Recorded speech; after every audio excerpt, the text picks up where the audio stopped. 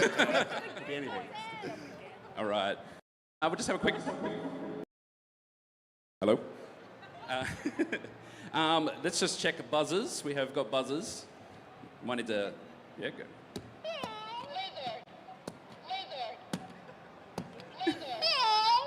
Whoa! Okay, there's the strategy there. Okay, so for this first round, we'll have a question. Teams buzz in, have a shot at it, and yeah, we'll go. Oh, we've got a question. Team names. Team names. Oh my God, put on the spot. Is it cat related? Should we do something cat related? I don't know. Uwu. What do you reckon? We'll give some points for team name. I reckon. Yeah, team names. Yeah. Anyone in the audience got any ideas for a team name? I heard team feet. Yeah. Team feet. Team feet over there. Team feet over here.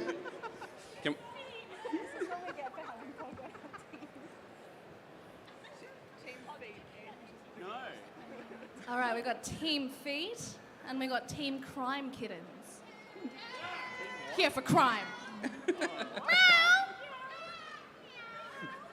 Okay. Oh, I didn't hear them, sorry. What was the team name? Crime Kittens. Prime Kittens. Okay, all right. We've got the meow. All right. That's us, though. Yeah, we're going to trick you guys into thinking that was us. So, feet and kittens. Feet and kittens. All right. That's anyway, we won't unpack that. All right, so we're going to jump into the first round. So buzzers, and then yeah, try and answer the best you can. Can everyone touch the buzzer? Can you get it? Oh, shit. Everyone put a finger. I hope so. Maybe we have to see here. If not. Oh, yeah. All right, 1 point per correct answer. Very simple, very easy. All right, here we go.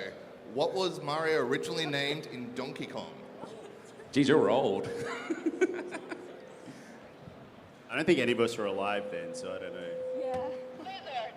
It was obviously Game Train. Hey, 2 points, 2 points. That definitely says Game Train on the screen right now. Yeah, that's right, that's right. Is this how this is going to work? We just flatter the host and then we get points. Is that what we're doing? Yes. Your jacket is beautiful today. I really... 5 points. I don't make the rules. Which Pokemon was number 1 in the original Pokedex? Oh, over here. Charmander. Oh. It was... over here, kittens. That's weird. Bulbasaur. Yeah, that's correct. Number 1. There we go, on the board. Which Call of Duty entry introduced the zombies mode? What? Entry? Which... Was it Black Ops 2? No. Damn it! Pick another one. Well, it was before Black Ops. It was the one that starts with it's. I feel like World at War, but I don't know if that's right. It's World at War! big brain, Charlie. Who was the main antagonist of the Final Fantasy 7? 7, yeah, that's V11. Sephiroth. Whoop. Hello, Sephiroth. Sephiroth is correct. What is the name of the dimension where you fight the Ender Dragon? It's the... Press your buzzer. Did you Kittens? Is it the Nether? No, it's not the Nether. The end? The End is correct. Correct. Oh! That's so high! What province does the Elder Scrolls V take place in? Oh my God. These are really hard. How many Elder Scrolls games do you know? At least 5. Name 5 for 10 points each. Oh, wait. Can you just say, like, is it Skyrim? It is Skyrim. Oh! Well done. I'm so high! What language do Sims speak? Oh. Simlish. Yeah, that was an easy one. What country does Assassin's Creed 3 take place in? France. No. Damn it. Incorrect. America is correct. Audience gets a point. The audience, you get a point. Shreddy stole that one. What is the name of the fictional city in Resident Evil 2? Raccoon City. Raccoon City's correct. What is the protagonist's code name in Metal Gear Solid 3? 3. Solid Snake. Not Solid Snake.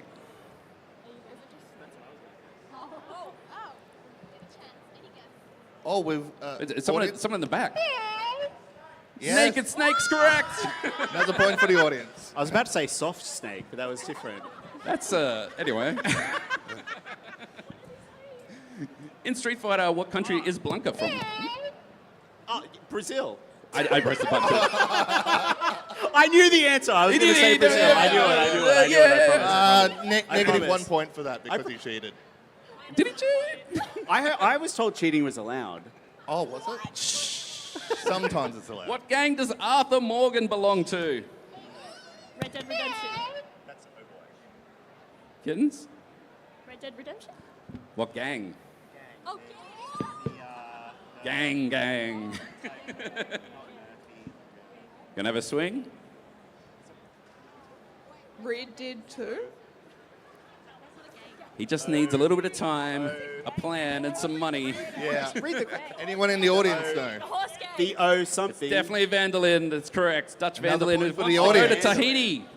He just wants to go to Tahiti, guys. Are we collecting points for the audience too? Is that a... Oh, absolutely.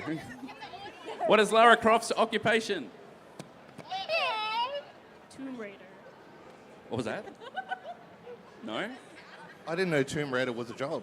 Tomb Raider is a job, apparently. Explorer. Archaeologist. Artifact hunter. Archaeologist is correct. Which Battlefield game is set in World War One? Battlefield 1.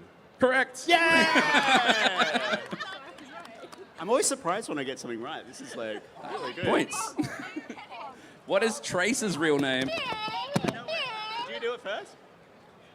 That was close. Lena Oxton. Yes.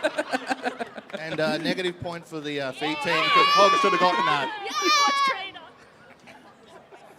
What is the name of the world where... Oh my. Azeroth. Yes. He's a gamer, guys. Look out. What does CSGO stand for?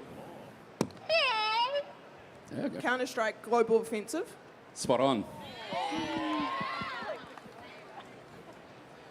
What is the item used as currency in Dark Souls? Souls.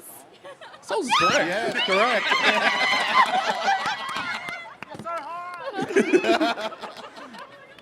What species is Tom Nook? Oh, Tanuki. Tanuki's correct. Raccoon Dog would have also been correct as well. Where does Persona 5 take place? Really? No one? Oh, they're getting points. They're not... Audience? I was Persona gonna- 5? What's that? Yeah, correct. Another one for the audience. Audience has got that one. What species is Spyro? Spyro. Dragon. Dragon. Easy. Easy one there, Paul. What year was the original Doom released? All right. I'm going to guess. Unk. 93. Oh!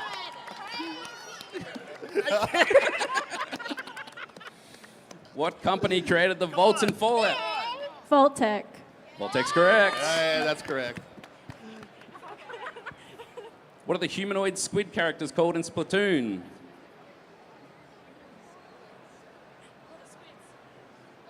Ooh.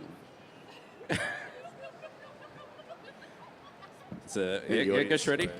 Oh, Inkling. Inkling's correct. In Bioshock, what is the name of the underwater city? Oh my god, the crowd knows it. Brad knows it straight away. Let's go. Rapture's correct. What is the name of the playable protagonist in Hollow Knight Silk Song? Hornet. Yeah. Oh, that's correct. Who do you play as in Legend of Zelda Echoes of Wisdom? Let's go over here. Zelda. Zelda's correct. Yeah. First good. time. Yeah. Hello. Who cares? What is the name of Fortnite's main PvE mode? What was that? What's it called? It just got an update this week. What's the answer? It's called Destruction. Save the world. Save the World is correct.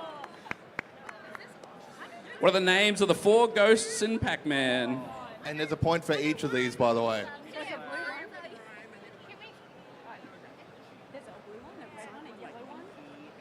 Oh, there's some deliberations going on. Oh, I'm going to embarrass myself. Is one like Inky and Binky and things like that? Is that what it is?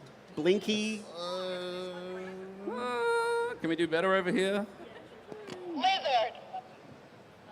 Pinky, Blinky, Inky, Oh, Pinky's one. Dinky, Yeah. Punchy. There's a lot of inkies going 3 on. out of 4 isn't bad. 3 out of 4 is pretty good. Flinky. Blinky, Pinky, Inky, and Clyde. We got one. Clyde. What year was the first TGX? 2023 is correct. And that brings us to the end of round 1, which will get a score check. I'll go down and see Shreddy. Hang on. Come down. Yes, let's go, Crime Kittens! Hello. Woo! Oh my. The audience is on 8 points, by the way. No. I can't wait to gamble Yes, all of sir. our points. The kittens are on 14. What? And feet, 18. Feet. So, Feet. kittens, up to you. You can gamble your points double or nothing. Double or nothing. What's the gamble? The gamble is, do you think you could name, let's say, at least 4? We're going to name 4 games, and you have to name which Australian studio made them. Oh, so we don't know what the 4 games are. You'll see the game, and then you have to tell us the studio. There's 8 in total, and you have to get at least half right to double your points. Or, if you don't want to do it, the other team can have a swing. And if they don't want to do it, the audience can have a crack. This is true. Do you They're not wanna going to gamble. anymore? This is not my special topic. I feel like it might be. You'll be right. Fill us one So Australian. Could we just like are any of them gamble having like having a go? All right. Are we going double or nothing? We're really smart. It's early. I have a feeling the last round's going to be for all the marbles anyway, so You maybe could it have doesn't double matter. points. We could. I don't want to do that. Let's say. I'm All getting a right. lot I of just heard resistance Pog here. wants to do it. I think we should Does do Pog it. want to do it? Pog wants to do it. By himself. Sounds good. That's a good deal. We'll swap teams. Just do it. It doesn't make it. It's not All real. right, Pog's The going to points do it, aren't everyone. real. Woo! Yes, good work, Pog. It's not real. How many Not points Pog, are we I Look, agree. gambling? was it's a woman easier than already. you think. Okay. Australia makes a lot of really good games. Okay. Side quest. Aussie Game Studios. Can you name? Oh, it's I 10. can help You only have to you. get Oh, 10. You only get 4. You only get 4 right, and you're good. Oh, surely half, 5. I don't know. Let's see. 5. Okay, Whatever. good. We'll see. I reckon he'll get them all right anyway. Okay. Easy. Who makes Hollow Knight? Yep. They're in South Australia. They're Adelaide based. Oh, They're he's good. He's cooking. Adelaide's not the studio, though. Adelaide, the son of Adelaide, the I don't think we can steal because we're not double. Jerry. The audience is The getting au- that the one. audience Terry. got another point. Team Cherry makes Team Hollow Cherry. Knight. That's what I said. That doesn't count for you. All right, come on. You got this. Untitled Goose Game. Oh. Love this game. You can. Your Big team fan can of it. help you. Can You're not alone. It's someone help. Oh my god. Do this charade. Someone in the audience can maybe, do a. What? Oh, that's helpful. Yeah, that's helpful. Triangle. House. House. That's house is Yeah, correct. yeah. Yes. Okay, I did know that. All Sort right. of. It's gonna get easier, I swear. Fruit Fruit Ninja. Ninja. That's. How many points are we gambling? I didn't really agree to this. All of them. Eight. You've agreed Oh, to gamble good. all of our points for Fruit this. Ninja. They're Brisbane-based studio. I know. he We're knows not where they are. locations, though. Um, They're Australian-based, you know. yeah, Brisbane. Yeah, Brisbane. Yeah. Yeah, Brisbane's nice, right? iPhone and it just flashes at you. No. He doesn't have it, guys. No. It's the Half Brick Studios. They made that other game. LA Noir. Oh, okay. Ooh. This was a subsidiary. Oh, Bondi Studio. Bondi? Team Bondi? Oh, he's so close. We'll give it to him. Team Yeah, Bondi. Team Bondi. Yeah, well done. Okay, I got. That's Are we 2. two? You got 2 Okay. more to go, and you're good. All right. Oh, that's not the end of the world. No idea what this is. Amarillo. Surely you Amarillo. played this one here, Bob. It's pretty good. Isn't that a drink? It might be a drink. No, amaretto. He's got nothing at all. I got This one. nothing. This one's made by League of Geeks. Yep. Yep. Okay. Love them. Crossy Road. Rocky Road. Okay. Yeah, it is. You guys, do you know anything? No, that's why we said we That's why we said we didn't want to do this. Are any of them repeats? 2 more, you guys. 2 Half more. Brick Studio. Hipster Whale. Oh, so cool names. Oh, If it helps, these guys got a They- new game coming out called Mixtape. they're called what? Mixtape is their next game that's just coming Yeah, out. I've played this. You've played it. I've played this Oh, you game. played it? Okay, you'd know who made Boo! it then. Don't boo! Know the answer. Help! Don't No cheating. pass. Beethoven I'm Dinosaur. never gonna get this. Oh. This is Beethoven crazy. Dinosaur, what a combination. Moving out. Moving out. You've played this, He's really proving surely. Oh my God, Pog. Moving out co. SMG made this one. SM Surely this one, surely. Surely. cricket. Surely you'd know cricket, right? Isn't that EA? But that's not Australian. Made here in Melbourne, Does actually. the audience know? Someone in the audience? Anyone know? Is it not EA? Sports? Someone's got to make the Aussie sports, all right? And that someone is Big Ant Studios. Ant You're in Melbourne, not Studios. far from here, I'm actually. embarrassing myself. This is All right, this is surely, the one surely. thing I What's the tried not to do tally? today. If you get this one, we'll reward you. Oh, okay. Well, it's 2K, but not 2K Australia. Do you? Yeah. Okay.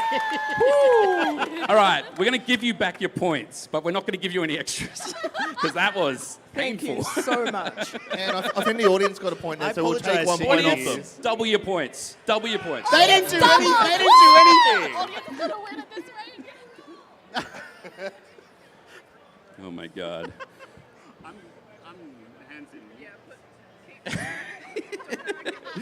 Well, we've learnt a lot today about how much That's people why you know. don't gamble, kids. Don't gamble, kids. So good, Paul. The house always So wins. good. Well done. All right. Don't do it again. This is going to be fun. Round 2, 5 points per answer.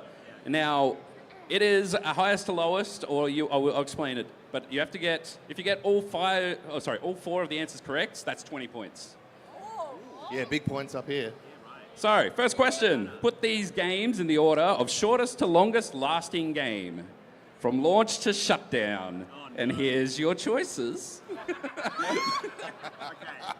Who wants to take a swing? I don't know any of them. I don't know any of them. I think the longest lasting game on this list was 45 days or something. That's a great statistic as well. It's so great. The I'm just gonna go shortest for being... 2 We're gonna have a points. crack? We're going to go for 2 points. I think the shortest is Concord, Okay. followed by High Guard. You spelled High Guard there incorrectly. Can I get extra point for that? Look, it's dead. Doesn't matter. And then day before, and then Crucible. negative point for... No. Do we want to? Do we reckon you can do better than 2? So what did he go with? Concord and High Guard? I don't know. Don't point out spelling errors, I guess. We went A, C, B, D. ACBD. Yeah. Interesting. I think Crucible was going to get everyone stumped because that's like a little bit unknown. The day before was beautiful. That was a beautiful game. Oh, day before. Going D-A-C-B. Okay, what'd you go? A, C, B, D. B is last. Wait, are we going to go audience do the rest? Does the audience? Oh, we got one here. No, it came out.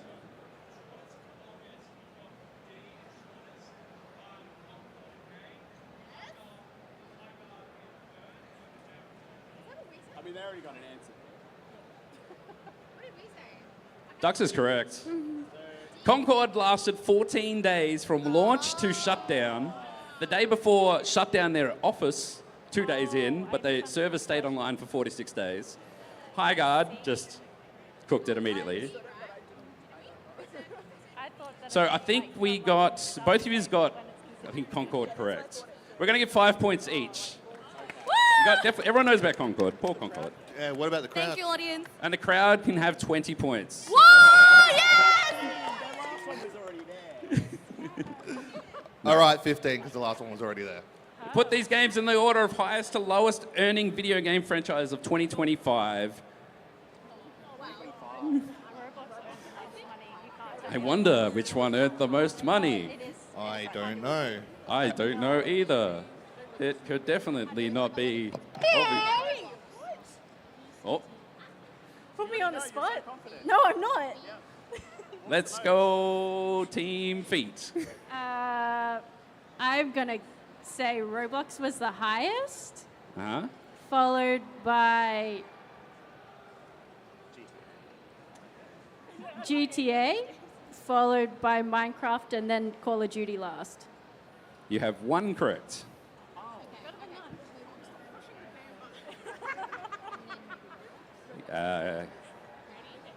All right, let's go. Let's go, Team Kitten. What do you got? So first, Grand Theft Auto. Second, Roblox. Third, Call of Duty, and last, Minecraft. One correct, technically. So we're going to go. Does it. Go to the audience The again? audience? Ducks, just come down here. Today. Come. on. No. You don't get to yell out over everyone. Yeah, come on our team. Do you want to come We're join committing this team? crimes today. Do you want to join this team? If you get this answer correct, you can join the team. That's a hard one. Ready? Okay. Fuck, okay. Grand Theft Auto, Minecraft, Call of Duty, Roblox. Go sit down. Oh. Minecraft made the worst at 450 million. Grand Theft Auto at 1.1 billion. Call of Duty at 1.8 billion. And Roblox, you should all be ashamed of yourselves. $6.8 billion. Number one. You get 1 point. And you got Minecraft, so 1 point each. Is this all like stolen money off iPads that have like It's where you have to put it's parental the kids on their protections iPads playing Five Nights at Freddy's in Roblox. Lock your accounts down. Parental controls. Guys. All right, That's so crazy. 5 points each. Put these games in the order of longest to shortest to complete. Runtime, Death Stranding, Claire Obscure Expedition 33, Kingdom Deliverance 2, and Donkey Kong Bonanza. The longest. That's actually a really tough one. If you played them all, you'd know. You know. I have. You have? Do you want to just Game Train know the answer? Which one's the best one? Which is the best game on that list? Only pick one. Oh, Death Stranding 2. No, but I'd Is that a say, hot take? I'd say the longest would be. All right, we're going to need an answer. Teams, All who right. wants to go first? Oh, hang on. Kittens are going first. Kittens. We yeah. wanted to say C, B, A, D. C, B, A, D. I think you have two corrects. I'll make Right. I'll make it easier for you.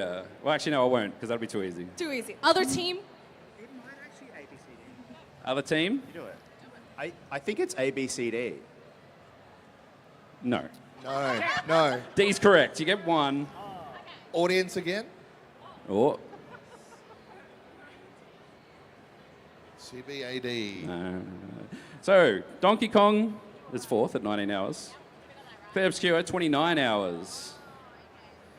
36 hours for Death Stranding 2. Worth it, though.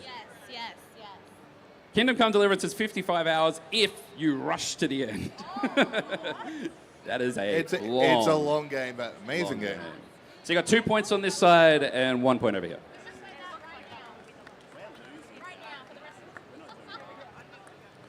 This is fun. They had it correct. Oh, look, I'm going to Shreddy, the point scoring man, says we had it correct over here. So we're going to trust Shreddy.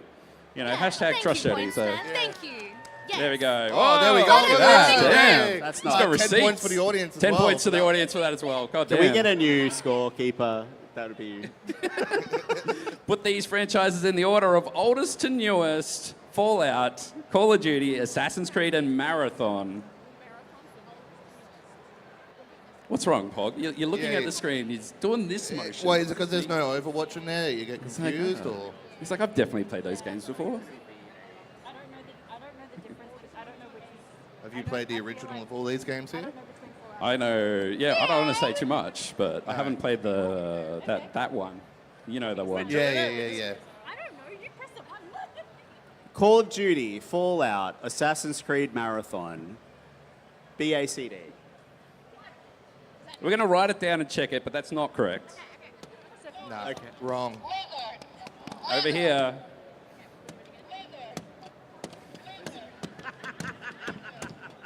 Okay, all right, we get it.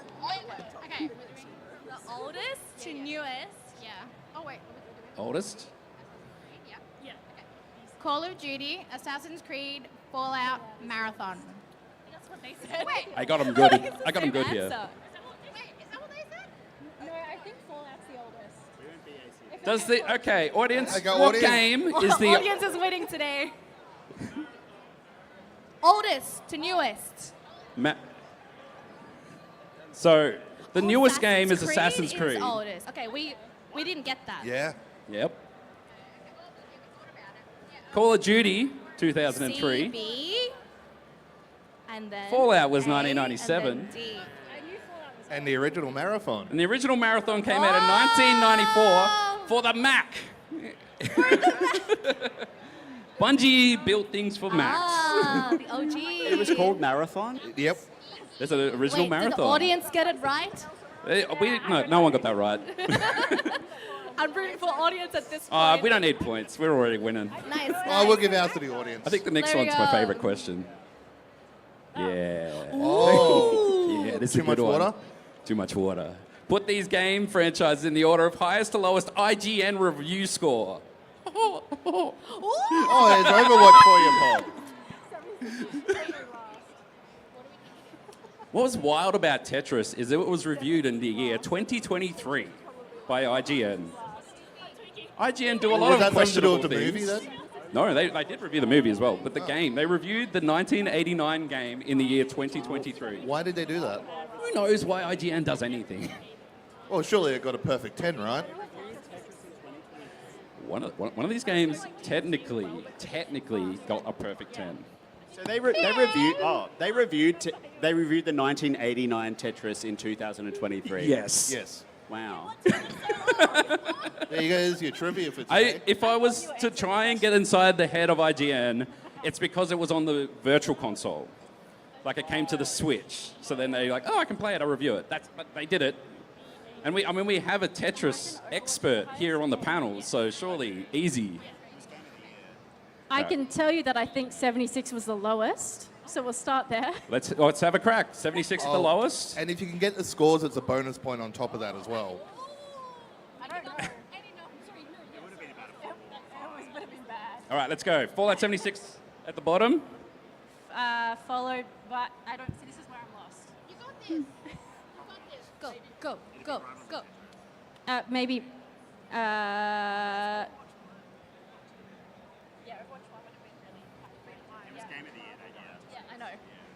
I reckon, I just don't know where to place Tetris. Just have a guess. I'm gonna say Marvel Rivals, then Tetris, then Overwatch. So B, D, C, A. From lowest though. That was I went think- lowest up. So you're going the opposite Pretty way. close. Yeah. That's Yeah, right. okay, Yeah, that might be right. Okay. So we'll write that down, okay? So we got B, D, C, A. Yeah. Kittens, want to have a Lowest to crack? highest. Oh, yeah, they did from lowest, but yeah. Yeah, because I did backwards. We need an answer. Otherwise, I'm going to go into the audience, pick someone at random, and their answer is going to be the one. Oh. Yes? Overwatch, Yeah? Tetris, Right? Marvel Rivals, Fallout. Okay. And what was the... All right. and Pog, do you know the score for... The lowest Overwatch? was Fallout 76 at Yes, 5 out of yes. 10. Okay, oh, 5. This is going to get interesting in a second, all right? Marvel we just Rivals got got an our 8 scores. out of 10 in third place. Tetris got a 9 out of 10. Yes. And Overwatch got a 9.4 out of 10. Good. There you go. So I think Very that's nice, very spot nice. on. Yeah. Yeah, well done, teams. Well done. I added an extra slide here for this fun thing. Overwatch was reviewed at 9.4, and then they reviewed their score again at 2020, turned it into a 10 out of 10. Yeah. And then they did Overwatch 2 and an 8 out of 10 because IGN do things. They have not reviewed the new Overwatch 1. So we got Overwatch 1 back again, yeah? So We'll just go back to the 10 out of 10. That's because Pog plays it. Also, 76 was updated to a 7 out of 10. Oh, So there you go. 7 now. Oh, I'll give them IGN. a bonus question here. Yeah, go on. Which game had the famous quote, "too much water"? In the IGN comments. Oh, over here, kid.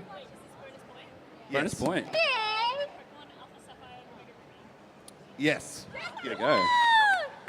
Too much water in that game. Put these Overwatch characters in order of most to least 28. search. Oh, Pog, what's your search history right now?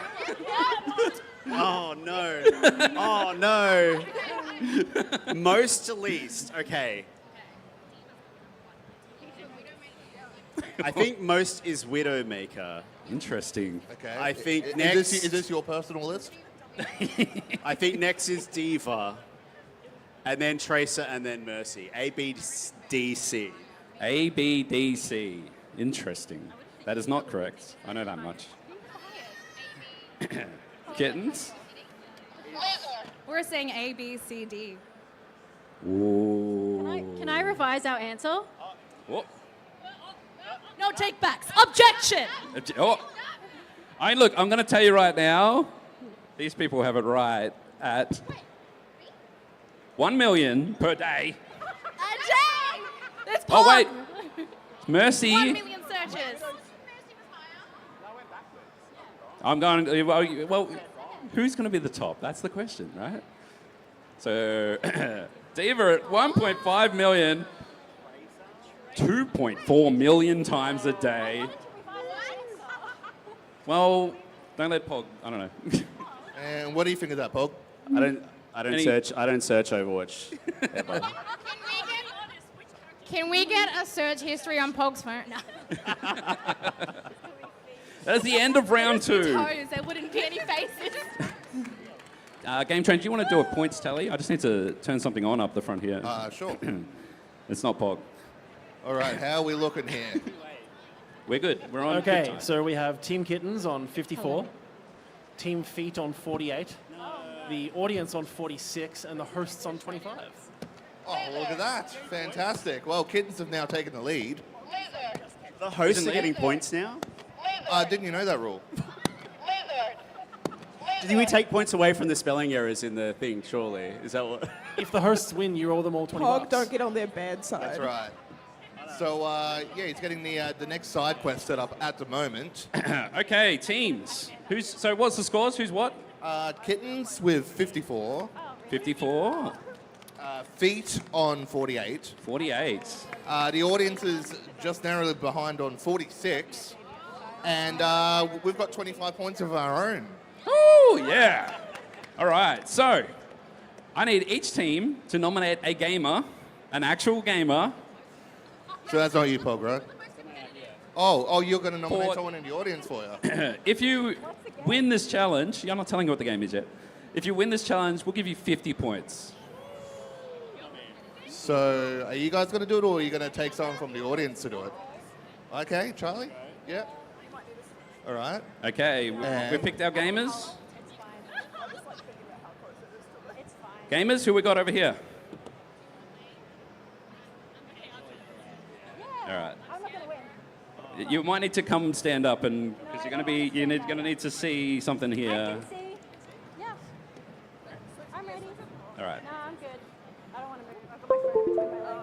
Oh.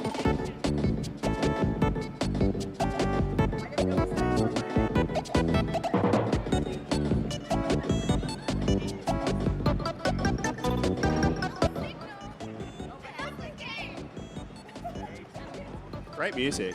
Very good. There we go. There we go.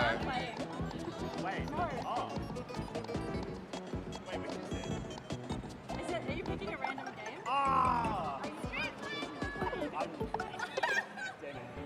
Pick your teams. Pick your character. Oh, we've got an old school here. We've got the old Street Fighter 2. Got some Street Fighter 2. Who was your pick back in the day, Zombies? Oh, I was always Blanca. I like Blanca. Just sit there and shock. I was a fan of Ken. Ken? Yeah. I've already selected. Oh, yeah, sorry, go. I got it. I'm just gonna. I'm letting it. All right, just go. Yeah, whatever, Japan, whatever. Let's go. Like this? Oh my god, are you pushing your attack level up? Oh yeah, put the attack level right up. Keep going up. Wait, she had higher stars? Nah, she didn't. It's fine. Wait, are you guys cheating again? Go! The old classic matchup of Ken versus Ryu. Yeah, right. Oh, damn. Wait, Ken's feet, right? Well, they're both showing their feet. Yeah. Yeah. That's Pog, interesting. eyes off the feet. Yes. Oh. Oh my god, Hadouken! I don't know who I am. This is some skilled gameplay. We've taken over the fighting stage title That's just right. for a little bit. This is the new fighting stage now. This is where it's at. Whoa! Whoa, my lord! Oh! Oh my lord! Well done. Oh, Is there a second round? there's a second Oh, round. there's actually a second round. It's time for We're gonna go revenge. again. Oh no. More of that. Round 2, fight! Yes. Oh my god, they've figured out the Hadouken. This is oh no, confused. Oh, got dazed. Looks like some solid button mashing techniques happening over at the feet. Oh, maybe not. Maybe it's a strategy. Oh my lord, look out. Maybe Street Fighter was Charlie's calling after all. Yeah, it seems that way. Oh. They figured out how to throw. Look out, everybody. Well done. Well done. Damn, all right. That is a solid 50 points to the feet. Well done, crew. They did have the extra attack stars on their Zombies. How many stars did you have over there? It's like extra. 1, 2? One extra star, so 10 points. To keep. 50 points, 10 points. That's only Yeah, fair. we'll go with that. Okay. All right, on to the next round. Questions. Lots of questions. Oh, lots of questions. So, in this one, we're going to take each of you one at a time for 1 minute to see how many questions you can answer. It may be worth skipping if you don't know the answer, because you might get easier answers down the track. So it's going to be, it's rapid fire questions. We'll start. Anyone want to volunteer to go first? Yo, we can go in a row. All right, I guess we're going to start down here with Sam. Do you want to do the questions? I'm just looking at that first question, the answer to it, and what it's happened there. That's a good question. Yeah. Well, you know the answer to that, don't you, Mario? Oh, I guess so. All right. All right, so how are we doing this? We're just going to speed through them and someone's got to point I'll to have a whoever timer gets on the it? screen. You've got 1 minute to answer as many questions as you yeah, can. okay. 1 So- point. Are you... No, skip the question. It's the next question. Each of you get 1 minute to answer as many questions as you can. Are you asking or am I? You go. Okay, all right. We're going to start. Sam, you're going to go first. We're going to get the timer on the All screen. right, let's go. 1 minute. Okay. Team 1. Oh, you got a countdown and everything. Look at that. Oh, boy. This is scary. All right, who is Mario's brother? Luigi. What bus drops players onto the island in Fortnite? Wait. What was that? What was it? What bus drops players onto the island in Fortnite? It's a bus? I'll go to the next question for you. In Overwatch, what role is Mercy? A healer. In Support. Minecraft, what exploding mod is iconic to the game? Sorry, I can't hear you. Oh, sorry. What exploding mob is iconic to the game in Minecraft? Creeper. Yes. What is the PlayStation 5 controller called? I'm an Xbox girl, so gross. Oh! Okay, in Pokemon, what is the yellow mascot? Yellow Pikachu. Yes. Marvel Rivals, how many players on each team? 5. No. What super soldier is the main hero in Halo? What was that? Main character in Halo? Oh, Master Chief. We got it, Master Chief. Well done. 5. All right. Nice job, Sammy. Yeah, the beeping is Oh, very I'll loud. do this one. I'll give you a break there, Game Train. Yeah. Oh, Do so you on to want the to next go one. across, or do you want to do team and team? I was going to go team. Oh, I'll go. I'll do. I'll go. All right. It's all right. Okay. Who wants to go first? No, it's individuals. Everyone gets a turn. Okay, nice. Nice. 69 points. 69 points, Yeah. nice. All right, who's going over this team? Amber, you'll go on first? Sounds that way? I guess so. All right, cool. Get ready for the beeps. I'm not ready for the beeps. In GTA, what city is based on Miami? Pass. Roblox, what is the in-game currency called? Robux. Correct. What does Sonic collect? Pardon? What does Sonic collect? Collect. What does Sonic collect? Rings. Correct. Who hosts the Game Awards? Pass. What shell targets first place in Mario Kart? Pass. What is the item used for money in Fallout? Caps. Yes. What animal is Winston in Overwatch? A monkey. Gorilla. Gorilla's correct. Yeah, nice. What kingdom does Link protect in Zelda? What kingdom does Link protect in Zelda? Pass. What is the bomb called in Valorant? Pass. Call of Duty, its Battle Royale mode is called... Pass? Okay, no, that's all right, it's okay. All right. Yeah, we're... All right, Okay. All right. Okay. So we're up to that one, yeah? yeah, just kick on from there. Yeah. All right. Okay. Are you ready? Are you ready for those loud beeps? Okay, we're ready. Okay. Here we go. Oh, look, it's like cheating here. In Marvel Rivals, what shark hero became a fan favorite? Jeff the Land Shark. Correct. In Minecraft, what dimension has the Ender Dragon? The end. Yes. In Street Fighter, what is Ryu's fireball move? Pass. With Xbox, what subscription service offers a big game library? Xbox One. Nope. In Animal Crossing, who runs the town loans? Sorry.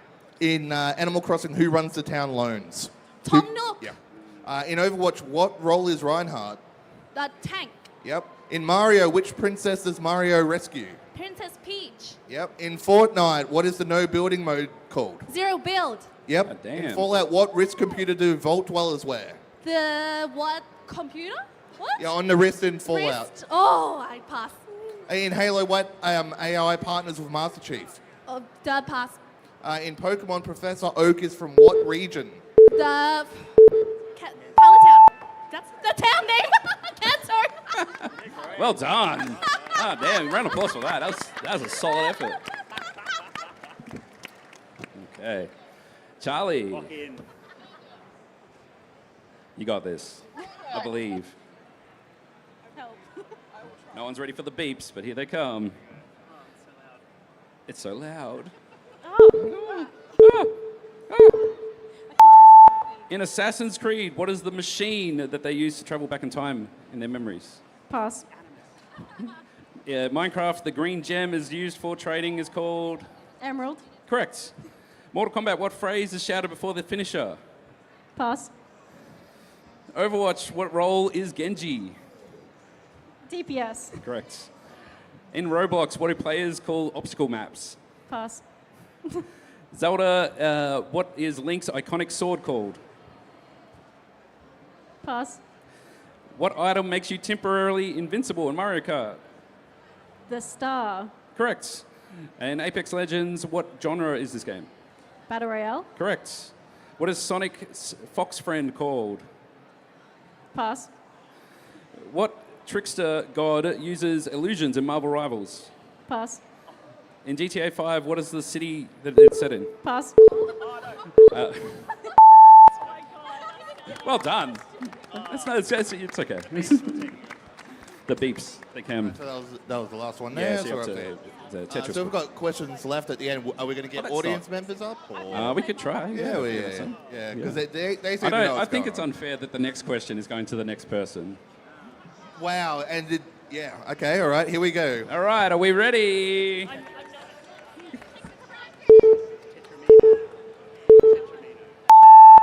Who created Tetris? Lexi Pajitnov. Correct. Xbox, what console came after the Xbox 360? Xbox One? Yes. What robot mascot fronts many recent games on the PlayStation? Pass. What device stores Pokemon? Sorry? What device stores Pokemon? Pokedex. No. PC. Pokeball. Pokeball. What studio made Minecraft? Mojang. Yeah. Hanzo's brother is who? Genji. What is Fortnite's mascot llama called? Party Llama. No. Pinata Llama. Loot Llama. What mascot boy appears throughout the series in Fallout? Oh my god. Pass. What dinosaur pal helps Mario? Yoshi. Yes. What is the main map called in League of Legends? Riftbound. Summon's Rift. But yes, you did well. Well done, damn.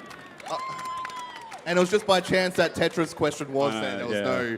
no funny buggers happening there. No. I Funny did really buggers. well at everybody else's, so I'm going All to right, do Pog. that personally. You're representing the You've got this, Pog. They're all Overwatch questions from now. So all of them. Okay, ready. Okay, we got this. Ready? For the beeps. Oh, no. Chun-Li is from what country? Japan. No. Baldur's Gate 3, what studio made this game? Say? Baldur's Gate 3, who made Baldur's Gate 3? Oh, pass. I'm sorry. What company shares the name with the game Roblox?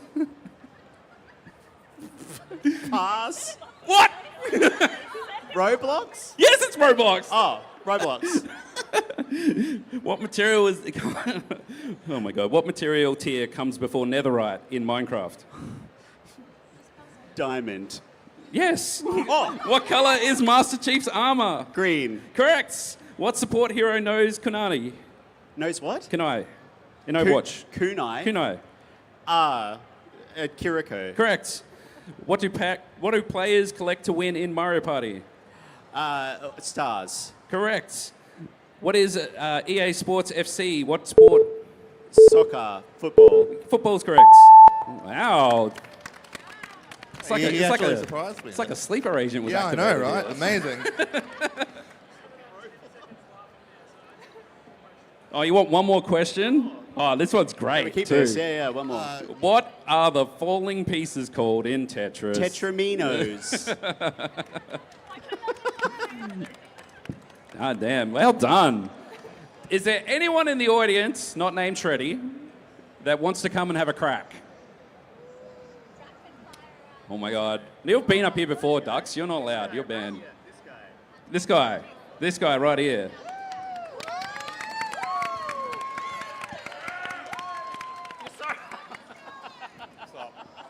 Hello. What's your actual name, this guy? Luke or Fluke. Fluke? All right, Fluke. I think I've got it queued up for another beep. All right, here we go. In Marvel Rivals, what raccoon hero loves gadgets? What's his name? Uh-oh. I forget. Skip. Skip? Rocket. Rocket's correct. In The Last of Us, what young survivor travels with Joel? Ellie. Correct. In Pokemon, what type is Pikachu? Shock. Electric. The obvious answer. Electric. Yes. Yeah. That's what I said.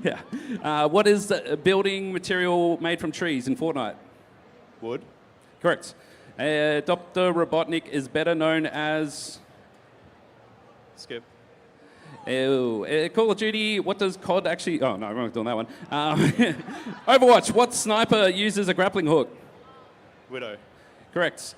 What do you need to light the nether portal? Flint Steel. Obsidian. Correct. What does GTA stand for? Grand Theft Auto. Correct. What mushroom gives you speed boost in Mario Kart? Star. Oh, mushroom. Last question. What soda brand is everywhere in Fallout?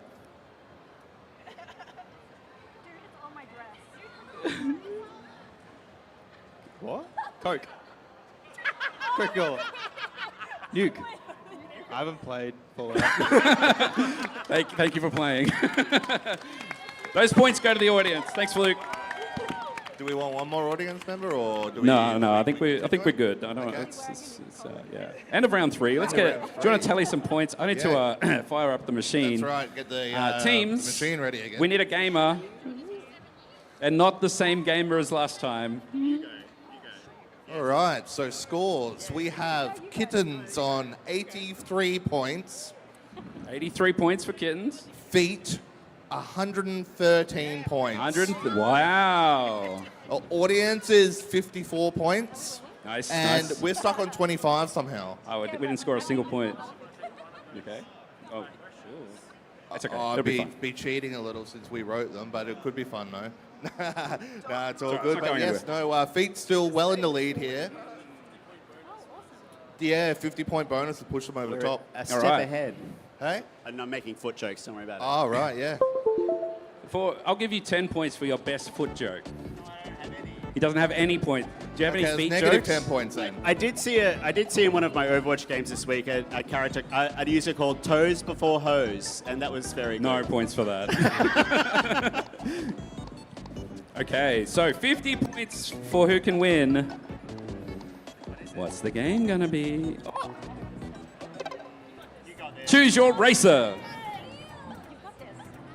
An old classic here, the original Mario Kart. Yeah, it's an absolute. It may be the best. I don't think they got any better after this. Who's your regular racer? Koopa Trooper.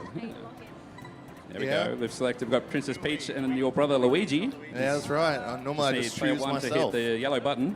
Oh, never mind. Alright. They're changing the character maybe. All right, so we've got a Luigi selected. Wait, or is it a Yoshi? Got Yoshi they're and going Peach. Yoshi. What's he doing with his tongue? Just press it again. Press it twice. Which one? Oh, are they discussing strategy? What is this? This is why old You school press it console twice. gaming was so hard. You gotta select it twice. Yeah, there we go. Okay. All You right. can change track if you wish, but I think the classic is probably safest. Oh, here we go. It's going to be Mushroom All Cup. right, here we go. 50 points to the winner. All right, we want a nice, clean race here. Yeah. Stay on the track. No one off the track. Oh, and Peach has gone straight out of the Yoshi box there. hasn't Yoshi- moved yet. Yoshi's Yoshi confused needs to here. move. Yoshi. Staring at the start line. Yoshi, please. Please, Yoshi, go. Someone is looking at the wrong screen, and I don't know which team is. Is it this team? It's this team. Uh-oh. All right, so, So- Yoshi's on the move now. Yoshi's here now. Yeah. But is Yoshi in front or behind? That's the question that we're all asking. This has like catch-up mechanics, right? That's what. All right, looks like It's Peach an is interesting still in the strategy lead. here. It's the I'm not sure strategy. Oh! Oh my God! It's been a murder. Look at that. The old red shell. Yeah. Now, was the blue shell in the original, or did that come in 64? That was 64. 64. I know 64 well. Oh, there. Oh, Yoshi's gone off the track. Peach is coming around to win the race. Is there a Wait, lapping? no, Is how it many gonna laps be- did he put it on? I don't know. I don't do nothing. I think it's like. I thought it was a 3-lap race. I think it's All a right. small track. Honestly, it's Yeah, really right. it's Here not we- much. Yeah, you got to dodge those pipes there. It's interesting. Do we have anyone in the audience that is an absolute pro at this game? Oh my God! Someone's like, oh my God, he's he's wearing a Mario Kart T-shirt. Wow. Is there anyone else in the audience that's not wearing a Mario Kart T-shirt? Is this really hard to watch for Interesting. you? It's just got Is the this one. really- Yeah, well done. Are you going to put two audience members against each other? Absolutely. Mario Kart, man, can you please join us on the stage? We need an expert. So Mario Kart is going to play for this team over here. If you would like to choose your champion, someone from the audience to challenge.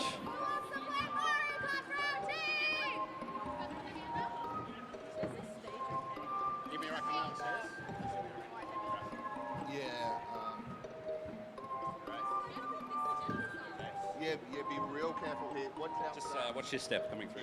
Just watch your step. Other side, Mario Man. They've stolen.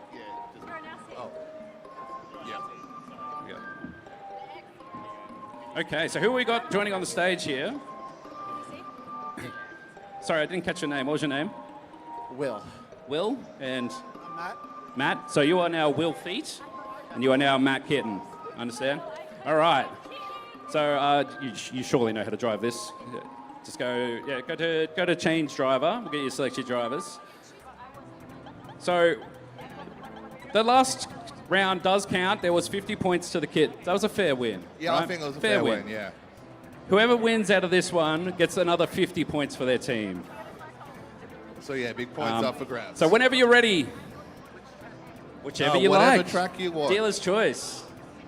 Oh, someone said Star Cup. Rainbow Road. It's not even there. Bowser's Castle's nice. I like it. Yeah, I hear it's right. nice there this time of year. Okay. Stepping things up a notch here. All right, let's go.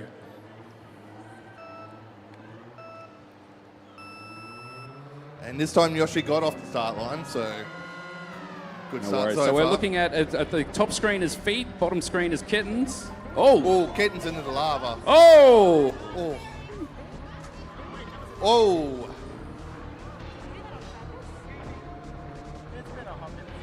Oh, Feet has definitely played this before. I love this level. This level's great. Oh, yeah. One of my favorites. Is anyone going to hit what are the things called when they drop down and? Oh, look at that. Ooh. Kittens has taken. Wait, no. Oh. Wait, lead is just going back and forth here at the moment. Oh, it's neck and neck. Oh. It's neck and neck here. Neck and neck. Oh. And lava cleaning up both teams there. It looks like marinara sauce. Just saying, the kitten team is hungry. I'd almost say this old Mario Kart looks harder than the new Mario Kart. You know they've played it before when they start jumping around corners. Yeah. Yeah. Oh! Oh! Oh! Oh no! Lead is going back and forth here still. Oh, no. It's in the marinara. Look Yoshi out. got knocked into the lava. Was that the winning move? Oh, no.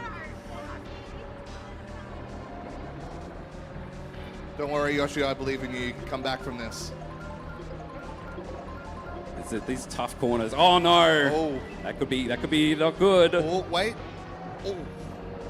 It's the second last lap. They struggle in that corner after oh, no. Oh. Surely. One slip up from Toad, though, You and it can could feel the cost them the whole concentration. You can feel it. Both 50 players are locked points. in. 50 points for Feet would bring them back in the game right now. Oh no! Oh. Denied. Final lap. And that corner again. It's whoever can take that corner is going to win the game. Yoshi here, a few seconds behind Toad, coming into the final lap now. Toad doing some great jumps over the lava there. Yoshi unfortunately slid out again and ended up back in the lava. He just needs to make it through here, and I reckon it's got it. Coming down to the final straight right now. Oh no! Oh, here we are. Here it's we going to go. be Team Feet. There Toad we go. takes it out. Well done. Well done. Thank you so much, sir. You're living up to the T-shirt. Here we go. We've got a shake over here. Good game. I'm sorry, does your jacket say McLovin?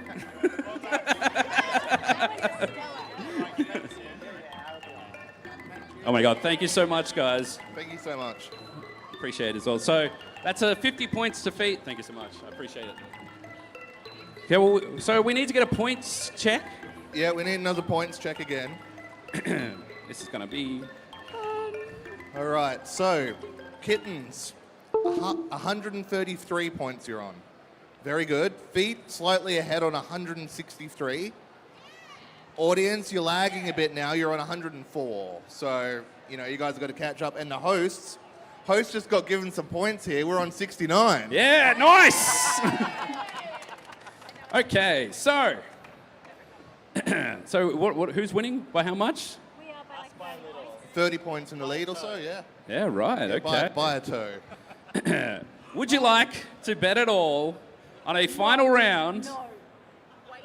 And it could be anything. Which is for all the marbles. You guys need to. There is... Basically, you can either go head-to-head, or if one team would like to volunteer to take it on, they can, and you double your points. Correct. You want to verse them? Do you take up the challenge? We should go head to head. Yeah. The answer is yes. Now, there is a slight problem. I need an Overwatch fan from the audience. Oh, who's... Dixon, perfect. Come up here, Dixon. I need you for a second. Pog, I need you to stand up and come stand over here. Did you just sub Pog out of the game? You cannot participate in this one, Pog. Dixon, you are joining Team Feet. Welcome aboard there, Dixon. How are you? I'm doing well. Welcome. Listen. Thank you. In true fashion, we did our homework at the last minute. So this last challenge, I actually stole it from the internet. Is it one of his quizzes? Yeah. So you just have to complete this quiz. You can, I would get your mics ready. Just yell the answer when you get it. Okay, so have your mics set up ready.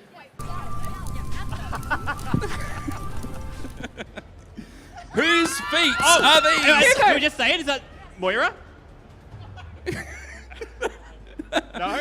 Just yell them out. You can be right or wrong. Yeah, you want to do, what's the answer? It's Kiriko. It's Kiriko. Oh, it is Kiriko. So we've got one over here. I don't look at feet. Oh, these look filthy. Jump Brett? No.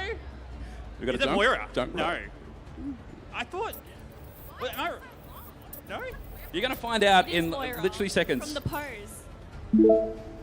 Oh, well done. Well done. All right, yell them out so everyone can hear. Whoever gets it first gets the points. Are you proud of yourself? Is that Venture? With the green skin? It is Venture. This is the avatar So Venture skin. over here was first, Top so... Are you proud? Are you proud of yourself? No. Venture was correct. There we go. So it's 2-1. This quiz is exposing Is that feet Reaper? and toes. Is it who, sorry? Is that Reaper? With like the... Interesting. Other team? Kittens? Junker Queen? Who do you think? Another one for Team Feet. 2-2. Team Feet, and you've got a feet challenge at the end here. Is this some sort of... Shame on you. Is this Winston? Yell it out. Get it in. Winston? We went Winston. Winton. That's like Sigma. Quick. Is that Sigma? Winton. No. Right! 2-2 still. That's it. Oh, that's it. Wait. So we've got a tie. I can't have a draw. It's a draw? Wait, does that mean carrot in a box? No. Carrot in a box? Yeah, Yeah. what's on your Have you got a toe phone? pick handy? No, seriously, get us the toes up on there. All right, Pog's going to bring up a toe picture, and we're going to do this live, everyone. He's there. Just go in the folder named personal toes. Can't believe no one got the last one. That was meant to be the one you get. Why don't you get it? Dixon, you're meant to be good at this. Oh, good at feet. Well, you're on Team I'm Feet. too busy winning the games, not, yeah. not looking down, you know. Yeah, that makes sense. So if you're always looking at the feet, I don't know, he's cooking something over here. Got some feet? Hang on. We just need one. Show them the picture, one of each. All right, how about we look at it? All right, here we go. I can't see. Some nice Life toes. Weaver? Oh. Oh wait, there's actual options there. Yeah, okay. It's a nice pair of feet Faith in in you, some Dixon. thongs. What do you got? It was live fever. All right. No, I'm pretty sure we both said it. We both said it. Oh my god. Oh, They God. got a bit like this. So we're It's going to have another to draw. paper, scissors, rock this now. Can't it be a draw? No, it can't be. Oh, you know what? Show someone in the audience. Audience, Oh, we'll give you 100 points. Pixel. Oh. Hang on, I'll get some of them. No, this is for the audience to steal. Audience to steal 100 points for the audience. How we looking, audience? Hello. What's the answer? Mercy. It's Mercy. Mercy. It's Ash. Which is it? It is Ash. All right, there we go. The audience are getting on 100 points, which is that enough? Did we give them enough points? It's enough points. All right. Keeping the scores hidden from you now. All right, I think that is the final question. Thank you, Dixon, for joining us. Thank you, Dixon. Let's get a total point. Oh. That's not embarrassing. So, the audience, to no one's surprise, 204 points. The kittens, 133 points. And the feet are 163. So congratulations to the feet. They are the true gamers. Feet enjoyers win this round. But that is all. Thank you very much. If we would like to just say thanks, if you want to just go along there, just say who you are. Thank you for coming. Just introduce yourself. It is the end. You're done. Congratulations. This has been hi. Amber. Thank you guys for coming along. Thanks, guys. Should we do it in a proper... Thank you. I'm so embarrassed by using my content. I don't make any content like that on the internet. If so you don't want look that up more on feet YouTube. content, make sure you Want go more and feet subscribe to content, Podstream on YouTube. Nothing. I've got a butt quiz if you're interested in that. That's good. Maybe for next year. Thank you everyone for coming. I hope you enjoyed the rest of your TGX Expo. I've been Zarafina. Thank you so much. Have a great day. Yes, thank you everyone for participating. It was very, very great. I've been for Mango. See ya. Thanks for coming, guys. Thanks for cheering us on. I'm Please Sammy hang out. Wonka. We're going to be taking a selfie. So please be in the background, everybody. Everyone needs to get up, get into a selfie. I just wanted to say thank you all for turning up today as well. And thank you to the tech team over here, AV team. Thank you guys so much. Legends. And thank you, TGX, for allowing us to put on this quiz today as well. Everybody in. Don't get off the stage. Stay on the stage. Yes. Legendary. Thank you very much. Enjoy TGX. There's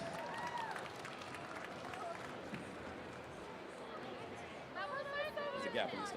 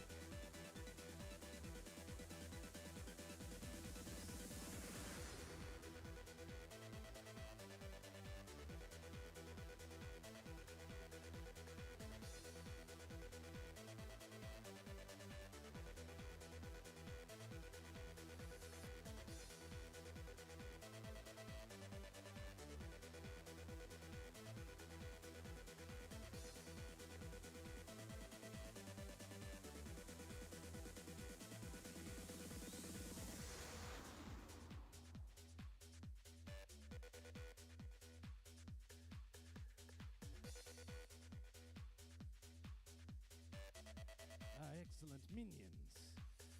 Followers. Brilliant. I can make use of you.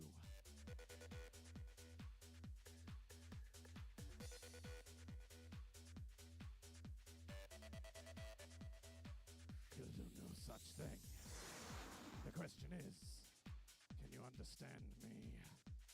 Or am I going to have to come down and slaughter you all?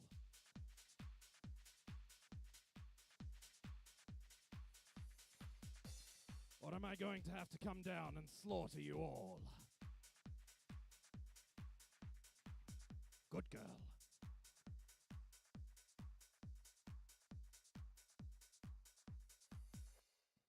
You're gonna make her jealous.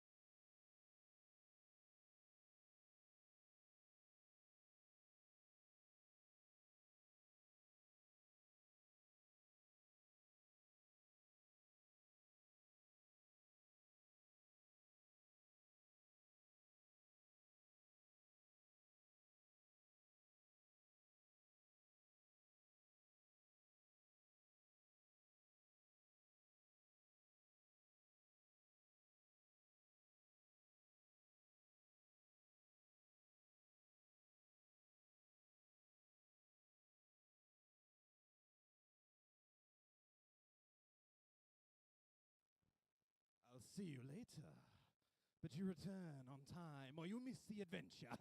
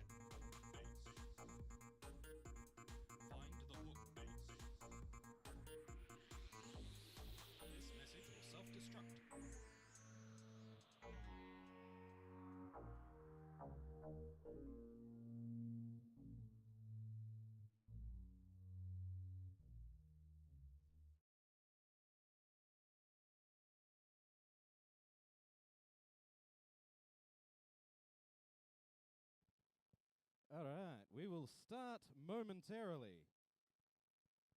The Rave RPG is about to begin. Those who wish to participate, please find a seat, or you can join the front. There'll be a dance floor.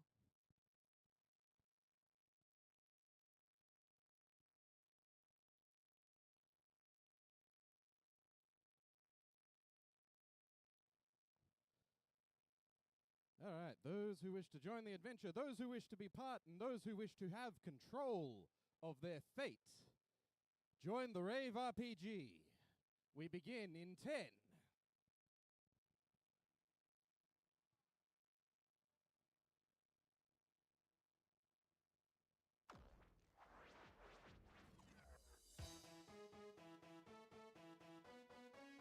Good afternoon, TGX! Welcome to the Rave RPG.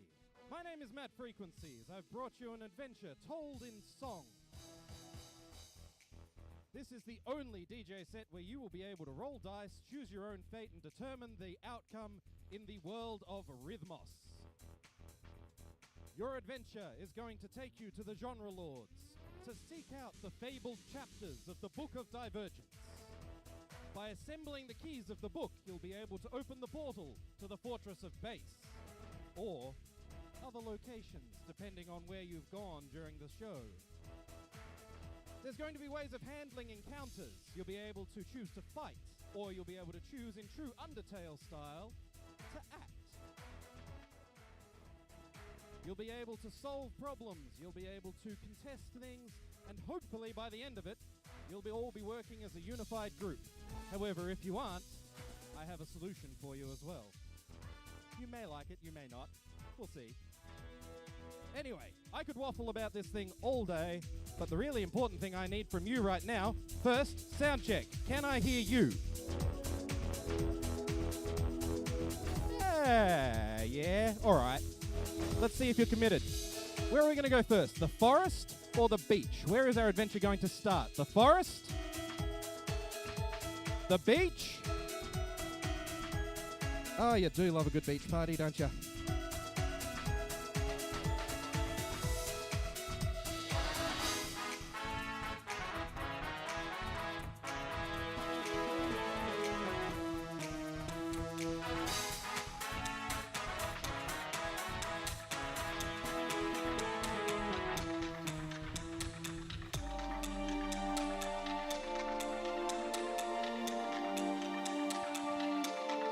It's a gorgeous day to be strolling along the beach in Rhythmos. Unfortunately, stormy weather approaches. The first thing we must deal with, some of you may have this nation's currency. It comes in the form of small records. There is a merchant shop at the beach. Would you like to visit it and see what's available for sale? Or would you like to brave the oncoming storm? The merchant? Or the oncoming storm?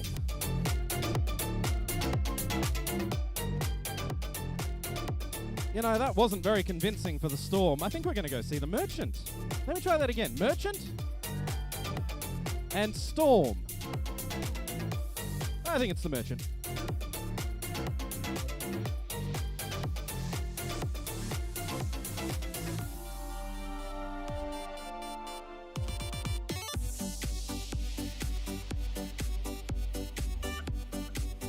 Good news, Kajit has wares. Should you come to the front, you can buy a collectible keychain.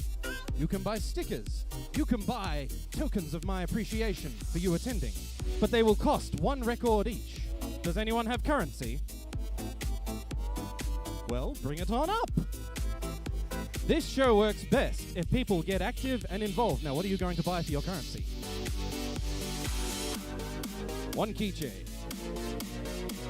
Does anyone else have currency they wish to spend? Hey, what would you like to buy?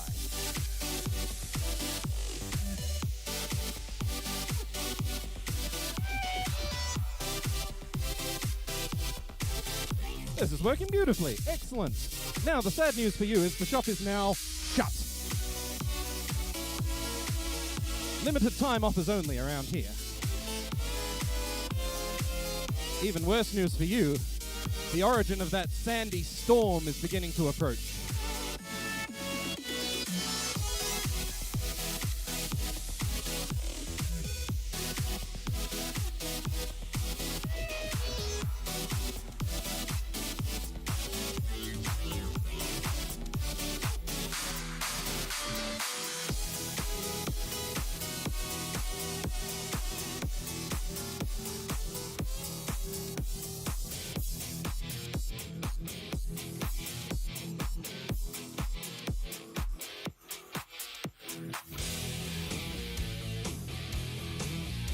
That's right, the Sandman has arrived. Now a question. How are you going to deal with him? Do you want to see what he's trying to achieve, or do you want to fight him? See what he's trying to do? Or fight? Who would roll?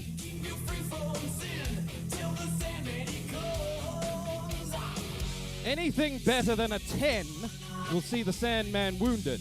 If you get a total of 20, you'll have perished the Sandman.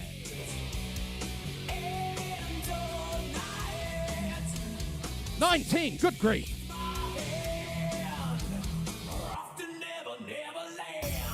Right. Now that you've begun an attack run, that one's yours. You're allowed to play with it for as long as you like until I need to call for it.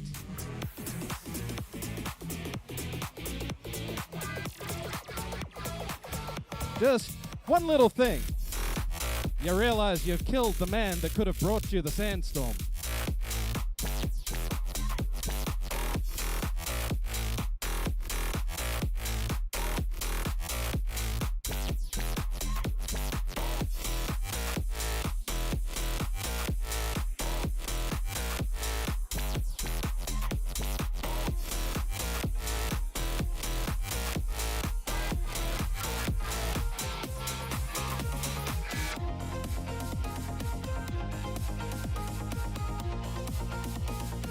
As the Sandman evaporates into dust, you realize your adventure has now truly begun.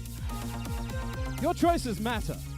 Should you have saved the Sandman, he would have brought you the sandstorm. But instead, you're trapped in a glass cage of your own making. But that's okay. This was merely a test run to make sure you understood the mechanics. Now that we've got the hang of it, where are we going to head next? Our adventure can take us from the beach to the desert or to the ocean. Desert? Now I hear the desert clans have a habit of dancing to funk. The ocean, on the other hand, well, I understand there's pirates. So, desert? Ocean? That's pretty easy.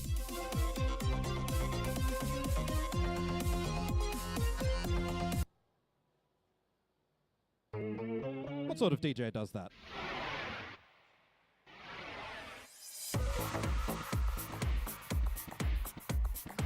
Good news, you've managed to commandeer a boat extremely quickly, faster than I'd intended even.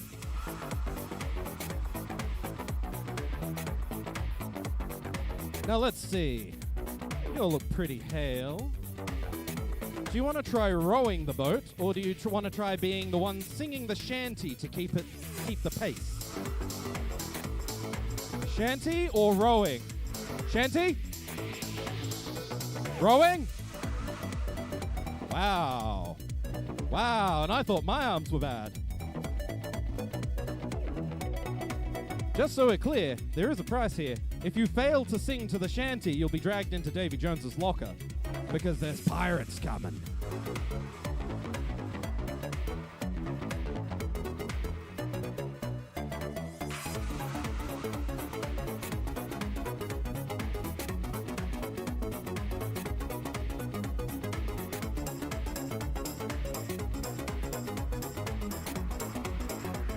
Now, I guarantee you know this one.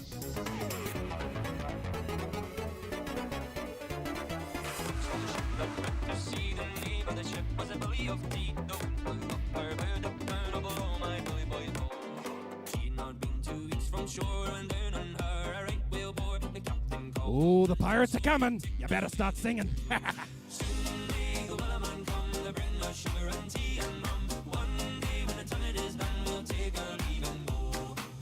The more volume you give me, the faster we'll go. And if we don't make it fast enough to beat the pirates, you'll get slain.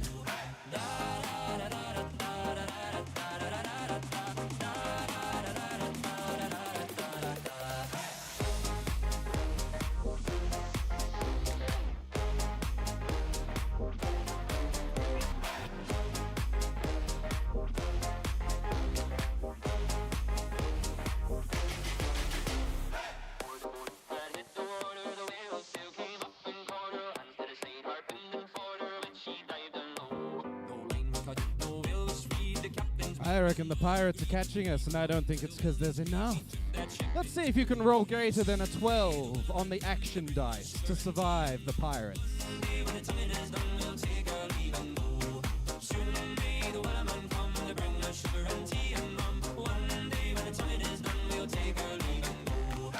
$11.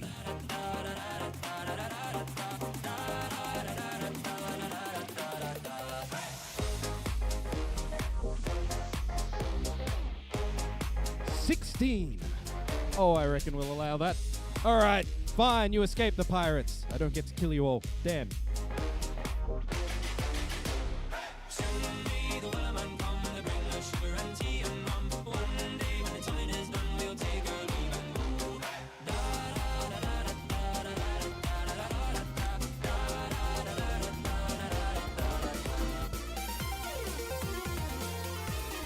You've made it to the mystical city of the ocean. Now, we've got some loot to distribute. Firstly, for killing the Sandman, who's going to get the first loot? And the next. And one more.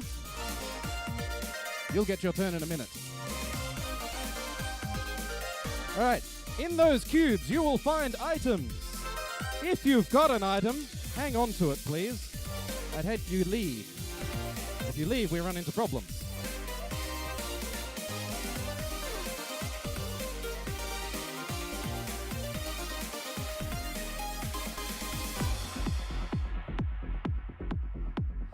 And now, let's see. One of you should have received a white ring with a floppy disk inside. That is one of the chapters of the Book of Divergence. If you have that, stay to the end or pass it on to somebody who will. You risk endangering all of Rhythmos if you leave with it. There will be some record currency which you can use in the shop, and a token of my appreciation, an artifact which you can hang on to after the show to show your progress. In the meantime, I believe it's time to head on towards the city. However, as you approach the city, you notice something strange. A farm shimmering on the water's surface. You can have a look at the farm, or you can head straight into the city. Which is it going to be? The farm? Or the city? Ooh, we're going to ignore the farm. Okay.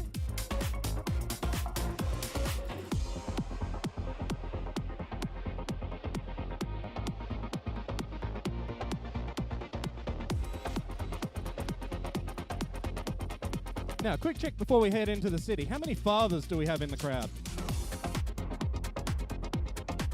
Ooh, just one. Ooh. Ooh, that might be a challenge. Those wandering past and wondering what the hell's going on over here, this is a rave RPG. We're making choices to make an adventure through Rhythmos. Well, let's head on into the city. This is the city of Timpanum, the city of melodies, where memories are made.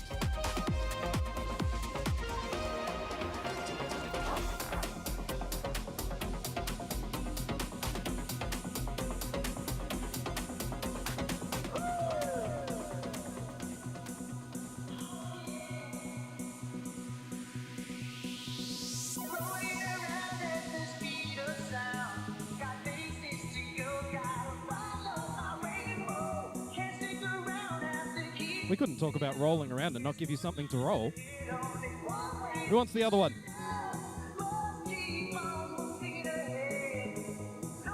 Try not to destroy them. They take a while to make.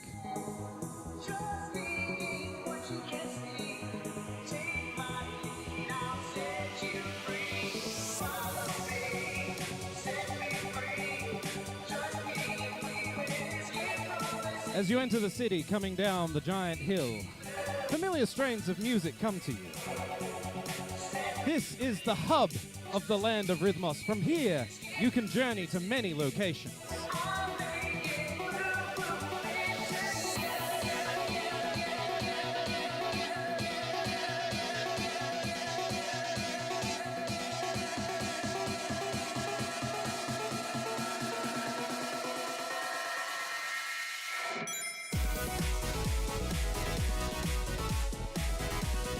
As you near the bottom of the hill, you notice on one side a gym and on the other side a casino.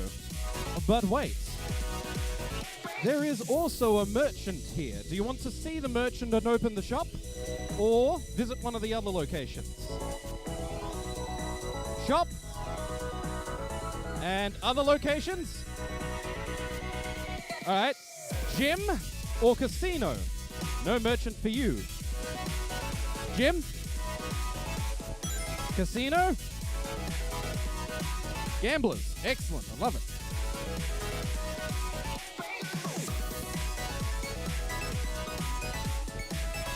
All right. In the casino, it's very simple.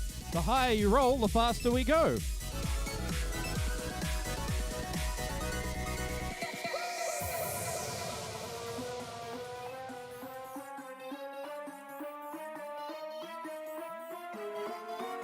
So let's have a roll from the gold dice.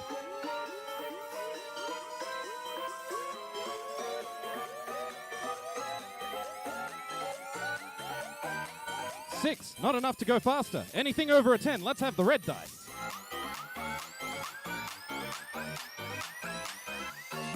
It was a 1. No speed for you.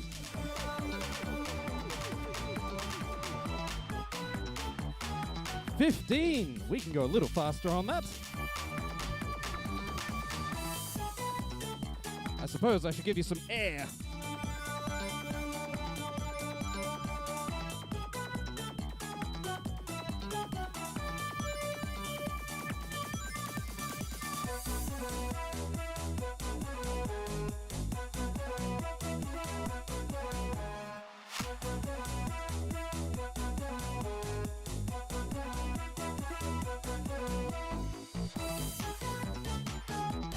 I fear to inform you that your action dice has been ruptured. You only have access to the red dice. Ooh. All right.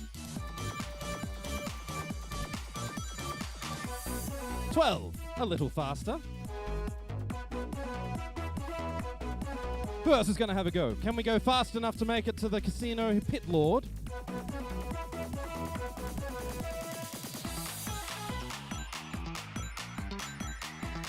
$16, we can go a little faster on that.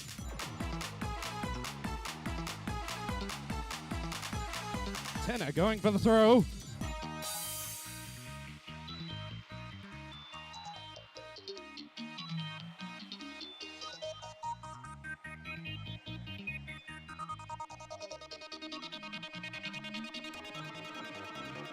All right, let's get some people from the back involved here. What do we got? 5? Not enough. Let's get it right up the back. I want to see someone from the back actually throw this thing. I got my kids up the front dominating the whole performance. You lot need a turn.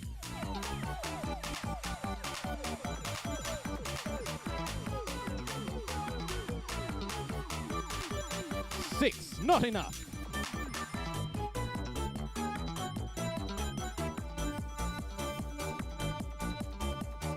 We haven't yet rolled high enough to be able to attract the attention of the pit boss.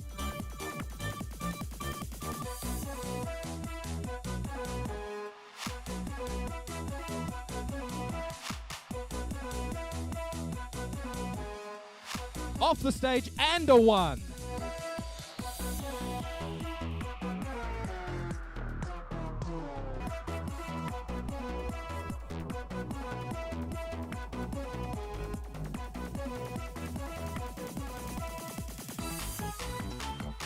19. Oh, good grief. Okay. I think we've got fast enough that we can go for an attempt at a jackpot.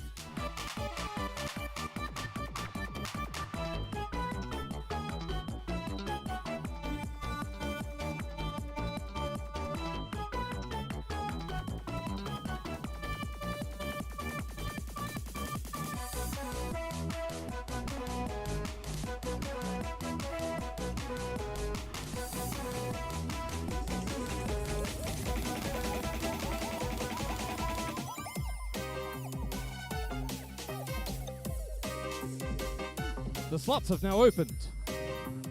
The first to roll a natural 7 will get a loot chest. You have 2 minutes. I'm going to hand it to 1, and you must only take 1 roll on the floor in front of the stage.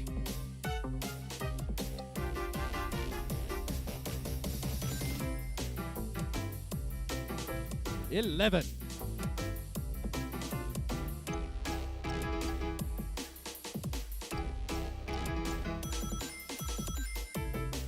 16. 16 doesn't sound like 7 to me. 13.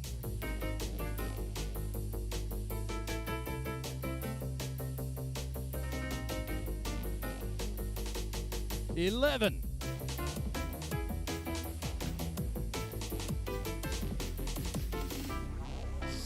9.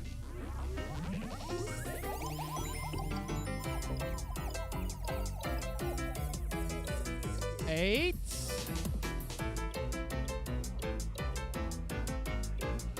15. Of course, as you've been rolling above 10, it's been getting faster and faster. A natural 20.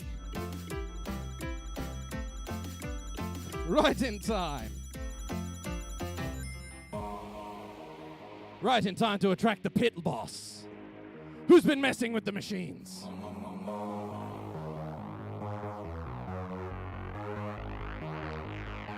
Well done, you've attracted the attention of the pit boss. She's not very happy with you.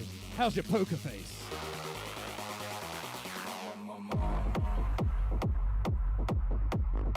You have a damaged dice, but you know what? I don't care, you can try this anyway.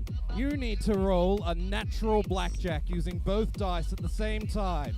21, 2 people, and I'd like it to be someone other than my son.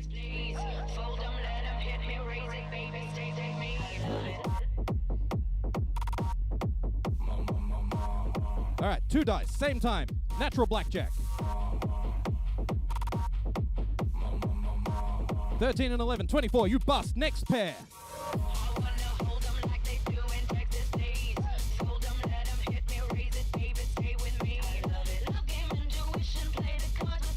One and 17, 18. One of you can roll again. Nope, next pair. One more.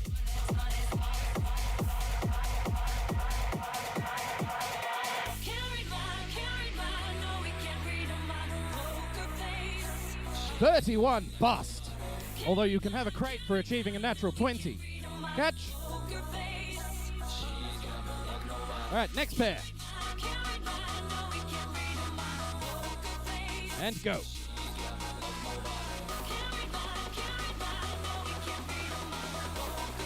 Ooh, 16 total. You can re-roll the red. We got 13 and... Ooh. I don't think you managed to beat the pit boss. That's unfortunate. No loot for you.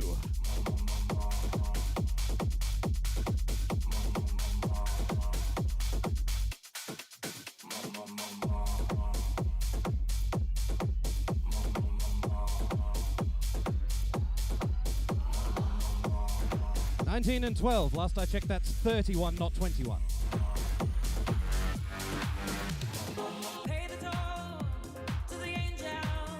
As you have failed to outwit the pit boss, you must now pay the toll. Should you wish a loot crate, you will need to provide 2 records.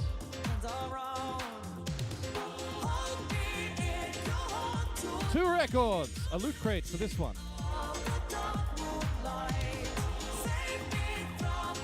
And 2 more. Don't you already have a loot crate?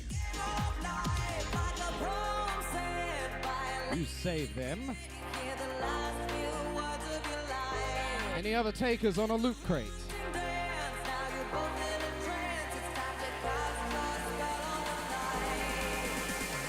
Whoop. That looks like 1 record to me, sir. I need 2. Aha! A kind benefactor in the shape of a TV head.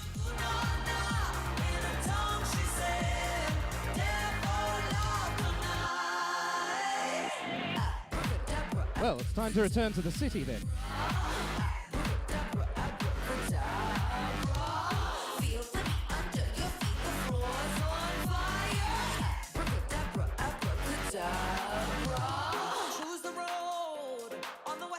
Now, a reminder, in the city there is a merchant. We can either choose to go to the merchant first, or we can continue into the city streets. Which is it to be? The merchant? Or the city streets? Onto the city streets it is. No merchant for you.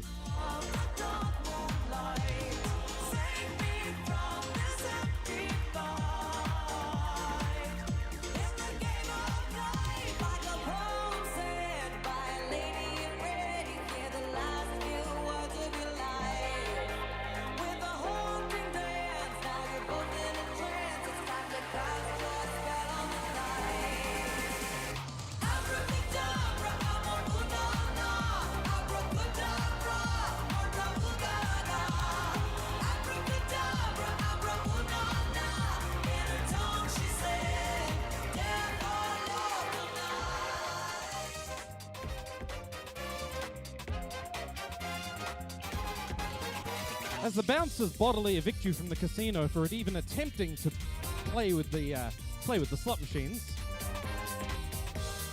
you notice that night is falling around you.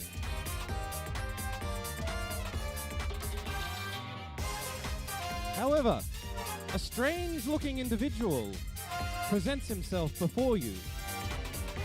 I'm going to need to call Tenor to the stage.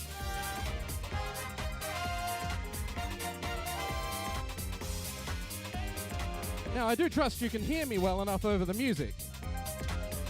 Am I audible? Yes, good, excellent.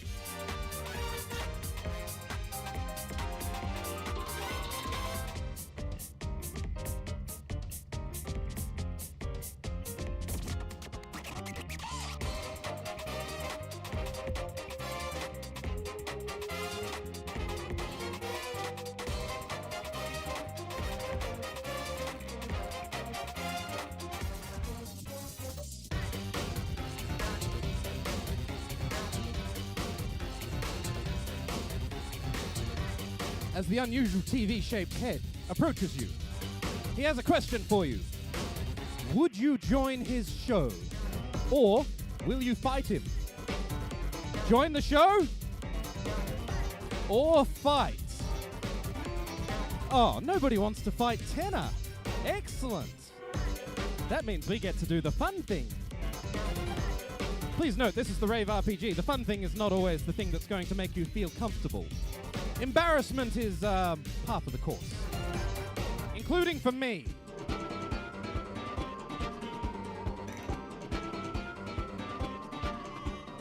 Now, just one little thing. Before we can even start the TV show, there's something we have to take care of.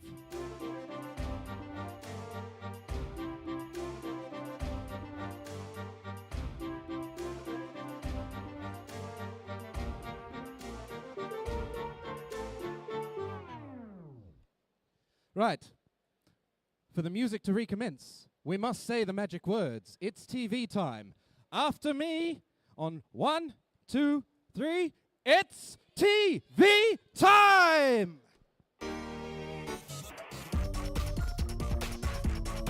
Now, Tenor has some dastardly concoctions brewed up for us today. The first, you must pick a dice and keep it in the air for over 60 seconds. And your time starts now. This is a game of keepy-uppy. No holding it to yourself.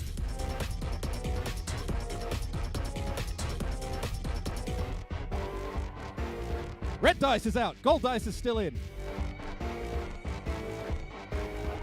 Red dice is failing miserably. Gold dice is still in. Up the back with the red.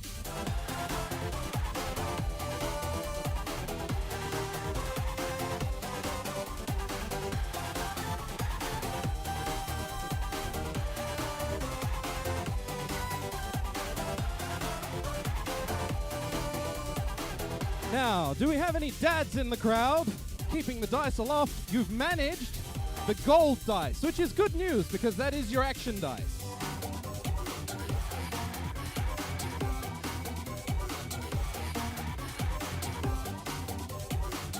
Now, just to be quite clear, for this next part, I'm going to need dads and dads only. And I'm going to need you in solidarity because this is going to be highly embarrassing.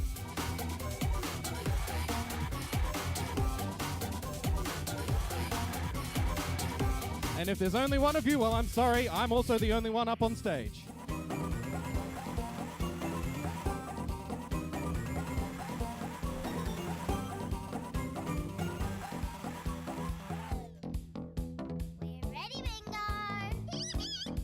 We're going to need to show our best dad moves. Ready? Oh yes, this is Bluey! Doing this for my kids.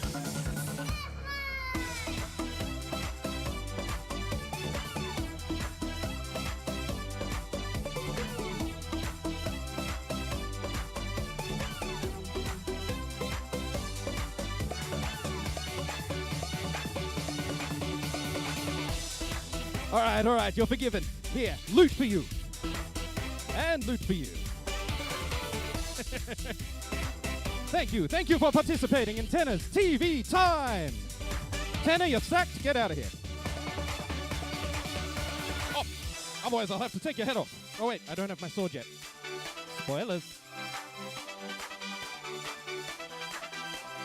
Well done, everyone. We survived. And now it's time to move on to the serious part of the adventure. We have 3 possible locations we can choose from in the city. The garage, the factory, or the sewers. All 3 lead to different locations. All 3 will give you your remaining chests. The garage, the factory, or the sewers. The factory it is. Of course Tanner would have the sewers in his head.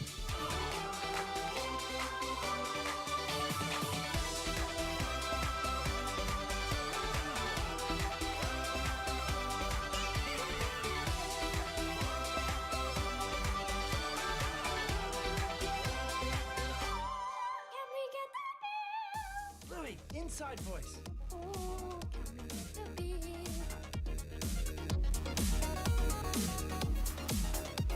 This is the chemical factory. The way this works, this is another speed-up area. For those that know me, they might have noticed I have a chemical plant zone tattoo. I rather like it. I have far too many remixes to choose from, so you get to pick which one we end on. If you roll the dice and it's above a 10, I move to the next remix. When you want to stop moving through remixes, stop rolling the dice, otherwise we'll end up overflowing the factory.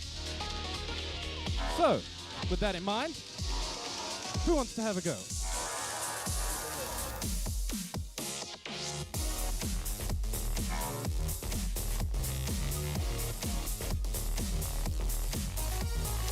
I would strongly suggest rolling the dice in front.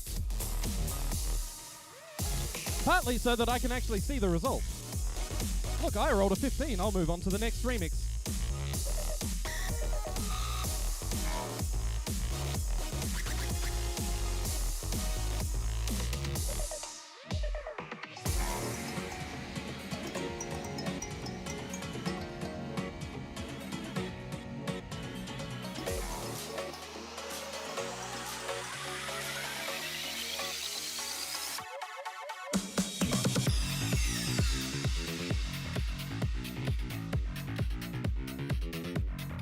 We had a 12 in there. That means I have to move on already. Good grief.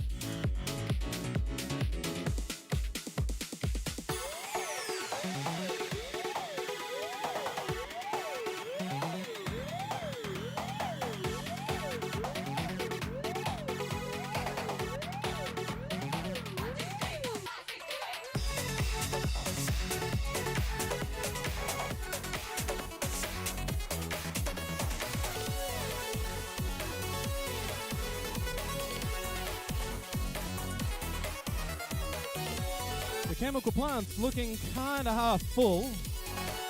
We've got a little bit more room to go if we want to keep rolling. Otherwise, we can treat this as our destination point in the factory.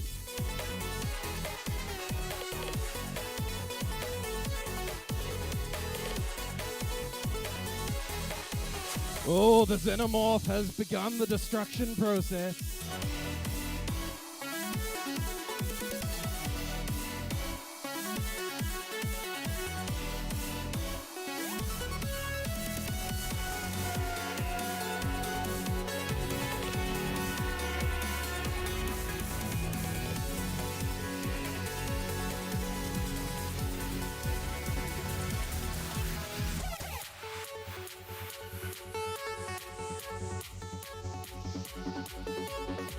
You're rolling faster than the mixers can compensate for.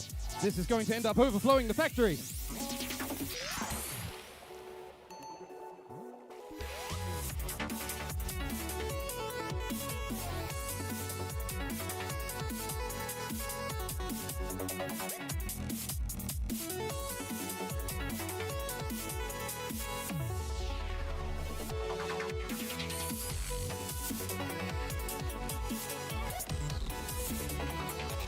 That would be a 9.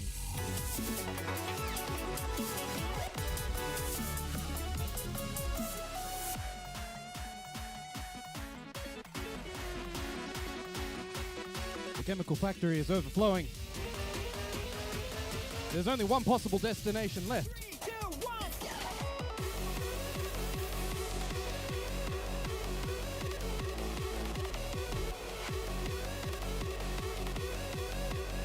The question is, are you going to roll and complete the overflow, or will you back off here?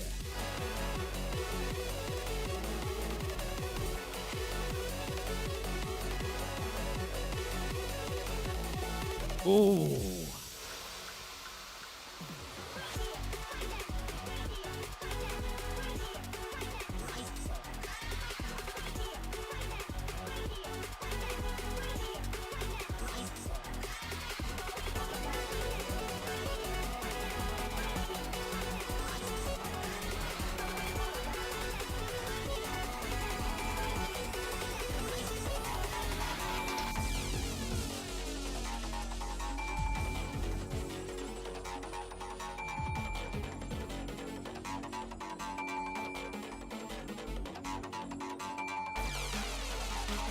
Thanks to your efforts, the tanks have overflowed.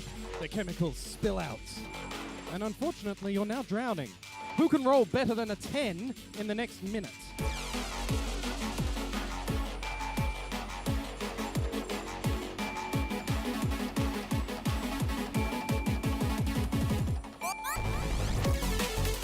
Five.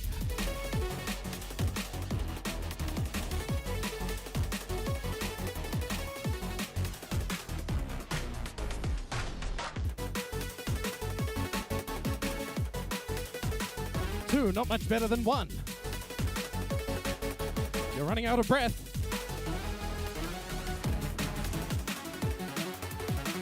9, 11, which is it?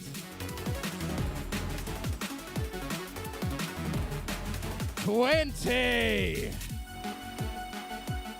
Well, good news. You've managed to survive the chemical overflow.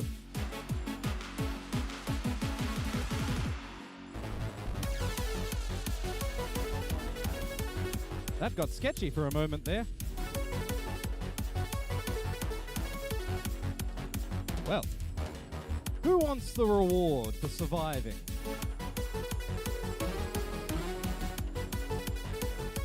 And I think one more because you're good sports.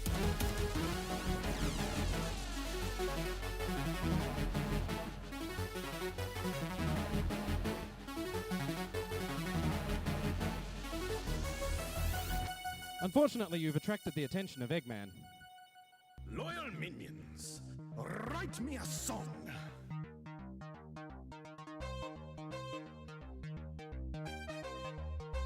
Yes, yes. Just what do you lot think you're up to? Playing games in my chemical factory? Good grief. I should send my robots after you, but I haven't had my lunch yet.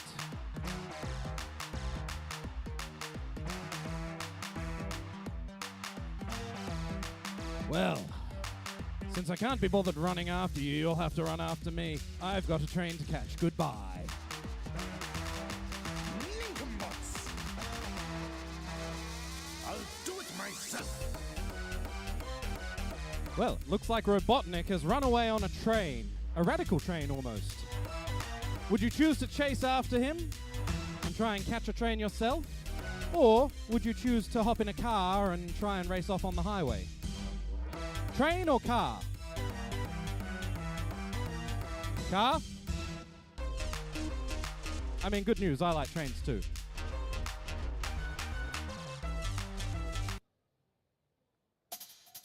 Good grief. What is this? Anyone would think this was shenanigans. Good news for you lot, though. That means Robotnik is off on the train somewhere, and we are on board a train.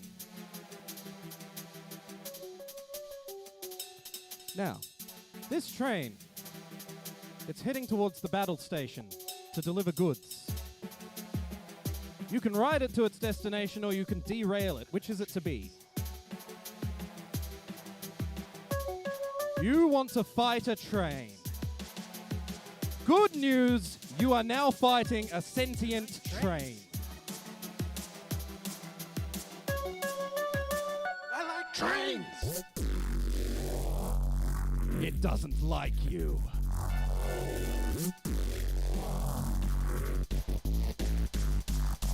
The first victim can stand. You will need to roll better than 10. There are 5 carriages to defeat.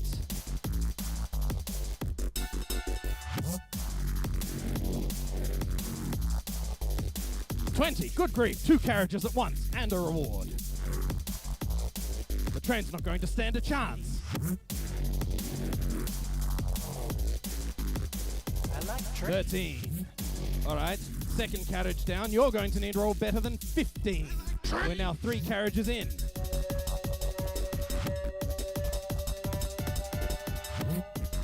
12. Sit down, Tenor. Xenomorph, come to destroy the carriage. 17. The carriage is down. But there's still 1 carriage left. And you're going to need to roll better than 17.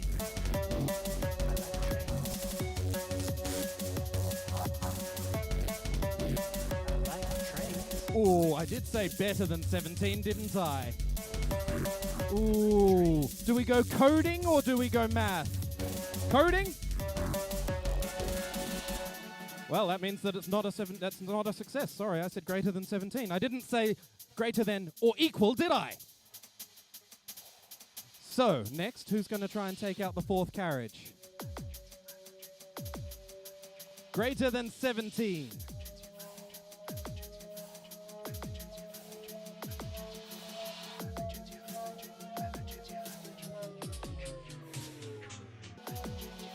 Destroyed by the carriage. You have 1 final carriage to defeat and greater than 17 to roll. Can you do it, or is this train going to deliver its goods to the battle station despite your efforts?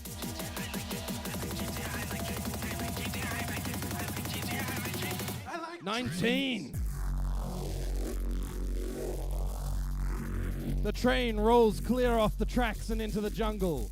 A reward if you want it, otherwise, to somebody else. To the Xenomorph! Hey, apparently I can throw.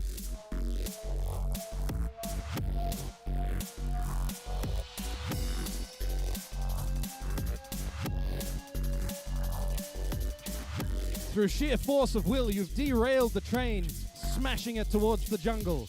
It steams through the trees, collapsing vines, demolishing ferns, and annihilating everything in its path. This is quite a mess, not to mention that you've derailed it from the original path. You're no longer heading to the battle station. You're now in the jungle of rhythm. I like trains. And the train steams to a stop.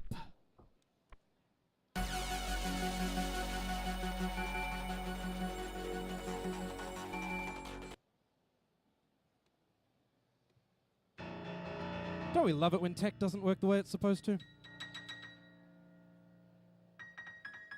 Right. In the jungle of rhythm, you have a choice. You can sneak, or you can stride boldly through. Which is it to be? Sneak or stride boldly? Ooh, split. Let's hear it again. Sneak and stride boldly. Ooh. Welcome to the jungle. We've got fun and games. We got everything you want, honey. We know the names. Can you resolve this dispute without attracting the attention of the locals? I wonder. Those for sneak, roll, appoint a emissary. Emissary for sneak, the Xenomorph, of course.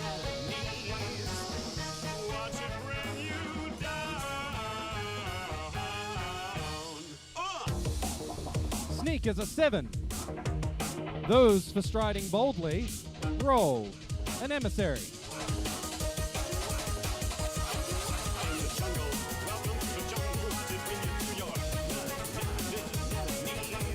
Striding boldly it is. In this jungle, there are roaming bands of cannibals. I can't guarantee your safety. Do we have any mages in the party? Does anyone here identify as mage? Wizard? Mage? Warlock? Necromancer? None of the above. I reckon you're going to get eaten by the cannibals.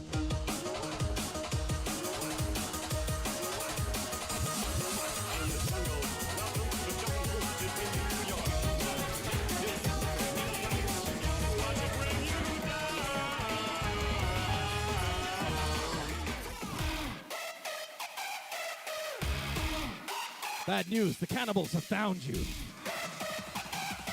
You can either let them carry you away or try and defeat them, but you're going to need fire magic. So which of you has it? Who has fire magic here?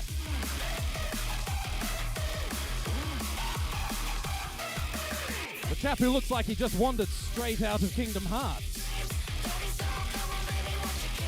How's your Firaga? Can you roll better than 12?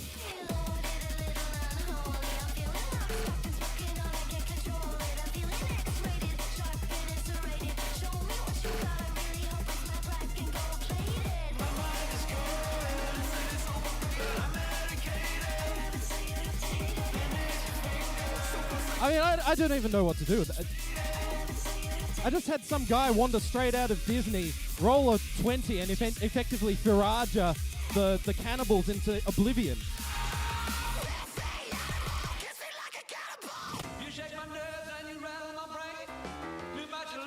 Good news, that was an awfully big fireball. You've incinerated not just the cannibals, but the entire forest.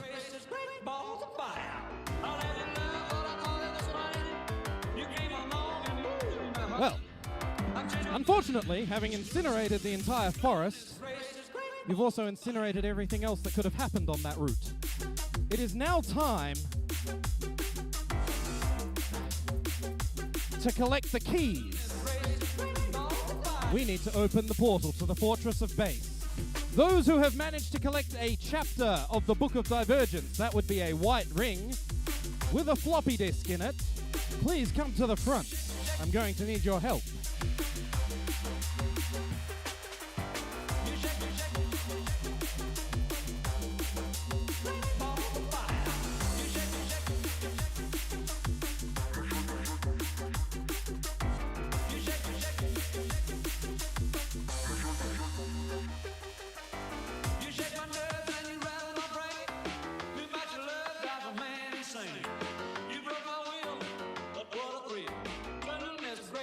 Now, do we have all 7? 1, 2, 3, 4, 5, 6, and 7. Excellent.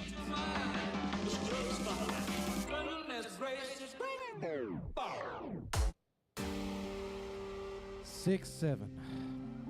I really can't remember if there were 6 or 7. However, I require you to insert them into the key.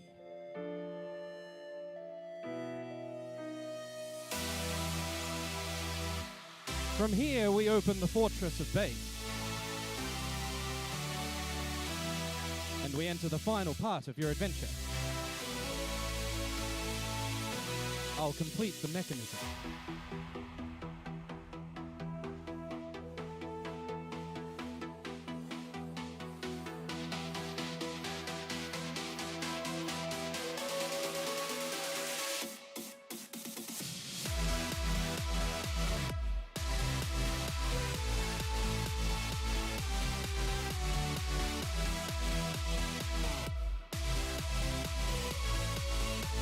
The Fortress of Base stands before you in the final part of your adventure. From here, you will have one final main choice.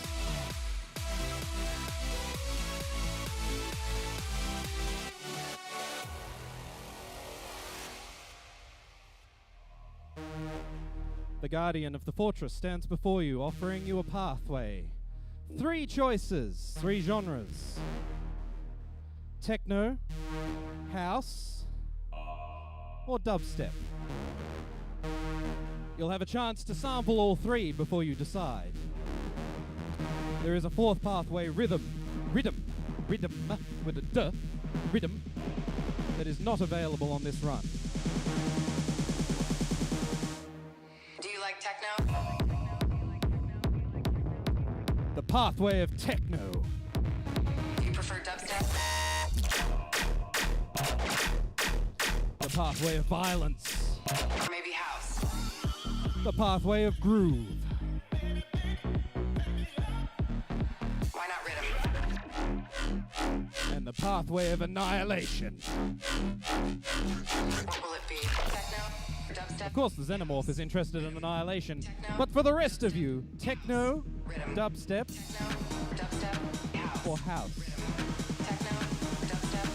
Techno, Make your choice. dubstep, House. house. Now dubstep. Sounds like it's between techno and dubstep. Let's try this. Now techno. Techno.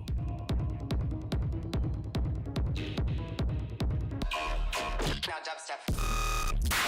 Dubstep Now house. and house.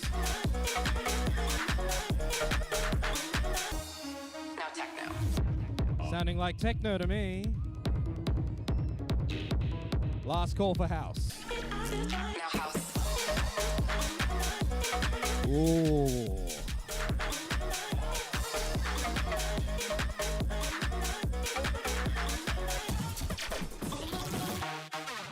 Techno. Dubstep. House. Rhythm. Techno. Dubstep. House. Rhythm. Techno. Dubstep. House. Rhythm.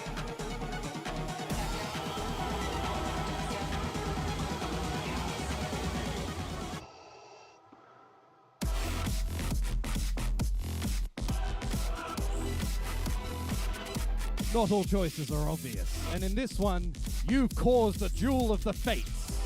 A war between techno and house.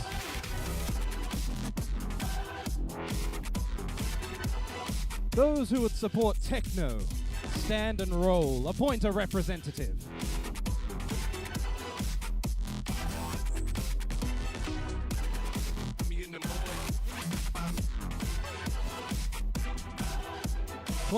And those who stand for house.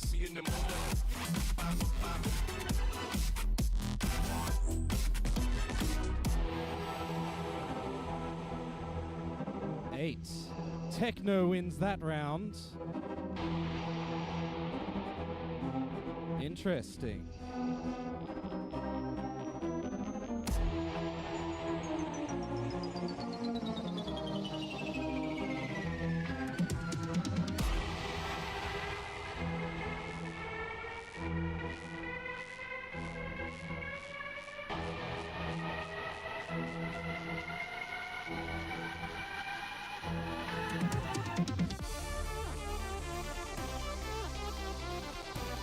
Your internal conflict combined with your bloodlust has attracted the attention of a certain one-eyed skeleton. It's possible you're about to have a bad time. To survive, you must roll a combined total of 100 using the dice. You have 1 minute and 30 seconds from now. Go!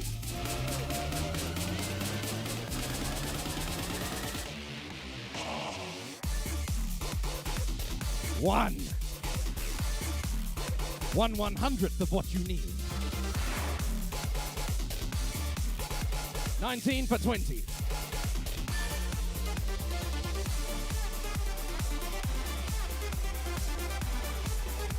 19 for 39.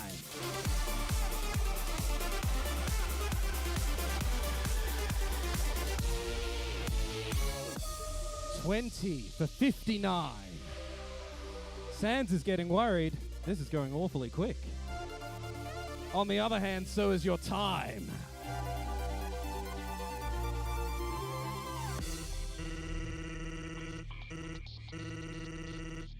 This dice is rigged. What's that? 59, 60, 60, ooh, 69, hello. 78.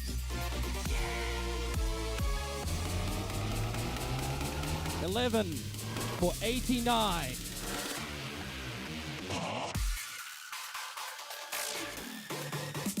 $1 for 90. And 19. The question is, can you hit me with the dice?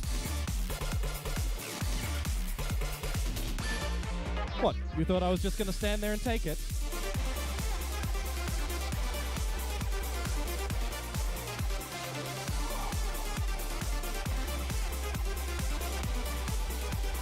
Shara, how dare you!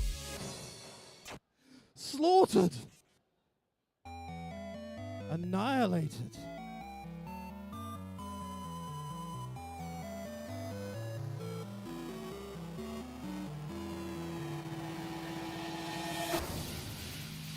I guess I got dunked on. Well, let's see. Let's tally up the outcome here. You unlocked the Fortress of Base. This is good. You ended up in the House Fortress. This is okay. You ended up fighting Sands. You ended up slaughtering him. Not sure how I feel about that.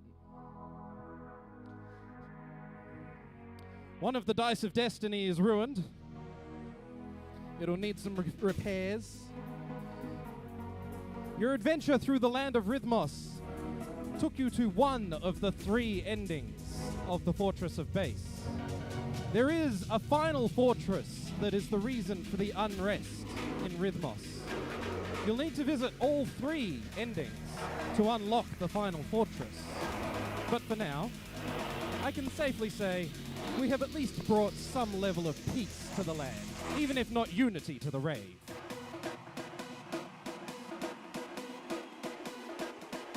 This has been The Rave RPG, a story about the Book of Divergence by Matt Frequencies.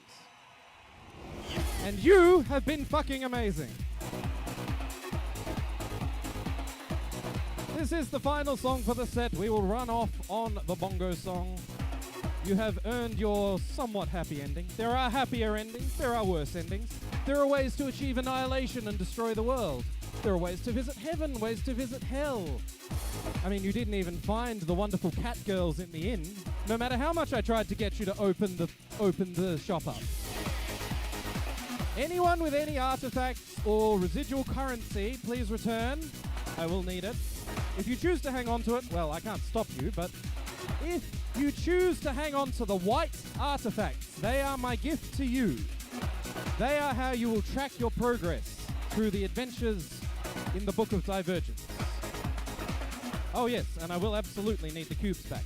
You know how long those take to make? Seriously. All right, anything that is being returned, please simply plop it on the table. Thank you so much for participating in the Rave RPG. There will be a 15-minute intermission, and we will hand over to the amazing chiptune artist you have all been waiting for.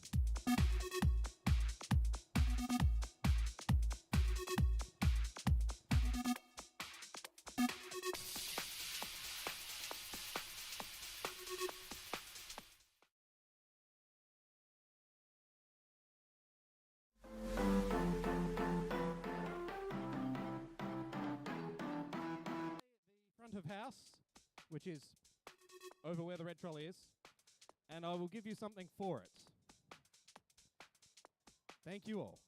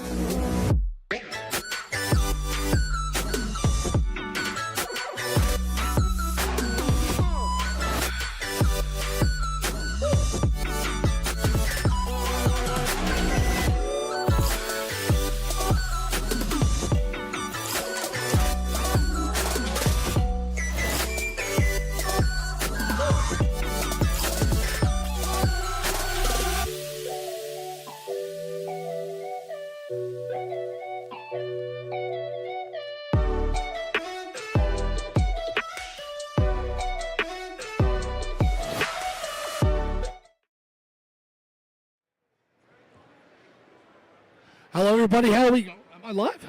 Am I? Whoa, whoa, whoa, whoa, whoa, whoa, whoa. Hello, hello, hello. Ooh, ooh, ooh, ooh.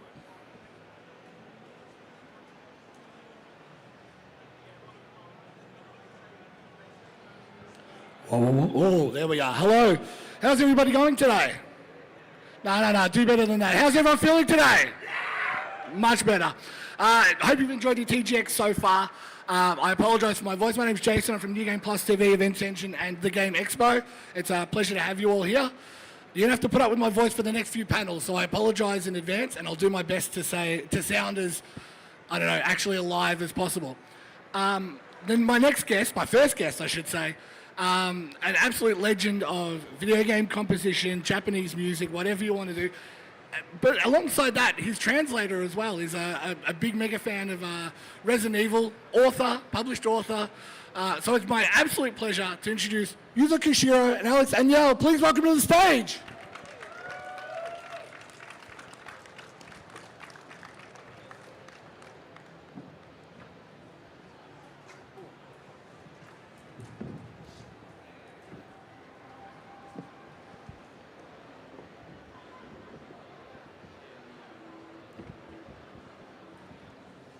So welcome. Thank you very much for joining us in Melbourne. Is it your first time in Melbourne? So first time in Melbourne. How are you finding Melbourne compared to Tokyo and all these other cities that you've been to in the past?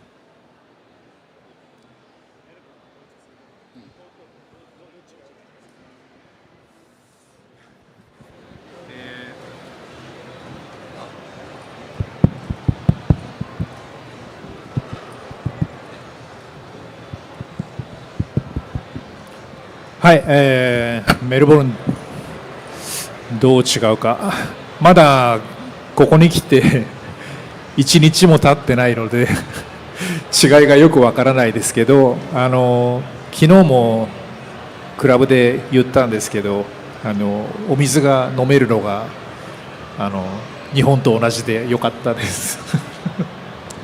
So I just got to Melbourne less than a day ago, so I haven't really seen much, and I'm not really sure how it really differs from Tokyo. But like I said at the club last night, I was really pleasantly surprised to find out that you can drink the tap water here, just like in Japan. And it is funny because it's not just Japanese. When I go to Europe, I've been to Europe, Danish people, German, oh, you can drink the tap water here. I'm like, you can do that in Australia. Like, that's the thing in Melbourne as well. ドイツ人デンマーク人とかも同じくオーストラリアで水道水飲めるんだって驚いて知るんですね。So you did mention the DJ event last night. We had a concert with yourself and a couple of the local chiptunes artists. We had Ali Mobs, some great acts. How do you prepare for a nightclub event, like a concert gig, as opposed to a soundtrack gig or a composition gig or a soundtrack gig or something where you're composing music as opposed to performing live? Is there a different thought process? ライブの準備と音楽の作曲の準備はどうやって違うと思いますか楽ってあれですか？制作の方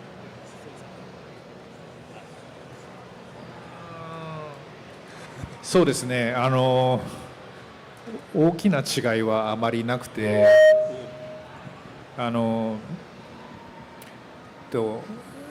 そんなに私ライブいっぱいやってないから、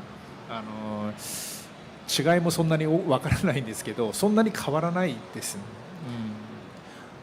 Well, I don't think there's a huge difference in preparing for a live performance versus actually preparing for like composing an actual track. But that being said, I don't actually do a lot of live DJ sets, so I'm not really sure what the answer to that would be.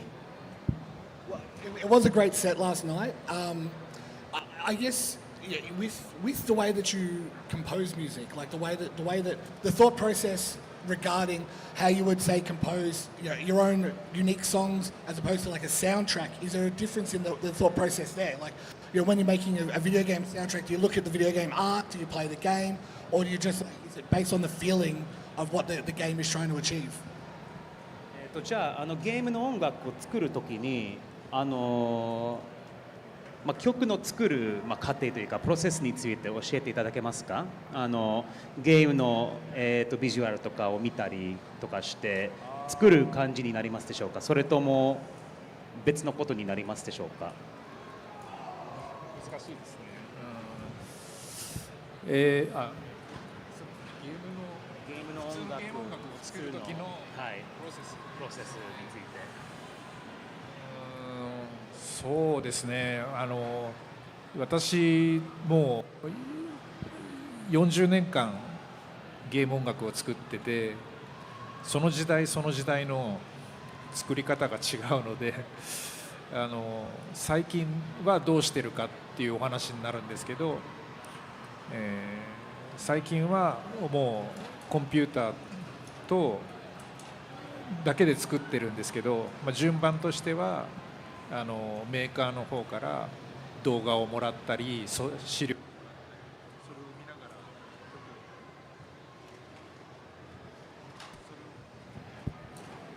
それを見ながら曲を作っていますけど、なんか特別な作り方があるわけじゃないので、はい。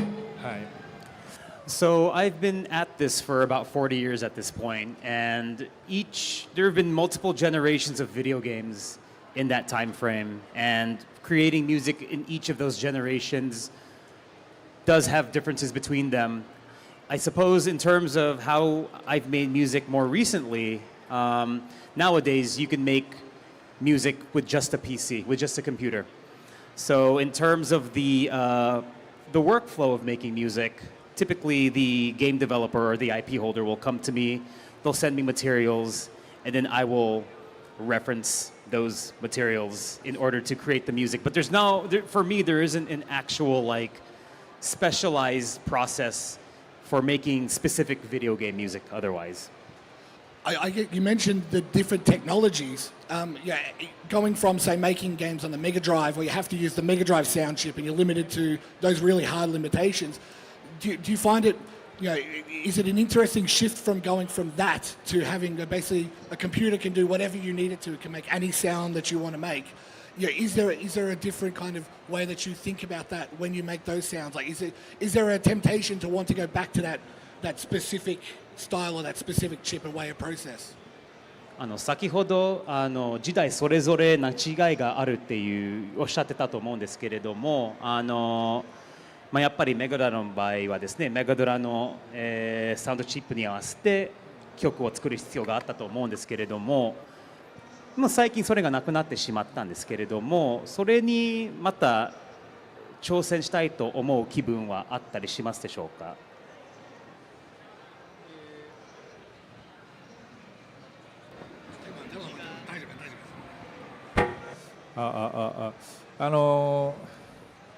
そうですね、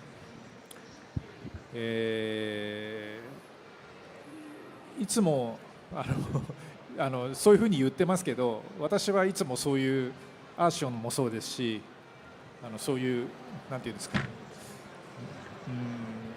昔からのやり方の曲の作り方を今でもやっているので、また挑戦したいですかというふうに言われても、まあ、いつもやってます。So I do get asked this a lot, but I actually never stopped making music in the Mega Drive way. So like chip tunes, like yeah. Yeah, like I still make music using those old methods. So a lot of people do ask me, like, would you like to kind of go back to that or challenge it one more time? And the answer is, since I never stop. Yeah, cool. Yeah. There is a certain charm to that style of music as well. Like it is part of the appeal, the fact that it's so unique, like the sounds coming from the Mega Drive sound chip and all those sound chips, it's so unique. Is it like playing a different instrument? You know, if you play a trumpet, sounds different to a trombone, sounds different to a tuba. Is it like that? Do you find that the chips offer you a unique sound that you want to engage with? メガドライブの音源に関してなんですけれども、やはりまあ、独特な魅力があってですね、でジェイソンさんにとってやはりメガドラの音源でトランペットの音を出せば、いや本当にまたトロンボーンとは全然違うとか、まあ、ちょっとなんていうの、まあ、多様性があるというかバラエティがあると思うんですけれども、そう思いますでしょうか。なぜメガドラにこだわりがあるのかっていう、憧れがあるのかっていうことについてですね。要するに。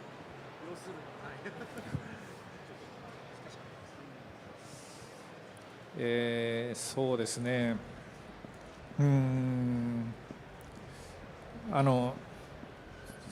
何かの楽器の音に似せたいとかいうわけではなくて、メガドライブにはメガドライブのサウンドがあって、で私はそれをすごく気に入っているんですよね。でだからこれはトロンボーンに似ているとかトランペットに似せたいとかそういうつもりで作っているわけではなくて、メガドライブのユニークなサウンドをいつも追求しています、ね、っていう。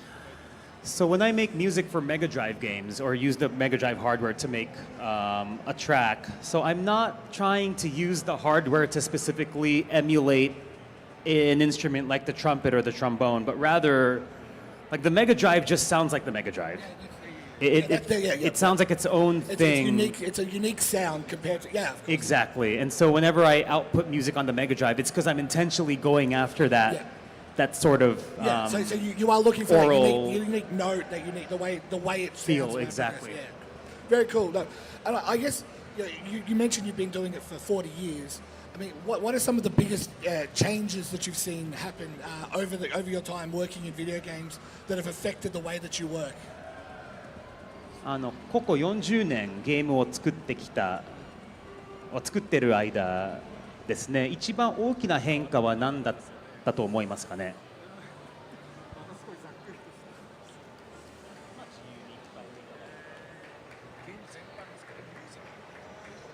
You're asking about game music, right? Or just in まあゲーム音楽だけじゃなくて一般的には何が変わったのかっていうことですね。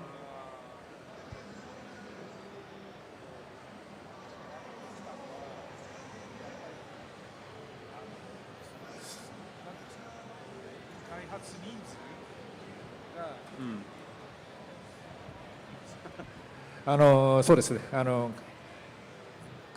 開発する人の多さがすごく増えて、で多分私はずっと少人数の開発チームでずっとやってきてるからあんまり変化は感じないんですけど、一度シェンムーをやった時にもう100人以上のスタッフでゲームを作ったことがあるんですけど、そういうやっぱ規模の大きさは随分大きくなったなとは思いますけど、最近またインディーゲームが出てまた昔のような作り方ができるようになってきたので、私はそっちの方が好きですね。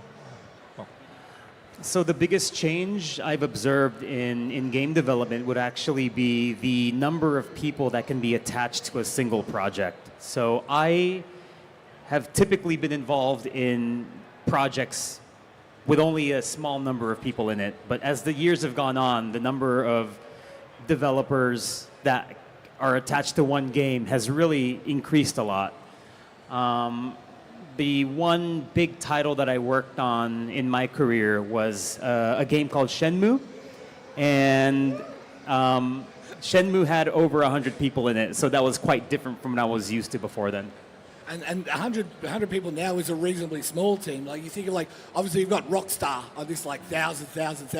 But even a medium-sized game now, you can have 200, 300, 400 people. まあ今100人はまだ少ないと考える方もいらっしゃるんですよね。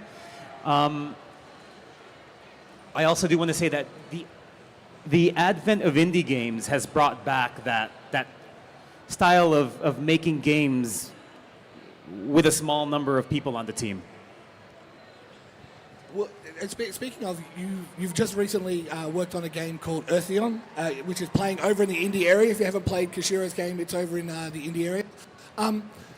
It's a traditional kind of side-scrolling shooter, similar to like there's been like it's a classic genre.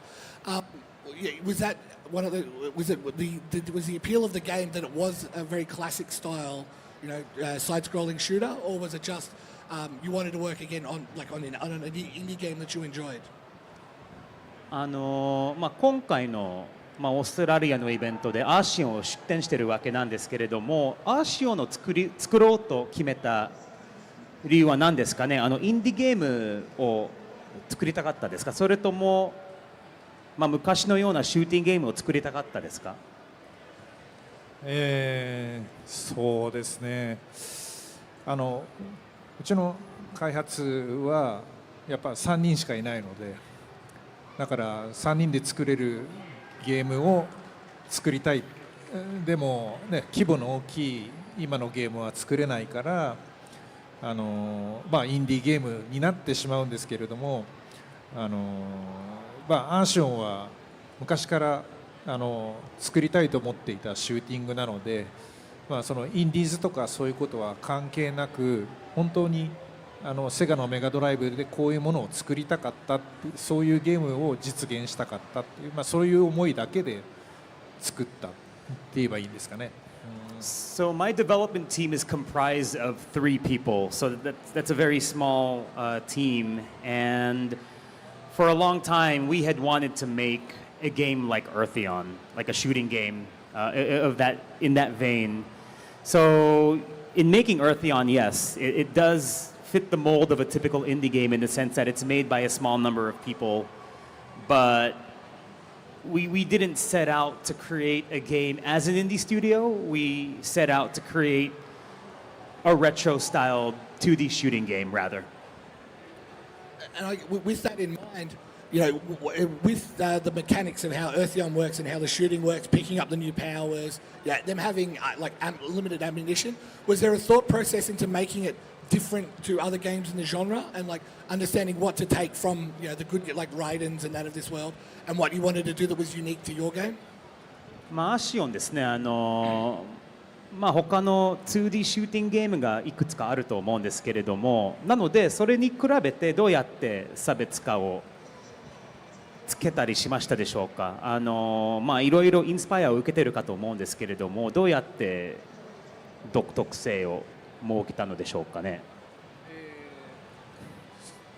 でもアーション作ってた時は他に同じようなシューティングゲーム出てなかったので、差別化とかは全然考えていないですよね。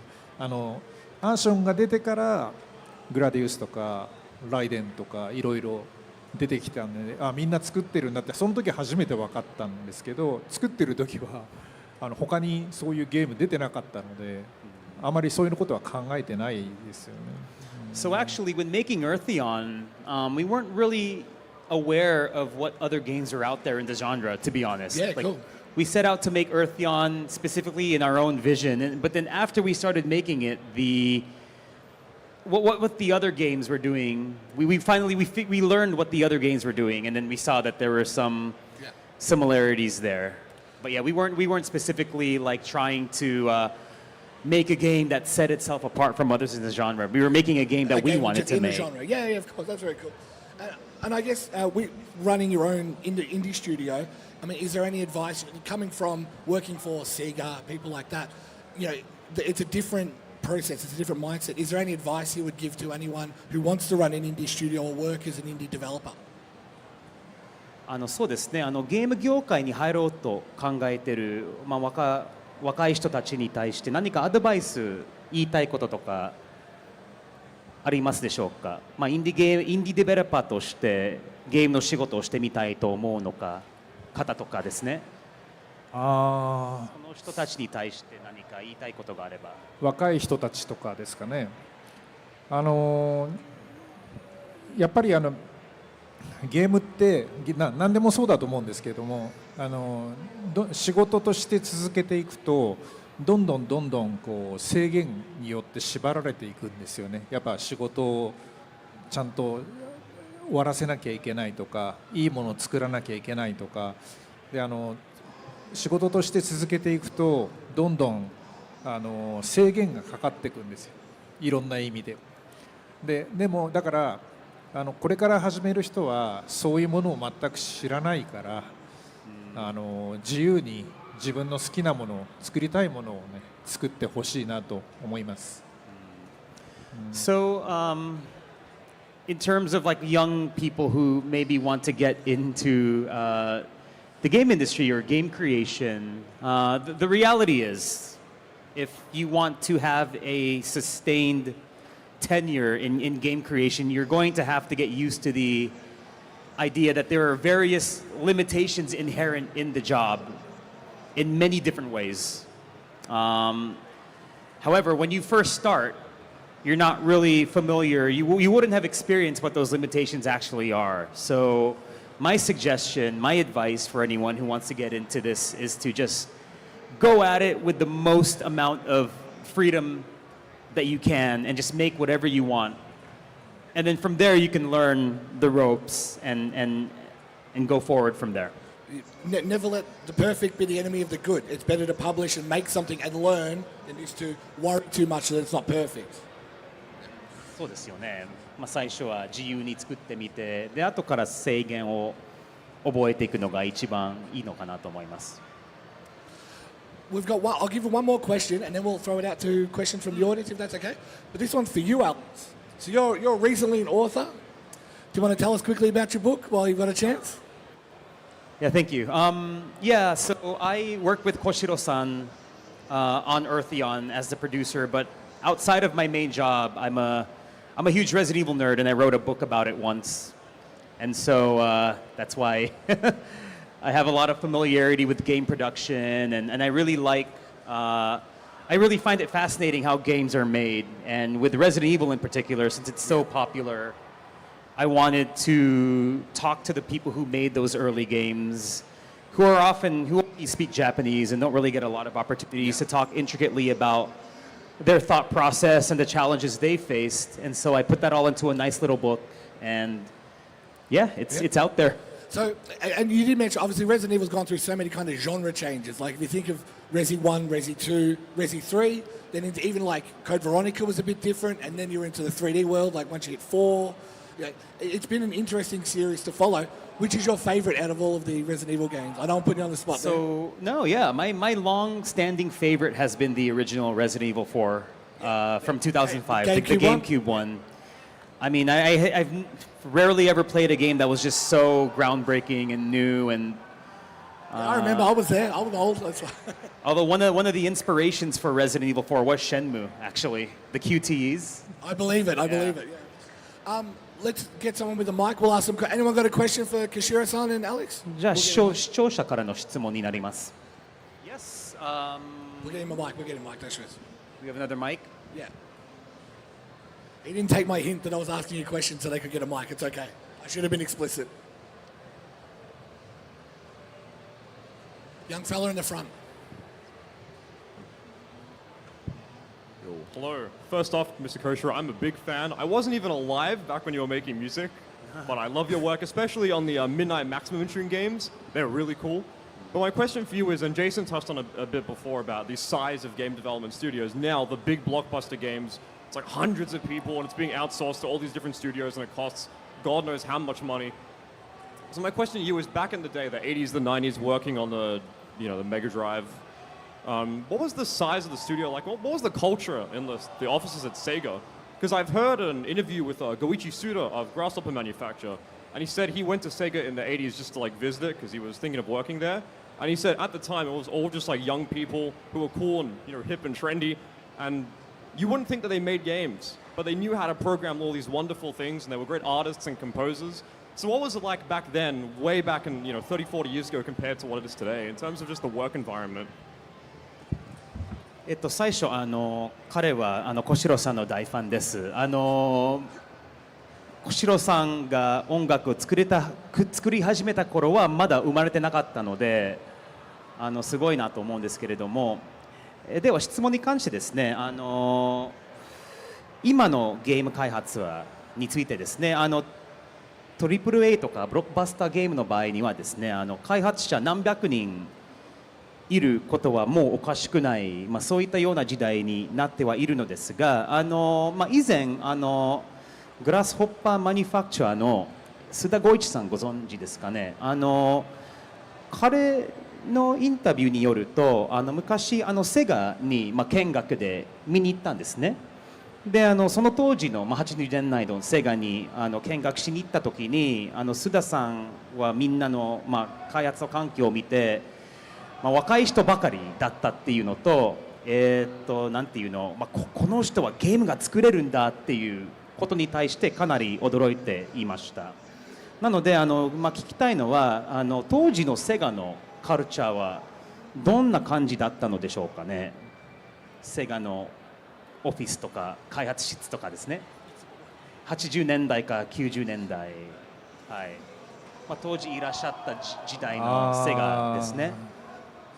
じゃあ私はフリーランスだったのでセガに行くのはもう本当に月に1回とか2月に1回とかだから当時のセガのことはあまりよく知らないんですよね。ただ昔の方がやっぱりちょっと質問と違うかもしれないですけど、やっぱりその若い人がすごく多くて、でその須田さんとかもとても若かった時だと思うんですよね。みんなのゲームを作りたいっていう気持ちがすごくフォーカスされてたような気がするんです。今の開発現場よりももっとゲームに対してなんかピュアっていうか、なんかこれから新しいね、まだいろんな今出ているゲームがなかった時代だから、なんていうんですかね、もっとピュアだったような気がするんです。ちょっとうまく言えないんですけど、すごく熱量が高かった、そういう感じでちょっと、はい、大丈夫ですかSo I've always been a freelancer in terms of my employment style. So I wasn't one of the people who was at Sega day in and day out. I would actually, back in the day, only come to Sega's offices maybe once every month or two. So I don't have that specific perspective.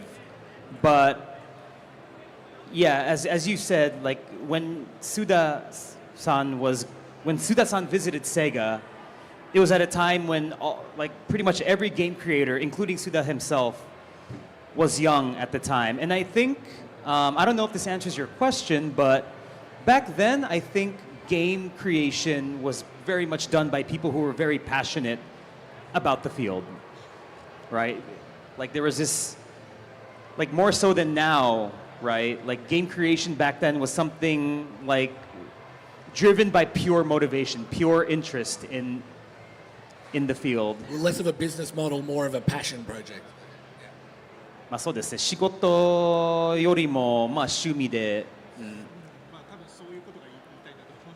Yeah, I think that's probably what I wanted to say. It's very much driven by people's passion. It was rather driven by people's passion. I guess that's the nice thing about indie games. Indie games is the same again. It's the passion of 3, 4, 5 people wanting to make something. 今現在のインディゲームはもうそうですよね。はい、情熱で商品が生まれるっていう。Yeah, it's one part of the questioning. Yeah. We'll go blue shirt, Dreamcast shirt. Yeah. Took me a second. Hello, Kojiro-san. Not Kojiro. Anyway, I've always wondered what made you want to choose a very different sound engine to Streets of Rage 3 compared to Streets of Rage 1 and 2. なぜベアナックル3のサウンドエンジンが前作より大きく変わったんですか？ 3の、はい、なんで変わったの？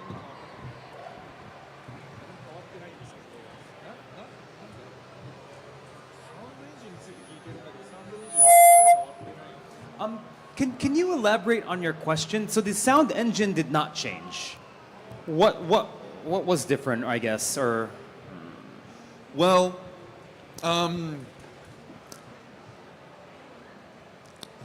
Streets of Rage 3 sounds very different to Streets of Rage 1 and 2. Why? What made you want to make it sound very like different? Style. You mean like the style yeah, of right, okay. music and samples and all that stuff. Hmm.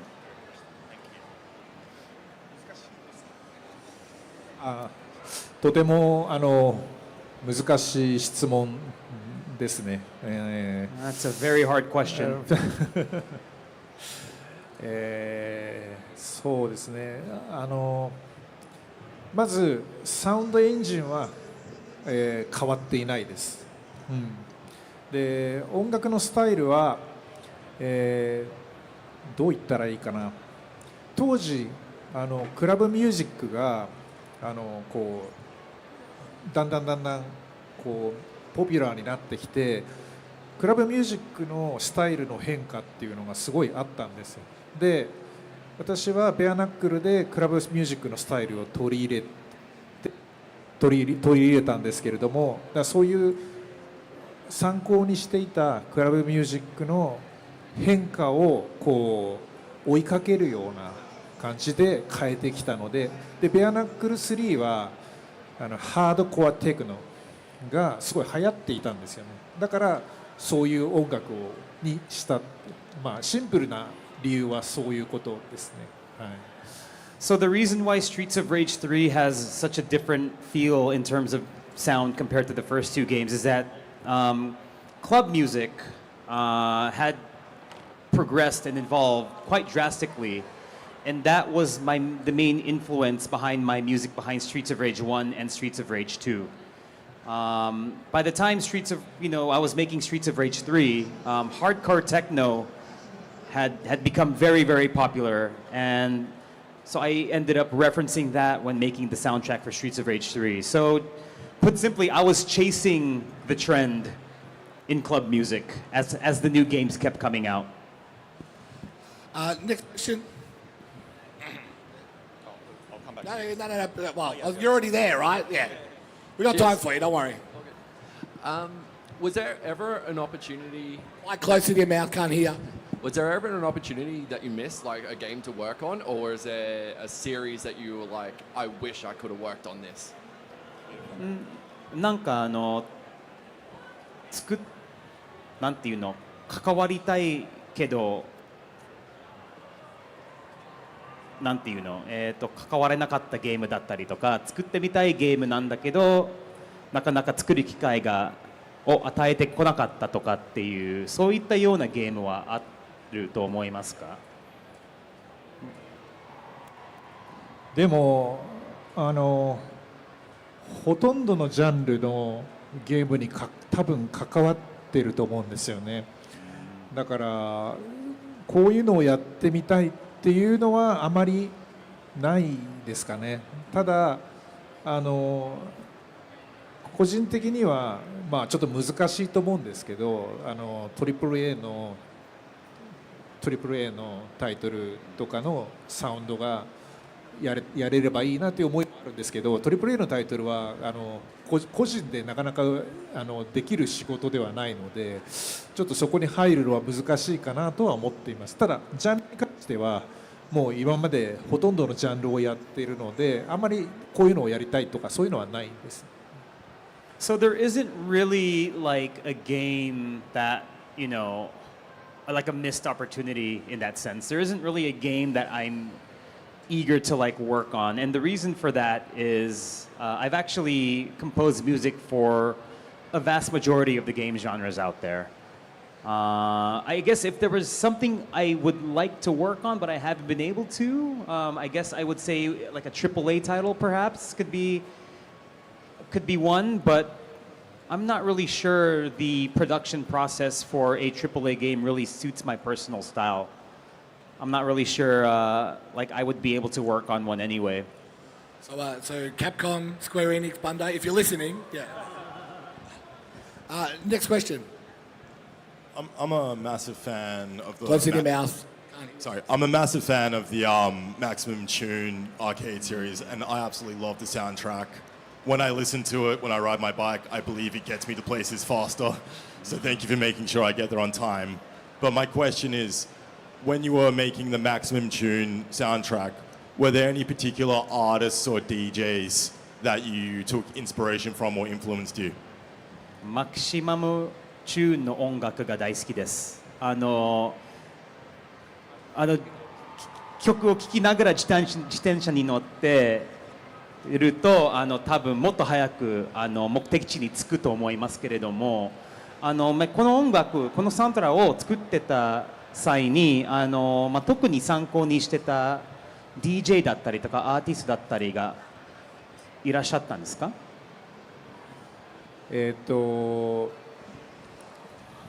私すぐ名前忘れちゃうんですけど、とにかく私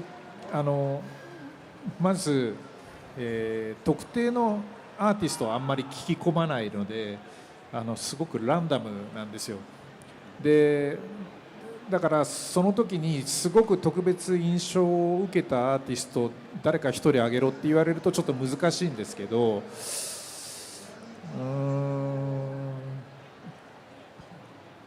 まあ一人はティエスト知ってますティエスト、あと誰かな。 So I'm really bad with artist names sometimes,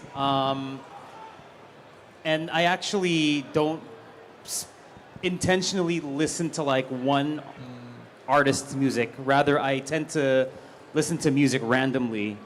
Random. But I guess if there's one person who influenced that soundtrack, it was Tiesto. Yeah. Australians will know Tiesto, it's fine. Next question. Matt from New Game Plus TV. Oh, don't put me on the spot now. No. So, aside from the Mega Drive, is there a sound card or a sound system that you find the most engaging or fun to work with? メガドライブ以外では特になんていうの、楽しいゲームハードがあるというか、このハードでゲーム音楽作るのが特に楽しいとかっていうのはありますでしょうか？メガドライブ以外ではね。はい。特にお好きなハードがあったりしますか？いやもうメガドライブとスーパーファミコンしかないと思うんですよ。コンソールですか？コンソール。だけじゃなくて PC とかでも別に。一番なってるのは PC88 ですよね。ですけど、スーパーファミコンも好きといえば好きですけど、でもやっぱり一番好きなのはメガドライブなんでそんなにはい。Yeah, I guess if we're not limited to consoles, I would say I'm most familiar with the PC88. But if you ask me if I like the Super Famicom, my answer to that would also be yes. But I would say I cannot emphasize enough how much I love the Mega Drive the most. To be fair, Sega put a lot of they made that one of the focuses. So, any more questions we got? Too close to the fallback. We do have a few questions. I'm going to ask a quick one for myself because staff choice, staff pick. I'm also a big fan. Staff pick, which Koshiro knows. Last night we had a musical performance, and so Koshiro performs live, and it was amazing, and the audience was really responsive. And I wanted to ask Koshiro, what are the moments when you're designing your set, or what are you doing that you find gives you the most energy from a crowd? What is the response you're looking for from an audience in a live setting? I'll rephrase for you, Alex. What's the moment in a live setting that you look forward to the most? そうですね、DJ セットをいろんな曲を組み合わせて作るんじゃないですかね。オーディエンスに一番盛り上げる部分は何だったと思いますか？昨日のセットの中で。やっぱストリートブレイジ2かな。I think Streets of Rage 2, that portion of the DJ set. What, you got to put two more, I would say. Hello? I just wanted to say thank you for Dub Slash. Yeah! Thank you. Wasn't a question. Anyway, we can bring over here. We'll go dark blue, light blue. Hi there, Koshiro-san and Alex. So my question for you is, what do you attribute to the main reason for Ancient's resilience? You know, independent and active for over 35 years, when so many other developers from the 16-bit era have disappeared or sort of bought out. And were there any particularly difficult periods on your journey to be here today? Thank you.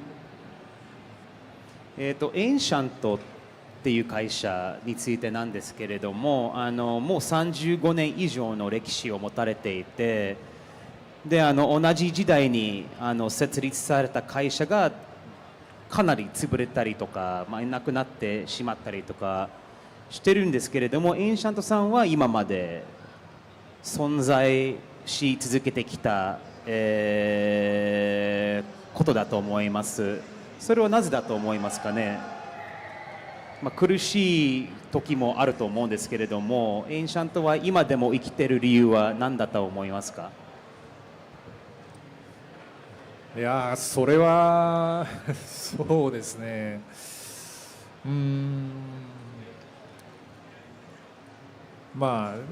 すごく日本的な言い方で言えば、経営努力だけじゃないですかね。常に分かります。経営努力、ちょっと難しいですけど、とにかくみんなで頑張ってきたって、それの一言に尽きると思います。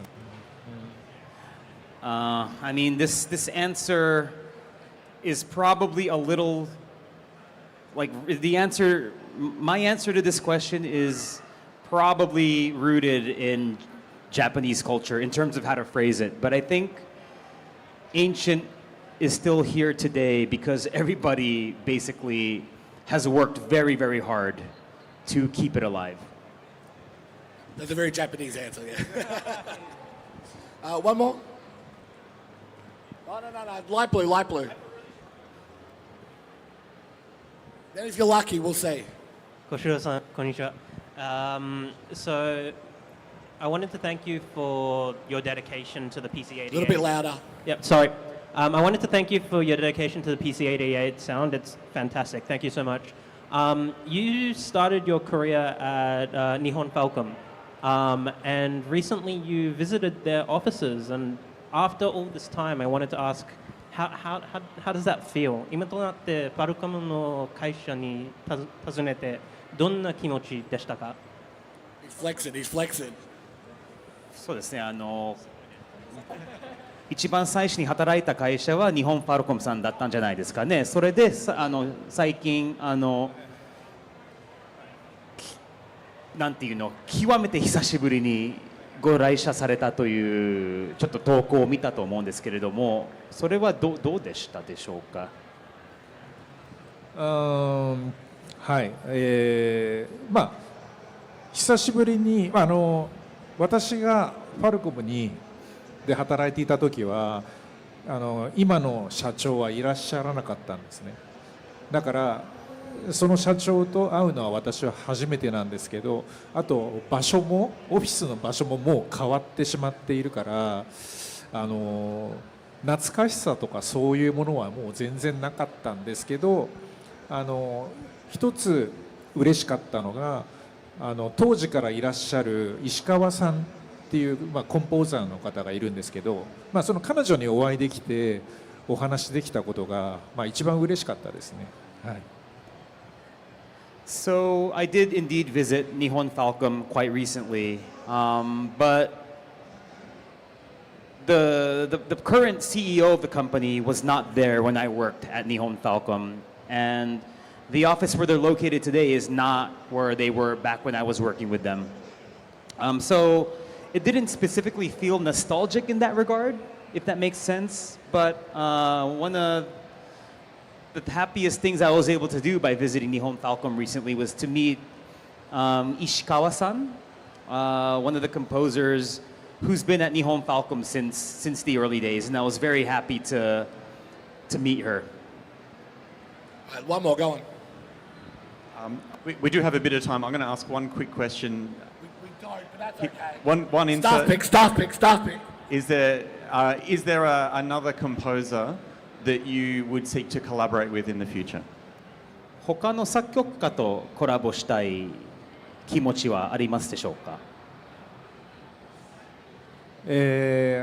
私ちょっとこれも難しいんですけど、コラボをさせていただくことは非常に光栄に思っていますので、そういう仕事はね、受けることはあるんですけれど、本当のことを言えば私はコラボよりも自分の音楽を追求したいから一人でやることの方が好きなんですよ。でコラボになってしまうとやっぱり他のアーティストさんの曲とのバランスをちょっと考えなければいけなくて、でそれがちょっと自分にとっては苦手な部分なので、はい、コラボというだからコラボ誰かとしたいとかそういうことは、あんまりないんですけど、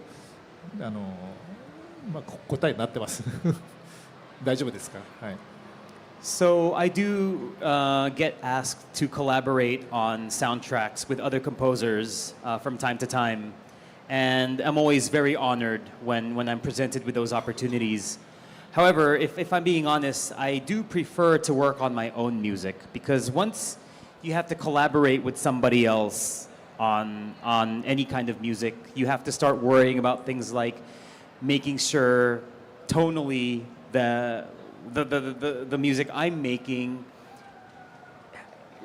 strikes the right balance with the music that other person is making, and there's just a lot of other considerations that I'm not quite as fond of dealing with as I am making my own music, if that makes sense. Koshiro-san, thank you for the remasters that you've posted to your YouTube. Close to your mouth, can't hear. Sorry, thank you for your remasters that you've posted to your YouTube. They've been fascinating looks into the depth of your music and the limitations of the technology in the past. Will you be posting more remasters or possibly even stems of your work? リマスター音源を YouTube にアップしてくださってありがとうございます。そのリマスター版を聞いてなんていうの、当時の技術制限とかをある程度把握できたかと思います。今後も YouTube にリマスター版の音源をアップするつもりはございますでしょうか？ I'm sorry, what remasters were you talking about?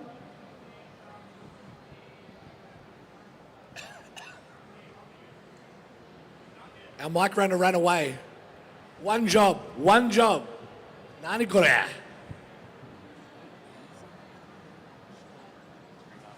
The Races On remaster or other tracks. Which one? Sorry, one more time. Races On. From some of the original Streets of Rage ones. I don't know. Maybe it's not actually his channel, but it says it's his channel. ベアナックルのアレンジ版なのかな？自分はい、YouTube ですよね。そのことを言ってます。ベアナックルの曲だったりとか。で、それを今後も同じくアレンジ版、リマスター版をアップする予定はありますか？そうですね、まあ、本当に時間があればやりたいですけれども、今なかなかリマスターを作る時間がなくて、まあ、自分が今やらなければいけない仕事の方を優先しているので、本当に時間があったらやりたいですね。I would love to upload more of such tracks in the future if I had time to make them. At the moment, I have other obligations in the game composition space that I have to focus on, but certainly if there's more time in the future, I would love to explore that again. On that note, I think we are going to wrap it. Alex, Koshiro-san, thank you very much for your time. We're going to end on the Eartheon trailer, so we'll play that as we're leaving. But round of applause, thank you very much for our special guest. Thank you. Thank you.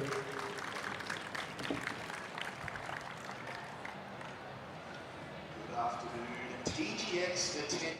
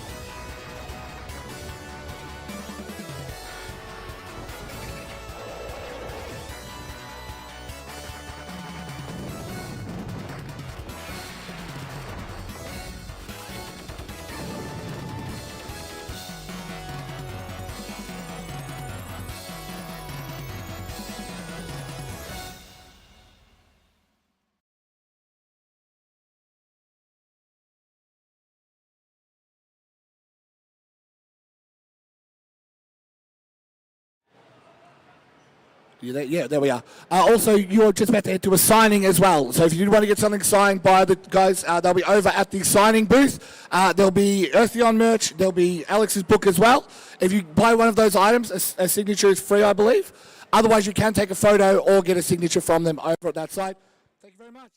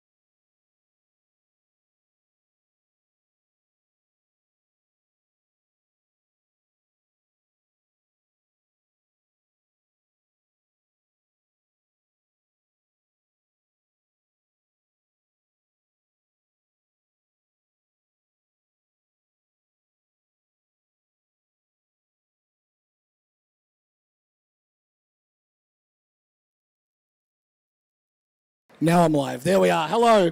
Welcome back, everybody. Hope you're relaxed and refreshed. We've got 2 more great paddles coming for you for the rest of the night. How's your TGX so far? Come on. How's your TGX so far? Good. We know how this actually is meant to go. Come on. It's obviously we've had Yuzo Koshiro and Alex Aniel. That's been great. I'm really excited to introduce our 2 next guests. Obviously, everyone knows them from Marvel Rivals, which is currently playing down the back as well. Please welcome to the stage Eliah Mountjoy and Alpha Takahashi.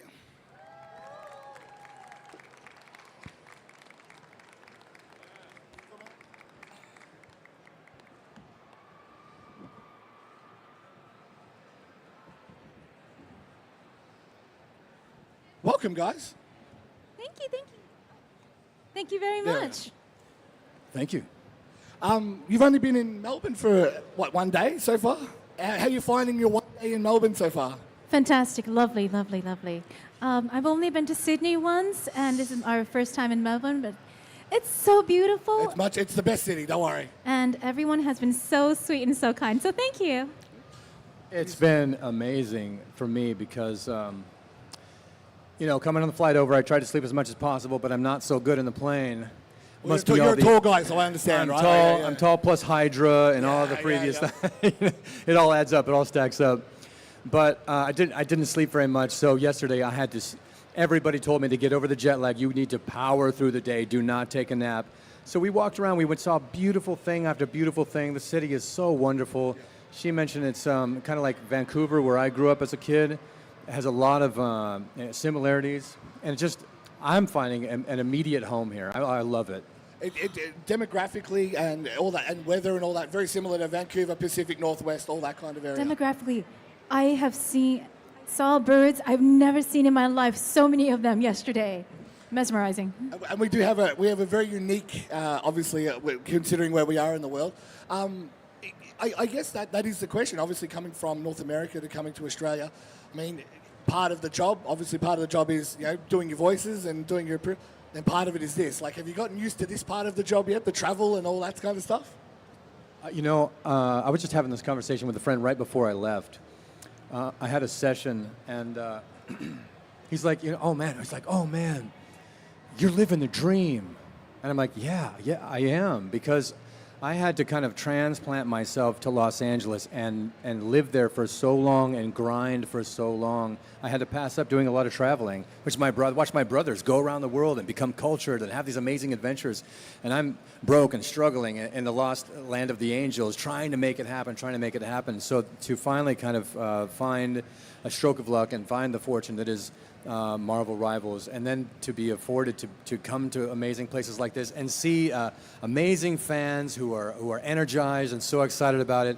I truly am over the moon.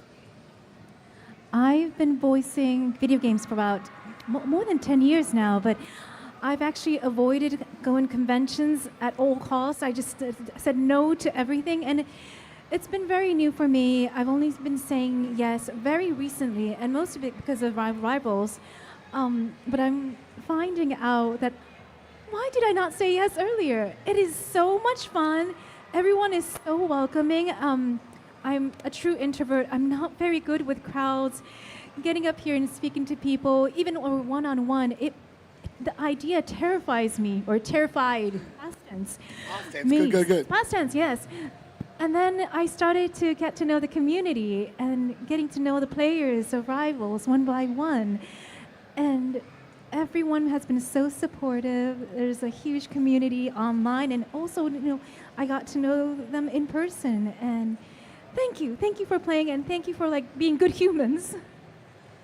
I will say, I'm not to big note our own show, but one of the things with the TGX that we've really tried to cultivate is that community. Like, as much as obviously there are sponsors and there's this, it is about having these small communities have their things. Like, we've got speed running and we've got all these smaller ones specifically for that reason, because it's about engaging. And I'm glad that you guys have felt welcomed here as well.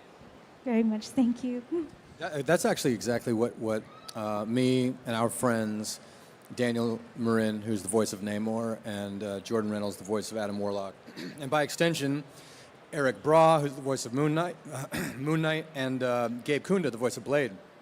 We all started streaming, as an extension to engage with the community and kind of foster this amazing pool of people who just love the game. And it's been awesome. I guess that is one of the things that is surprising. Like, there's sometimes there's smash hits that come out of nowhere. Like, no one expected Helldivers 2 to be as popular as it is, but sometimes, you know, the formula gets it right. Well-known developer, well-known property, pretty fun game. You know, obviously good voice acting. You know what I mean? Like, so all of these things come together, and it's just been a runaway success. Like, was it surprising for you guys how quickly it's taken off and how popular it's been? I'd say very, very surprising. I did not expect. I mean, we knew it was Marvel, so it was going to be a hit, but not this much. It's been overwhelming in the most positive way. Yeah, it's definitely one of those things where we all went in. We've talked about this 100 times before. We went into the session, we did our thing, and when you do your thing, and then you leave the session and you recover from all the shouting that you've done, and thank you very much. You know, you move on to the next gig. But I think for me, the time that I realized this was going to become something more was when people were sending to me, little memes with some kid in the middle of a cafeteria in a mall somewhere going, again. And I was like, oh, this is taking on a life of its own. Yeah.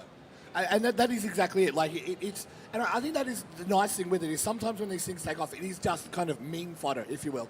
But it's such a it's a well-rounded game. There's a good community support. Like, there's a lot of things behind it. So it's good to see it succeed on the fact that it's just fun to play. Like, what a world, right? A game has to be fun to play. Who would have thought, right? And you know, another cool thing about that is another unexpected thing that has come from this game that doesn't happen with other games is I meet some of my best friends doing this. Also our friend Daniel Marin, Jordan Reynolds, and then you go on down the list, you know, one after the other, where like everybody is so much fun to spend. And that is not the norm. Just like a game really becoming something big is not the norm. But that really is, that's the silver lining for me, where you not only do you get to go around the world and do these really, really fun things, you get to do them with your friends. That is such the chances of that, you can't even calculate the odds, but it's such a magic thing. It's precious, it really is. Last year, 2025, at the top of the year, I was thinking, okay, what do I want for the coming year? And I said, I wish I had more friends. I really said that was my New Year's resolution, and I didn't know how to go about it. It wasn't like I'm going to go talk to more people by myself. It's not a plan. It was just, I didn't have a plan. I was just said, you know what? I really wish I had more friends. And I think Rivals has brought me that exactly. I got to meet people at conventions. I got to meet people online. I'm now friends with streamers who I've never seen in person, but like I talk to them all the time.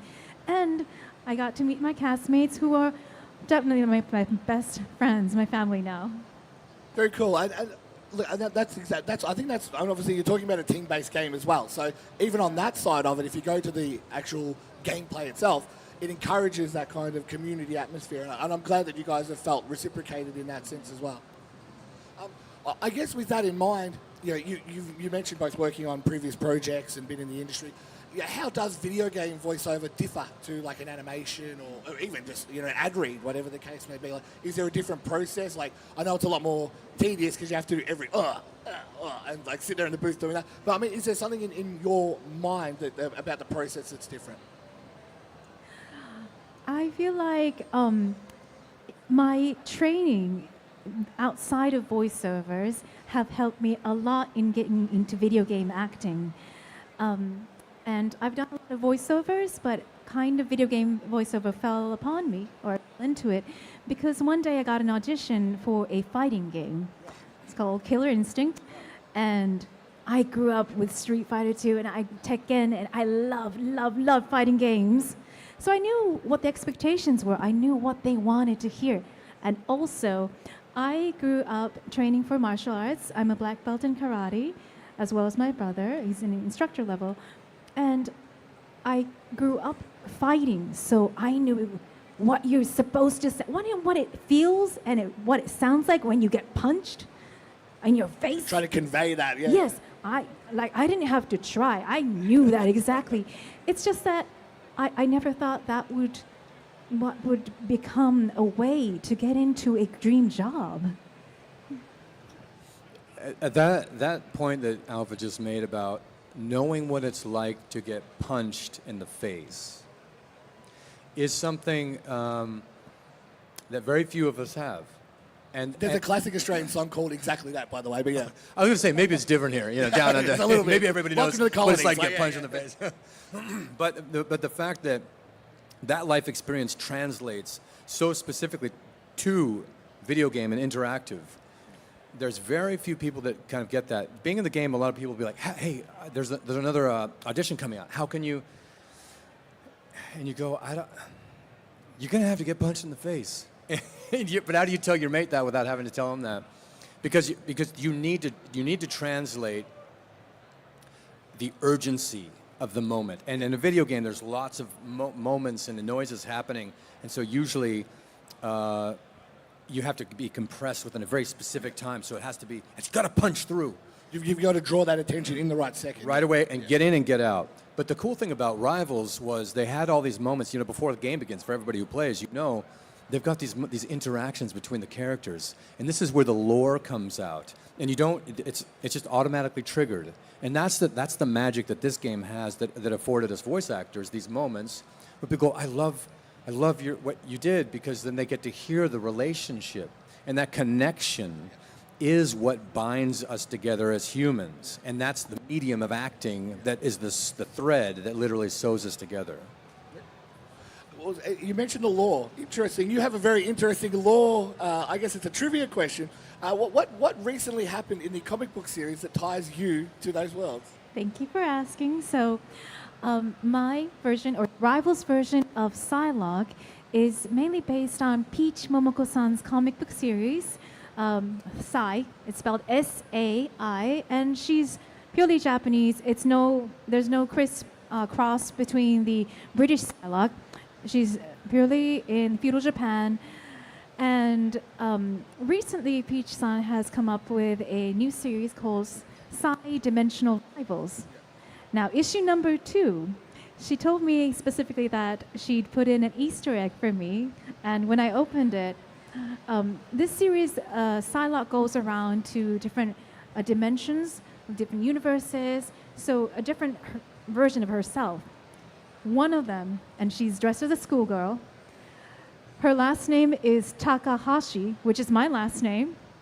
So that was a very, very fun crossover. I mean, the character is crossing over from classic comic books to the Japanese version, to the video game, now back to comic books, and now crossing over with real life. So I thought that was very sweet, and I'm just really grateful to be a part of it. Very cool, very cool. I guess the other one as well, we've mentioned obviously with Marvel. I mean, it's Marvel. There's certain things. How is it different working with like Marvel properties, these beloved kind of characters, where, say, in an indie game, you can kind of establish your own path with it? Is it tough balancing being enough of your own character with sitting within the lore, at least sitting within the themes of the character? When we first got the auditions, I remember it being a general audition. I didn't know I was going for the Winter Soldier. And then I came back and they had a test session.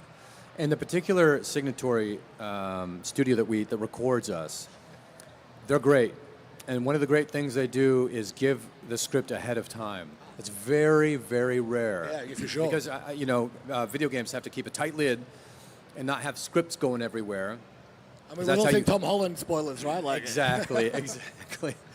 So the fact that they afford us that gives us a chance to read beforehand and go, 1, who's the character, and 2, what happens. And you can most video game sessions, you get those lines right then, and the line you're hearing is the second or third take that they took ever.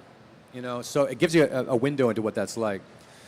But when I saw, they gave me the script ahead of time, and I saw it was Winter Soldier, and then I was like, oh, it's a name character. Oh, usually I don't get nervous, but then I was like, it's not additional voice. Sit up straight, right? Get a little hot in here. But another great thing about them and the team was they gave us a lot of runway, especially for Winter Soldier, because he was a very established character by Sebastian Stan for, I guess it would have been 5 or 6 years at that point. I don't sound anything like Sebastian Stan.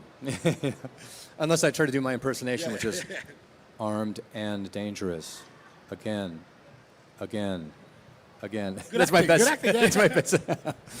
But other than that, I couldn't get all twisted up with, oh God, I gotta, because some of the characters you do have to, like Iron Man kind of needs to sound like RDJ, and Spidey kind of needs, there's a Hulk sound, Thor sounds like their prettiest, it doesn't have to be an exact, but it's like that's the character. In the style of. Yeah. So I got lucky in the fact that I had a little more runway to kind of do what I do, and I went into it thinking I'm either going to be right for this or I'm going to be wrong for it, and so I'm just going to put myself into it, and they were really great about that, and it gave me a lot more confidence and a lot more a chance to engage my creativity and what I might bring to the character, who I was already a fan. When I saw the movie, he's all black, and he's got the hair and the goggles and the silver arm, and he's just in the music as he's walking. I was like, oh, this dude is so cool. So I really wanted to do them justice, and I didn't want to flub this. So that was definitely the first time where I was like, okay, I'm on a tight wire, don't mess this up, but also just do what you do. And they were really great about that for us. Psylocke is not the most known character amongst the X-Men characters. It must be said, as a 90s X-Men fan, I disagree, but I'm Thank you, old. thank That's you, fine. thank you. I'm happy to accept that I'm old. Mukashi, right? But I'm seeing people like in their teens or in their early 20s where they didn't grow up with our 90s X-Men. And knowing that, I looked into the past voiceover performances that were done for Psylocke, and there's more than a dozen people that has voiced Psylocke before, and it made me really confused. There's a dozen people who are doing all different kinds of accents for her. Some are doing British, some are doing American, some are doing Japanese, some Asian, and all different kinds of tonalities. The pitch is different, and the personality is different. So I had a hard time. I really struggled to find what she's supposed to sound like. And in the end, I realized, and this is through a lot of help through the directing that came at the studio, just to trust my own voice, trust my own training, trust who I am. I was born and raised in Japan, not feudal Japan, but I was raised very traditionally with tea ceremony culture, sword training, martial arts, as I said before. So quite unusual, but I had that already in myself. So I said, oh, maybe I am closer to her than I think. I like butterflies. I like purple.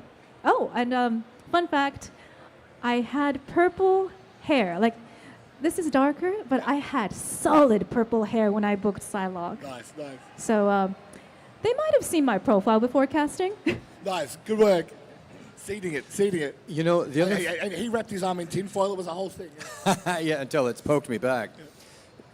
Her point about when you get to the point where she said, trust your training. Everybody's always asking us, how do I get involved? How do I get to be a voice actor? How can I be in the Marvel? How can I? And first of all, it's a difficult question because there's no one road. There's no 10 roads. There's no 100 roads. There's so many ways to come at it. But at the core, it's who you are. Because ultimately, you're bringing yourself to the role. There is a small percentage of work that is dedicated to sound-alikes and impersonations, and like Jordan does that, Eric, some of our friends, they'll do that. There is that work. But for the most part, those characters are taken. They don't need those. Done, literally, yeah. They need, especially video games. You said the difference, what's the difference between video games? Video games need clear, precise, identifiable characters that come across immediately. And you don't get that by kind of not really knowing who you are to be able to extend that to a character. So whenever somebody asks me, how do I get into... And I'm like, if you really want to know, I'm like, go take martial arts classes. push yourself. Put yourself into an uncomfortable area so that you have to find out what you're made of. Go into a spelling bee. Do something jump out of a plane. Do something that you go, this is going to challenge who I think I am.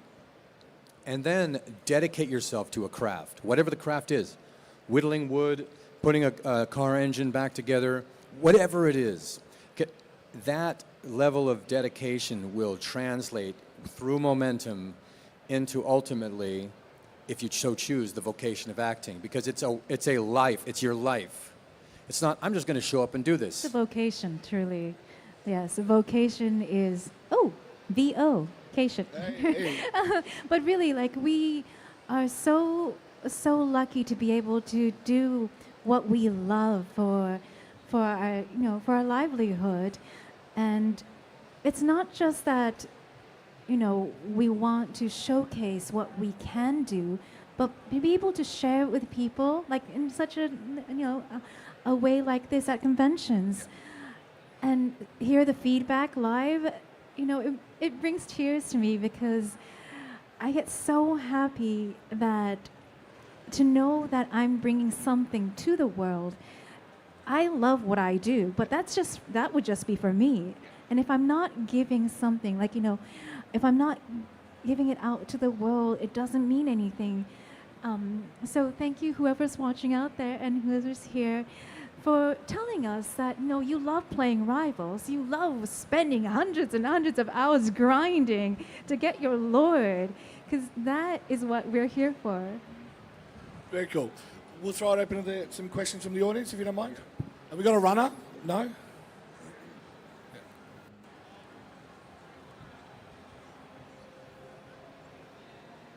I guess one more to that point as well. You mentioned, it's the old dirty Harry line, man's got to know his limitations. And I think if you know what you're capable of and who you are, and you come from very different upbringings and different experiences, is there sometimes where you look at a role and you say, I'm going to have to think of it in a different way, or is it still channeled through that lens of you and who you were and who you grew up as?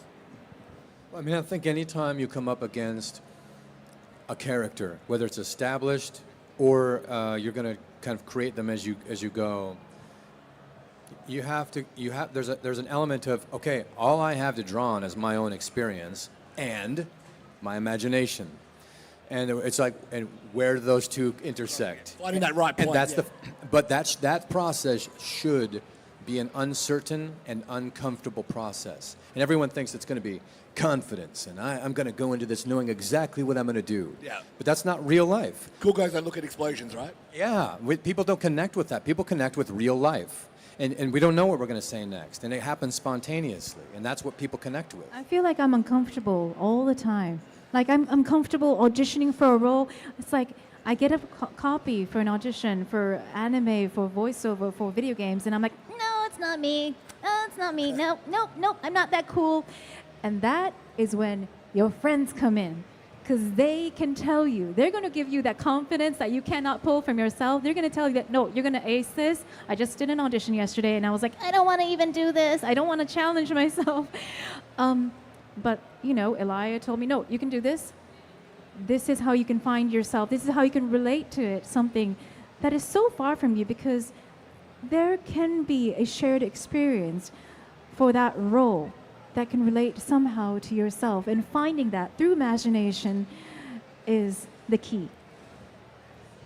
Yeah, and that dynamic, that friend dynamic where you're there to help each other through, that ties back full circle to Bucky and Captain America. Yeah. One's down, the other's up.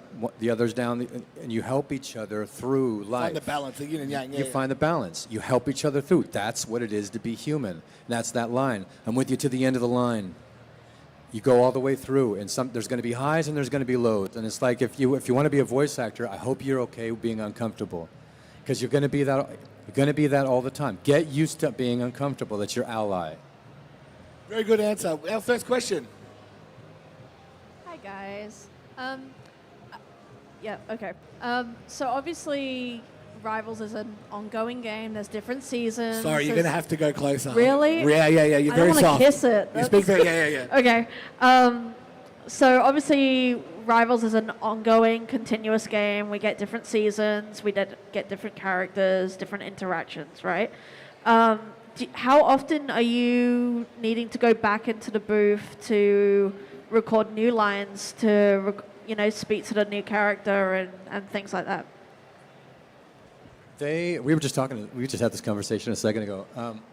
They'd have to do that. As they add new characters, there needs to be interactions. But already, not every character has an interaction with each other. So only some of them kind of have pairings. So as it goes forward, knock on wood, you hope that hopefully you're the one who gets called in to have these lines done. It's happened. We've been in like a good handful of times since the game's been going, but it's one of those things where being an actor, being a voice actor, there's no like work on every third. Yeah, you're just going to have to wait until the moment's right, and you better be ready when the moment's right, and that's that luck thing. You're being prepared to be ready to have the lightning strike whole thing. So is it Kate? Thank you for that question, Kate. Just moving over here. Anyone else? Yeah.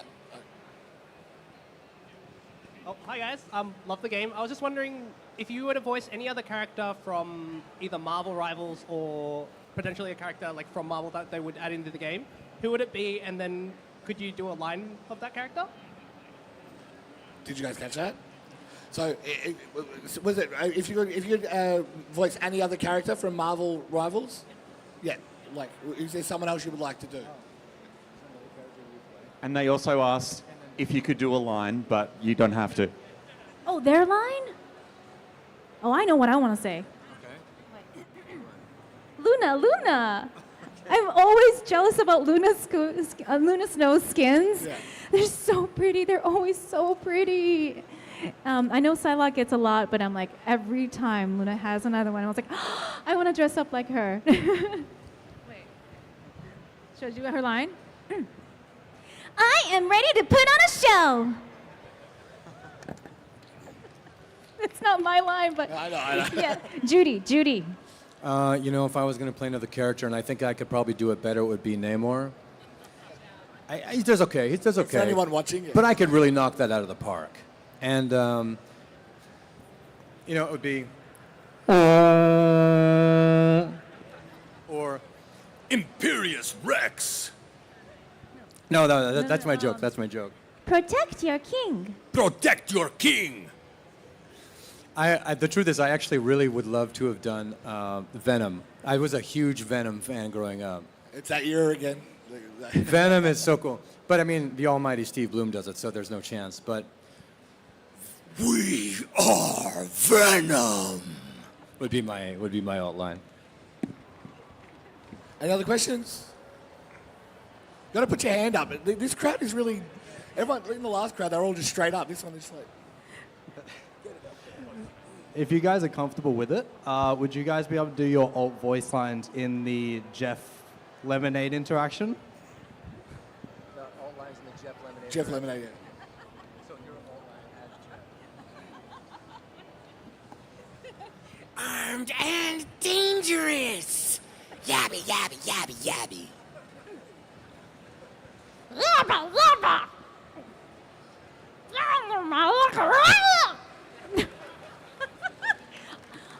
I think I need to practice that for my next con. Thank you. Anyone else? Any other questions we've got? Surely someone. Hands up if you got a question. All right.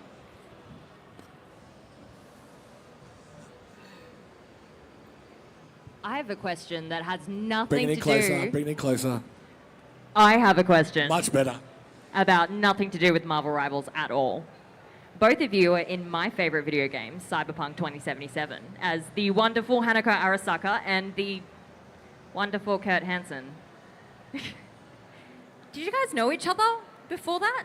Like, I mean, obviously Hanako is base game and Kurt is Jugtown, but did either of you know of each other's existence, be talking to each other through the grapevine? Cyberpunk mentioned, thank you very much. Did we know each other? We did not personally know each other. No. That game came out beforehand. Yeah. We met through Marvel Rivals. In fact, it was almost a year ago. Almost wait, exactly wait. a year ago. You got announced right before I did. you were one character before me, and I think I came out like a month after you. Or is it a week after you? Something like that. Yes. That's right. That's right. And I congratulated you. So if you look on IMDb, the Internet Movie Database, like we're credited right next to each other. Oh, that's why we're friends. So, we met almost exactly a year ago. We could look it up. It was in March when WonderCon. Yeah. Oh. So, our publicist, our manager, who got us here today, contacted actually Daniel. He was the first one, and we were all friends with Daniel. So, it kind of one by one we got together. But he was putting together. He's a huge X-Men fan, so he's putting together an X-Men panel. Psylocke and Namor are X-Men. Bucky's just an Avenger. So they went, but he invited me, and I sat there, and I took but I knew Daniel, sorta. I'd met him once or twice. We did a donut video together. But they were on a panel. So I got to meet her right outside, and was like, oh, okay. I just met you. But then we found out, oh my goodness. Wait, oh my God, you're the Arasaka lineage, the dynasty? But after that first con where Daniel and I were on the panel, that was my first larger panel at a convention, like 1 year ago. Yeah, okay. And I was so incredibly nervous that I only remembered him as a tall person. And also, anyone above 5'10" is a tall person to me. So That's pretty true across the board, to be fair. And to be fair, I'm tall, you're tall. There's a difference. It's almost circus height. Yeah. You should see my brothers. They look like bears. well, luckily, that was not the end of the story. Sorry. No. But to finish your question, by the time we figured that out, I was like, oh my god. So then they have these cyberpunk nights in downtown Los Angeles, which is basically Night City. Yes. It's actually basically Dogtown. So we showed up at the first one. We started going to raves. Yeah, it's like a rave. It's a rave. Yeah, cyberpunk raves. Nice. After punk, that's what it's called. Yes. We just showed up. Somebody knew I was a fan of it. Wrote me, hey, you should check this out. Said, hey, do you want to go? We didn't really know each other. It's like, let's just go see what it is. As you drive into, you can imagine Los Angeles. We did not tell anyone we were going. He bought tickets for us, and we just went. Once people there found out that it was Hanako Arasaka, they flocked around her and wanted to, signatures and stuff like that. It was a really cool experience to see. Oh, there's really cool fan base for that, and that game is amazing.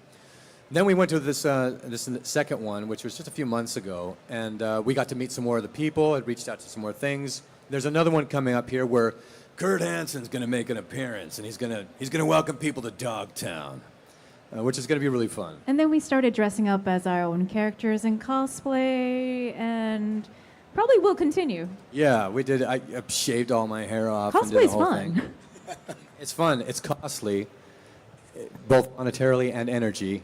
Not that I have to tell you that, but it's a lot of fun, and it's a way to further engage. And people really warmly welcomed us. Oh my God, I knew exactly who you were. She put the gold on her fingers and everything. It's amazing. When I get to see that, I'm like, this is a lot of fun. It's amazing, and it creates that community. It pulls people in. And I love that aspect of it. And it really goes to what you were saying about Marvel Rivals being different to most other kind of games. It really seems like it really did bring you guys together by being tangential on that game and working on it. We just got super lucky again that we happen to be in a couple of really awesome games together. It's kind of strange, but pretty good life. Pretty lucky. Yep. Any more questions? Hey guys, close enough? Yeah. So I know some actors really don't. A little bit closer, sorry. A little bit closer. Much better. You gotta be so close to this. I know some actors don't like watching themselves or hearing themselves and stuff like that. So I'm just curious how you guys feel about that. If you end up playing a game you're in, do you enjoy listening to yourself? Because some actors I know don't like to watch themselves or anything like that. So I'm just curious how you feel about that. I think do you like if you're seeing yourself your performance, are you comfortable watching yourself in your performance in the game or whatever? Yeah. I am a professional lurker on Twitch. So they stream the game. I am pretty much always watching gameplay. I'm not very good at video games, and I admit, I just can't advance to the next level. So instead of that, I just be a backseat gamer. And it's fun. It's still fun. And I hear people saying that my alt is frightening and terrifying and traumatizing and all that stuff, and I'm like, what? Why? And then I hear it in game, and I'm like, I see people dying, and I'm like, oh, that's cool. It's a great power That's to have. really cool. There's nothing quite like those. You hear the ultimate golf. Just looking like what's happening. It feels good. Yes, it feels good. A lot of times when I hear my own voice, and we have to listen to our own voices a lot. We tape ourselves. We have our own studios, and we play back our takes a lot of times. And a lot of times it's uncomfortable because we think it's not perfect. It's not perfect. But I think what adds to the experience of the positivity is that when I'm watching on stream, I'm not just hearing my voice, but I'm seeing people's reaction to it. And they're always so good. They're so good. And that just gives me like a little bit hope for my own voice. So it gives me motivation to keep going. To answer your question, yeah, it's a real weird thing. It's real weird. It's weird. It's weird. The weirdest part for me was Cyberpunk. Your attention, residents of Dogtown. I was like, that was weird. That was really meta. But like she says, we play a lot of the games so we can hear it. I feel like because none of us like the sound of our own voice. We don't. I like your voice. We don't like our own voice. I love her voice. Oh. But you hear your own voice and you just want to flay your face off. Welcome to another layer of being uncomfortable as an actor. I don't like the way I look. I don't like the way I sound. I don't like the way I smell. I don't like any of it. That's what it is to be an actor. Long, yeah. Welcome to being an actor. Constantly insecure, but then eventually just go, this is what I am. I am what I am. But for me, I feel like, now I'm like, I feel like an old hat trick. Like nobody wants to hear this again. But when I hear my friends do it, I'm like, they did the thing. It's so crazy. That's the thing. So You know how many memes are out there? Charmed and glamorous. Yeah. I mean, that was another thing when I was like, this has taken on a life of its own. Charmed and glamorous. It's like, what sense does that make? Unless you're in the arena of like, oh yeah, that's Bucky. That's what that is. It's Bucky, or butterflies and Psylocke. I don't know how many people know that Psylocke is the #1 selling skin in all of Rivals. And when we went to these events, the Marvel executives told us she's the money, she's the cash cow. She's the one who sells the most skin. Thank you, NetEase. Thank you for spending hours and hours and hours of in-game money as well. And it makes sense when we see the skins. You're like, my God, it's getting hot in here, and they know what they're doing. And to your earlier point, what's cool about this game is Marvel Rivals, which is interactive, is merged aesthetically with an anime style of caricature, which is such a genius move right now. It's so genius because anime is so hot. Anime's always hot. Anime's always been hot, but you weren't always the cool kid watching anime. It's funny how that's flipped, right? Like, yeah. Now it's cool. When I was coming up, you were not cool if you were watching anime. So, but I mean, the art is a huge part behind it. As we walk around, we see this amazing art of Psylocke. So much art. Psylocke inspires so many artists to do this, which is why it's an incredible honor that Peach Momoko, who has contributed so heavily to the lore and the image of Psylocke, honored Alpha with the last name. That truly, for those that don't know, that is probably the biggest accolade any of us actors will ever get, ever, notwithstanding Marvel Rivals. That is an incredible honorific thing to have done. And I guess it goes to that point of like, all art is built on the art that's preceded it. Everything creative comes from a place where someone else has been as well. So to have someone who has that success and has that cultural relevance, like respect you in that way, it's a big deal. Yeah, and like, not everybody's right for every role. That's what our friend Daniel says all the time. When he got the call that he got Namor, he was in an aquarium petting a ray.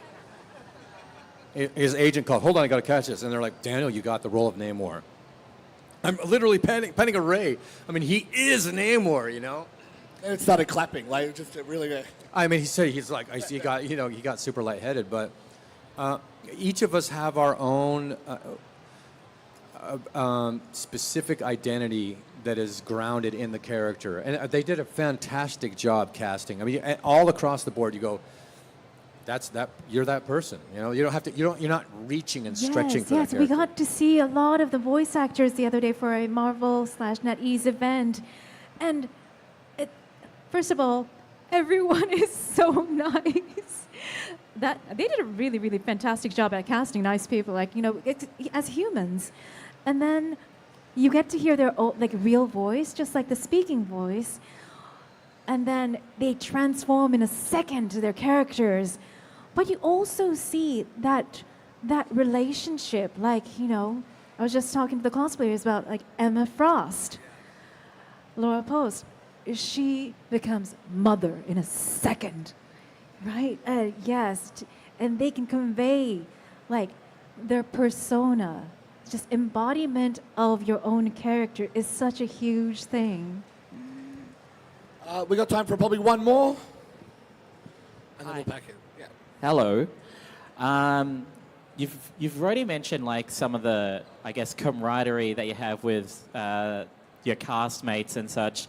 I love seeing footage from say the Game Awards of Ben Starr supporting Jen or Erika Ishii. Is there in terms of video game performers, are there people that you either look up to or would like to work alongside with one day?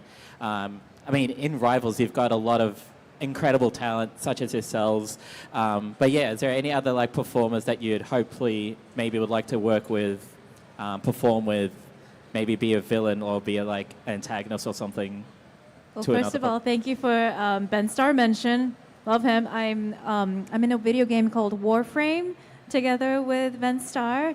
Go play it. It's awesome. And also another wonderful, wonderful person.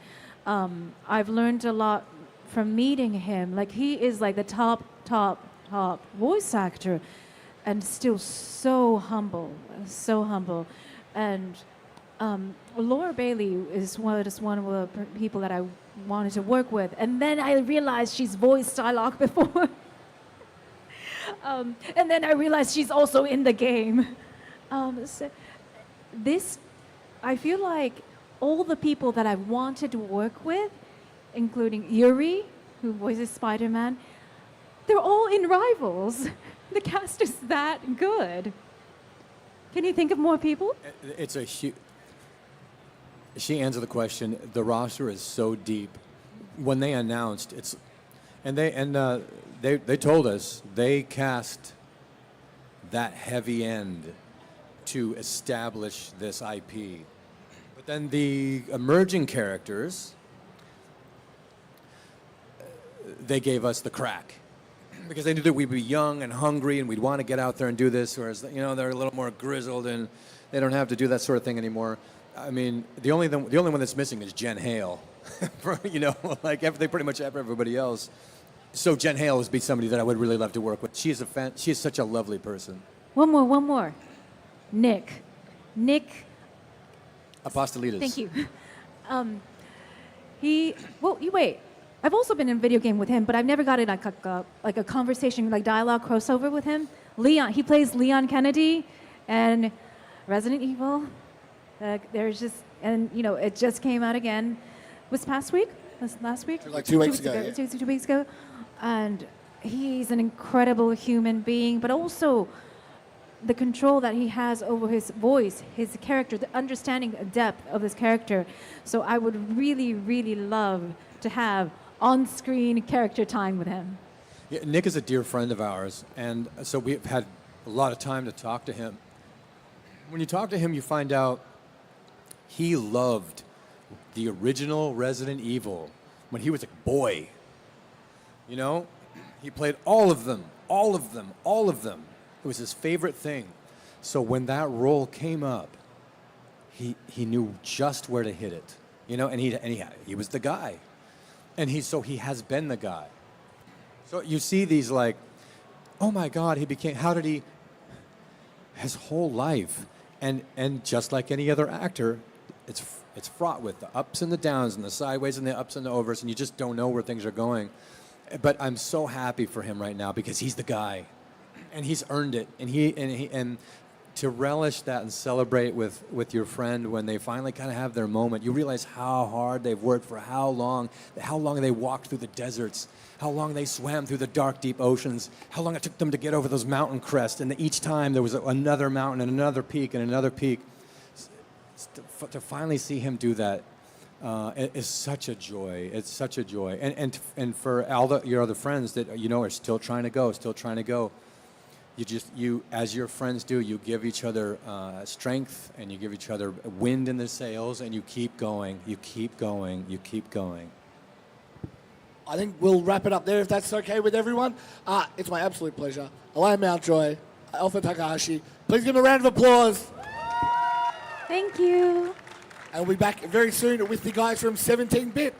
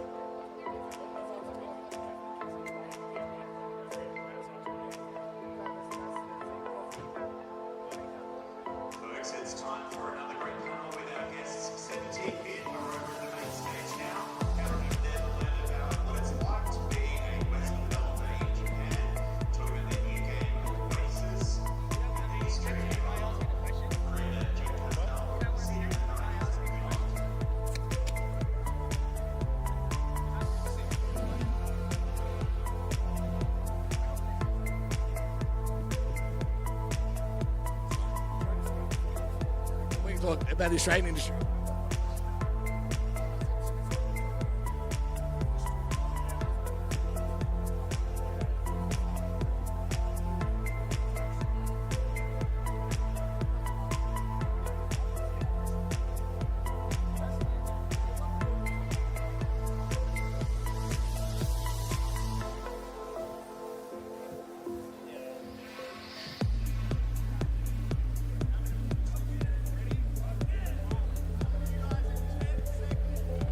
Is this thing on?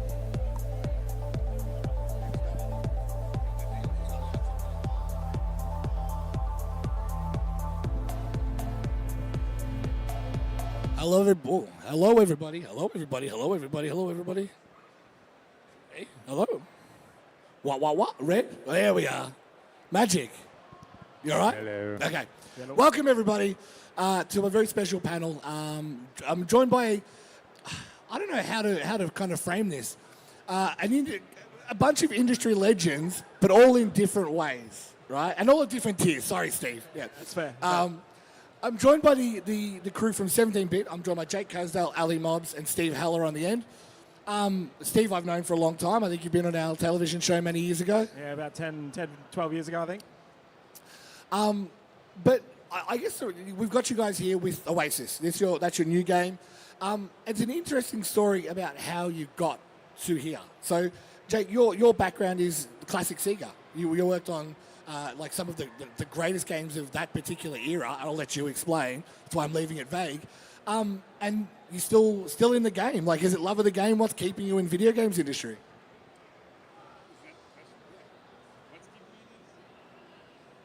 Yeah, I've been in the industry since 1989, technically, which is a long time ago. So, yeah, I think a lot of people have found their thing, and my thing is making fun video games. And so, I get to work with a great crew. We get to make really progressive games that really move the needle. We're a small unit, but we got a bunch of veterans that have done amazing things, and we come together really well. We gel really well, and we get to do really incredible stuff that makes me excited to get out of bed every day. So I guess that's what keeps me going. Pretty Pretty good work if you can get it, right? Like, yeah. And I think that's the interesting part of your story is you did come from Sega. You came from one of the companies, especially in the era of that. You've worked on all these especially rhythm games. Like if anything, it's funny to see you've gone from Space Channel 5 into things like Skulls the Shogun, and now you're onto Oasis. Like, is it just is your creative process changing, or just like, hey, I want to challenge myself and do X today? I think so.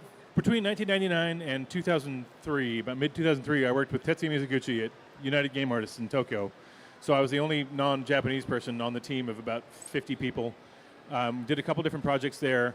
And I think the biggest takeaway, Mizuguchi-san is really into music games and sort of the whole, combining like all the senses together. The Res was famous for its synesthesia of, the visuals, the sound, the gameplay, everything coming together into one tight unit. And I think that really left an impression on me. So our games are always about kind of bringing all that stuff together, like the feeling, the sound.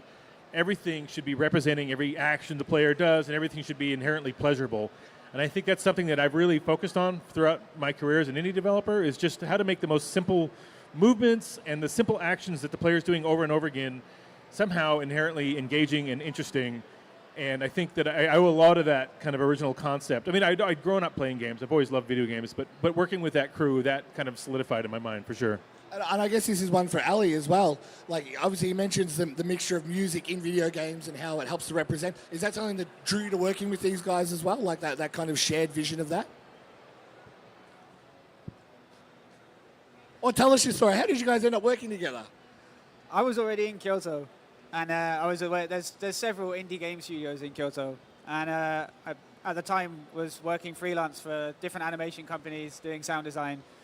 And working with Jake was actually my first introduction to the games industry. Right. And I so broke him. I learned the hard way. I learned a lot. I had some amazing people to learn from. So I was lucky to kind of be able to be thrown in the deep end.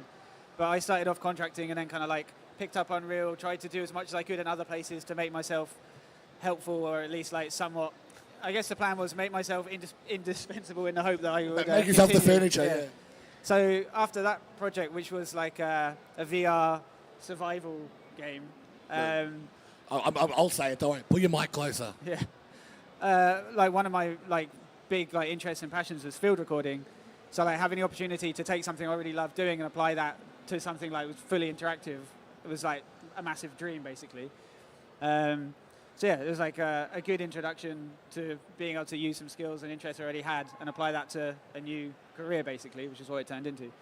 And I'll keep picking on you now because we had a gig last night at the Inflation nightclub, and that's kind of where your background came. Like you mentioned, obviously sound design and all those kind of things, but it's interesting to see some of the unique ways in which you kind of manipulate sound, if you will. Is that part of and you mentioned you weren't in the video games industry before. Was that why you're like, let's try this new challenge because it's a new way for me to engage with that audio design process? Yeah, I mean, I think sound design is inherently quite like an experimental process, so I like messing with things. And I guess, even playing games like that, how I think Jake's approach to like how something feels is just through experimenting and like iterating and trying to like find the most interesting or satisfactory outcome. And me working with sound is like a similar thing. I like remixing things, like sampling objects around me. Field recording is similar to that, like taking those, even like sound design for creatures, taking like weird animals that you wouldn't think make crazy sounds, pitching it down, mixing it with other stuff. It's just been like, it's like the perfect job. You get to mess with stuff. It's basically like playing. And it's really satisfying to be able to like put it in a game, live with it for a bit. It's never like just done. I'm always tweaking back and like playing it, changing things a little bit more, or feeling like it needs like to be less repetitive, so make more versions of it. And I think that's been one of the most satisfying, fun things of working on the last two games with Jake. Is like I'm quite lucky. I have that autonomy to just keep tweaking. Unless he hears something, he's like, I hate this, which is very rare. Then I'm kind of good to go. It's been good. He's also my number one sparring buddy, so a lot of the feeling of Oasis comes from the two of us. Knives to the throat, very desperate, lots of screaming, lots of yelling. One of my favorite photographs ever is back when I was playing more than he was, and I think I won like 7 or 9 in a row, and he had won 2. And I have a photograph of that moment with the notes, and I'm very proud of it. Because now he's gotten a lot better. It's kind of, it's not as fun. Yeah. However, whenever we have a mechanic, which I will use to destroy him consistently, he will then take that mechanic out. Nice, yeah. Oh, yeah, by the way, design docs updated. Oh, crap. Yeah. We don't really do a lot of design docs. It's more like we play, we talk, we play, we talk, we play, we tune, we test. It's not the most efficient way, but it does. Well, it leads to a good product, though. It is interesting because that is in itself like not a lot of the kind of the direct dev team tend to play their games that much, and you know what I mean when I say this. Obviously, they know what their game's about and what it's doing, but to sit in that iterative process all together, I think does have that element of if I'd spent my hard-earned cash on this, would I like this? Or is this something I could justify to someone who had bought this game? And I think that's sometimes a good mindset to go into when you're doing that design process.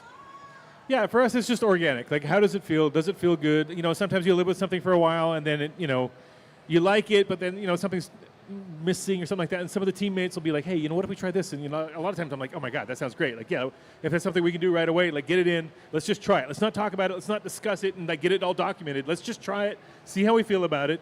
And if we like it, then we flesh it out. And that's just, it's a very organic way to move. And it is a little chaotic. And we do lose cycles on things, we're just kind of going down the wrong rabbit hole. But in the end, it's a solid product, and that's all that really matters. And now I'm going to throw it to you, Steve. Sorry. Well, no, it's all right. You go, Ellie. What was that? I'm going to throw it to you next. As someone who has that background in publishing and development and production, how does that make you feel? Yeah, I definitely look a lot older than when I started a year ago, that's for sure. I think that's the best and worst thing about 17-bit as a studio is we're not afraid to be like, let's just throw this in and see how it works. And as Ali said, design docs is non-existent and maybe not. But, that's why the game feels so good now is because we've been able to really just iterate and iterate and iterate. And we're pretty far into the game. Like, the game will be launching later this year. So now we're just, like, really tweaking everything, making sure it moves forward nicely. But, yeah, it's good. It's a blessing. I don't envy the producers at 17-bit. Nice. Well, and I guess because that was going to be my next question. Obviously, the game you're at that honing point, right? Like you're well and truly at the point where it's like, okay, we've got it, it's all there. Like you're basically at the point where it's just making sure that it hits the way you want it to. Yeah. Do you find that process a little bit more boring, or like a little bit less stressful, or more stressful? Like, yeah. Well, now it's like, it's stressful because it's like things that we're being like, oh, we'll fix that later. It's like, there is no later. Later. anymore. Welcome to later. So yeah. now it's like, does it stay and we live with it, or do we cut it, or are we going to like put a Band-Aid over that? Because like submitting for consoles and stuff, people maybe don't know, it's like a 2 or 3 month process. It's not like, oh, we can update it until the day before the game comes out. So yeah, now it's like, okay, what are the must fixes, and then what can we do as a day one patch, right? So more stressful is the answer. Way more stressful. There's almost a clarity at this stage where you realize you don't have time to do it all. So you have to just kind of start cutting, and then we're hoping the game's enough of a hit that we can keep working on it. That would be my dream, is that like it's successful enough that we can keep fleshing out this stuff that we have kind of half-cooked sitting over here that we would love to put in, but we have to just kind of put it aside. It's still triage good. it. Yeah, Sense, the core is good, and we have a giant triage list, and it's just like prioritizing. And sometimes something will go in, and I'm like, oh my God, we didn't realize that this thing has to be cleaned up. Like, we are not going to be able to ship without this. So, that goes to the top of the list. People are like, I thought I was going to do this. I'm like, sorry, this has to go right now. But, we are fast and furious, but it is coming together, and it's better and more solid every day. And I've been saying this a lot today. Our last game was a virtual reality, kind of somber survival game, and we were developing it from home during COVID. And I was like, the next game, I want it to be so happy. I want to bring people together. I want to like laughs and screaming and yelling, and being able to test it in situations like this at these shows and watch people play. It was something we really missed out on that last game, and I didn't really realize it at the time how important that phase is. Like when it's almost done and you're watching just people play that first level over and over and over and over. You see what they react to. You see what they don't quite grok. It's so important. And so today has been so pleasurable, just like watching people play for the first time and talking and talking and talking about it. And it's just, it's given us a bunch of fuel for the last couple of weeks of cleaning this stuff up. And I have a giant list of stuff that's like, all right, we're good on a lot of stuff, and there's a couple things we've got to go in and get in cleaned up. It's always funny. From my review days, I had a reputation for just breaking people's games. Like, I'm very good at it. I'll find the way. I'll find the seam. Don't worry. And then I just have to send him, I'm like, just so you know, if I do this happens. Like, God damn it. You see him. Yeah. The reason it's an interesting story for you, all three of you, you're all expats. You're all currently living in Kyoto. And you moved your whole studio, technically, to Kyoto. What was that thought process like? Like, what was the impetus to say, you know what, it's time to go? Like I said, I'd been at Sega for about 4.5 years, and I hit a point where I learned so much about design that I knew I needed to be better at it. So I left and went back to the States and went back to design school in Pasadena, California. And getting out of there, I wanted to come back to Japan immediately. I sort of got bamboozled into an interview working at this big project at EA. It was a really sweet deal. We were living by the beach. My wife was like, let's do this. I was like, okay. So we did that for a couple of years, but I really wanted to get back to Japan. And I kept looking for interesting places to go work that would work with my skill set. And I was having a hard time finding like the right fit. And at one point I was just like, I'm going to just start my own thing, and then I can just move over there because I can just do that. And so I meant to go a lot faster than we did, but we ended up kind of like, I started this project, I started the company, hired a couple friends of mine from EA, we started working on stuff, and then the team just kind of got bigger and bigger. And at one point I was like, wow, we shipped a whole game before we were over there. And I was like, oh no, and now I have a team. And everybody that came onto the studio, I was like, listen, I'm moving to Japan, I'm moving the company to Japan, so you understand. And people were like, really? That sounds cool, okay. So everybody was down with it. We finally did get a chance to move over, and then, yeah, I just sort of started peeling employees over and then hiring more in Japan. But I just wanted to get back to Japan. I love it. I've been there for 16 years now. I never get tired of it. Every day is exciting and fun. I just, you're there all the time. You know how it is. Yeah, I'm as addicted as anybody to Japan, and I've been there for 16 years. So no complaints there. And I had hoped to work with more Japanese staff after my experiences at Sega, working with these like insanely talented people, like so sweet, so like genuine and humble. I really wanted to fill the team with that, but Japanese people just don't really jump ship like the West. Like people that get a job at Nintendo, they don't leave. Either they leave when they're like close to 50 or 60, or they don't leave at all. Yeah. And so it's been tougher to get new people in, and so we've got this ragtag kind of international crew of mostly Brits and Americans, really. We got one Aussie, we got one German, and one French, and everybody else is either American or British, except for we have one Japanese guy, ex-Capcom guy, who's an absolute legend, Koichi, and then all of our contractors, most of our contractors for the art and stuff like that, and a lot of the music and stuff like that has also been with the Japanese guys. Like last time it was Terada-san, this time Matsura-san, and Hip Tanaka. So we have these connections with these high-end contractors and freelancers, which is great. And it's a total joy to working with him, and it's always a dream to work with my dream artists and my dream musicians and stuff like that. And so it's been great. Well, on that same vein, your story, Ali, coming to Kyoto, what was the impetus for you? Same thing? No, my wife's from Kyoto. Ah, okay. So yeah, You married in. Yeah. Yeah, like we lived together in London for a few years, and then I decided to come over. And so I was working freelance, mostly for studios based in the EU and UK, and also some up in Tokyo. And like I said, then I started working on Jake's VR project, and that became a job at 17-bit. But yeah, that was my story. That's a good answer. That's all right. Succinct.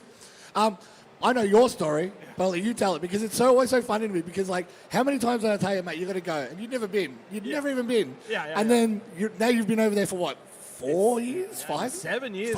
It was pre-COVID, you're right. It's the first time back. Yeah, like I was working at Fellow Traveller here. I was one of the first members of that team, and kind of hit that point where it's like, okay, I've been here. I was there for 7 years. I was looking for jobs, and in Australian games industry, there's like, yeah, we can't afford you, and there's no job for you. And I'm like, well, I've got no savings because I live in Melbourne. So I was looking for work. I found a job in New Zealand, and then I found a job in Japan. And my wife, her dream was to become a graphic designer in Japan. I'd never been to Japan, so I was like, okay, we'll move there then.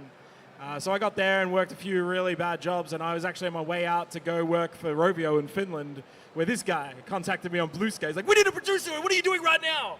I was like, I'm eating breakfast. He's like, do you want to have a call? And then two weeks later, I had a job at 17-bit, and I moved from Tokyo down to Kyoto, and yeah, that's how that happened. So. And 1 year later, you're full of deep, deep regret. Yeah, so much regret. As we crunch towards the end of this project. To be fair, you do live in like my favorite. Well, I've got 3 favorite parts of Japan. I say to everyone, and it's all underrated. I love Hokkaido. Hokkaido's king. I love Gunma, but that's because I love Initial D. Right? For my birthday, I drove up Mount Akina and back, so that was my birthday present. But I love Shiga. I love Lake Biwa. I love looking out over the lake. Yeah. It's such a nice place to go. And I think, was that part of the reason you decided on Kyoto? Was there other reasons? Because I think I get why people would go anywhere in Japan for one, but just that whole area is just so beautiful. And I could see how it would be a great boon to the creative process. Yeah, well, I mean, I'm originally from Gippsland, so, you know, I'm a rural guy. Bit different. Yeah, exactly. So yeah, like Kyoto houses and stuff were like, oh, this is cool. My wife was like, I want something bigger because we just had a baby, and she works from home. So then we were looking at Shiga, and it was like, oh, there's a lake view, and it's cheaper than I ever paid in Melbourne and could ever dream of paying. So that's why we got there. And the good thing, because everyone knows public transport in Japan's so good, so it's like 19 minutes to Kyoto. And straight to the heart of Kyoto. Yeah, exactly. Which is like, it took longer to get from Flinders Street, you know. So yeah, it was just good. It was cheap. It's near the office. If I go home, they can't bother me and ask me to come back in because it's just a little bit too far, you know. So. And then you get snowed in sometimes. Exactly, right? So, yeah, it just works. But, yeah, you're right. Like, Shiga's really nice. And you get the best of both worlds because it's only an hour and a bit to Osaka, so it's pretty good, yeah. But yourself, like, why was Kyoto the choice for where you guys moved? That's a good question. Actually, I had spent years in Tokyo. I love Tokyo. I was deeply embedded in the Japanese games industry in Tokyo. I wanted to go back to Tokyo. My wife is from Tokyo, and she hates it. She was like, nope. I was like, come on. And she's like, nope, no way. We're not having kids in Tokyo. I was like, man. Not having kids in Tokyo? Yeah, I mean, I was pretty broken up about it. I was like, so what does that mean? She wanted to move out to the sticks. She wanted to live out in the middle of nowhere. She grew up in the city and loves nature. I grew up in nature, and I love the city. So we've been at odds about this for a while. And so Tokyo was just like a hard line out. I was like, well, game industry in Japan, what else is there? There's Fukuoka, Sapporo, Osaka / Kansai. Yeah, if you're looking at Yeah, that's kind of it. So we went and looked at those different places, and we came to Kyoto last, and it's a small town. It feels like a college town. It's, but it hits way above the belt in terms of culture and influence and all these amazing things. Nintendo's right there. I worship Nintendo more than anything in the world, so that was a big deal for us. I'm a Sega guy too, yeah. Yeah, no, I love Sega, but I've always been a Nintendo kid. But it's the best of both worlds. Like, we live towards the edge of the city. It's just green for about 7 kilometers right behind our house. There's wild animals everywhere. And then I'm a 5-minute, 10-minute bike ride to some of the best restaurants in the world, some of the best design museums in the world, all kinds of gaming and architecture, culture, everything. And so we both kind of looked at each other. We're like, okay, we can come to some common ground here. Like, we've got everything we need for both of us. So that's why. Well, I guess with that in mind, we've mentioned the game, we've mentioned the process. Oasis ships, and hopefully it does well, and you can keep working on it. Like, is there thoughts on what's next for you guys beyond that, or is it just let's get the game out first and then we'll worry about that on the other end? Well, we're an indie studio. It means you've always got to be worried about what's coming next. So we have a new original idea that I've been thinking about for a long time that kind of was part of Oasis at one point, but it's kind of a separate, spin-off of that. I would love to fold it into an eventual Oasis too, if it does well enough. We have some other original stuff that we're thinking through, and then we're looking at a lot of different things right now. You got to be scrappy right now in the indie biz to kind of keep going. There's a lot of interesting opportunities out in front of us right now, but we're kind of at a spot right now where we're just kind of waiting just a bit longer to see what's going to stick. And you did mention as well. You mentioned specifically with Japanese employees how it is hard to kind of break them away from the career path, because that's how it is. It's still, even obviously to a lesser extent, but it's still that way in Japan. You work for one company and that's it. You'll go until it ends, kind of thing. Is there a thought process to trying to, and it's tough coming in as gaijin to affect that kind of culture, but do you think there's ways to bridge that gap a little bit? Like, is there ways that we can engage, or is it just going to always be that kind of, not a divide, but that kind of different way of viewing things like that? Q Games is down the street from us, and they're about half Japanese and half Western from all over the world. So I think it can be done. I would like to start bringing in more, Japanese employees, as I've said. We're kind of at a spot where we rarely are actively hiring.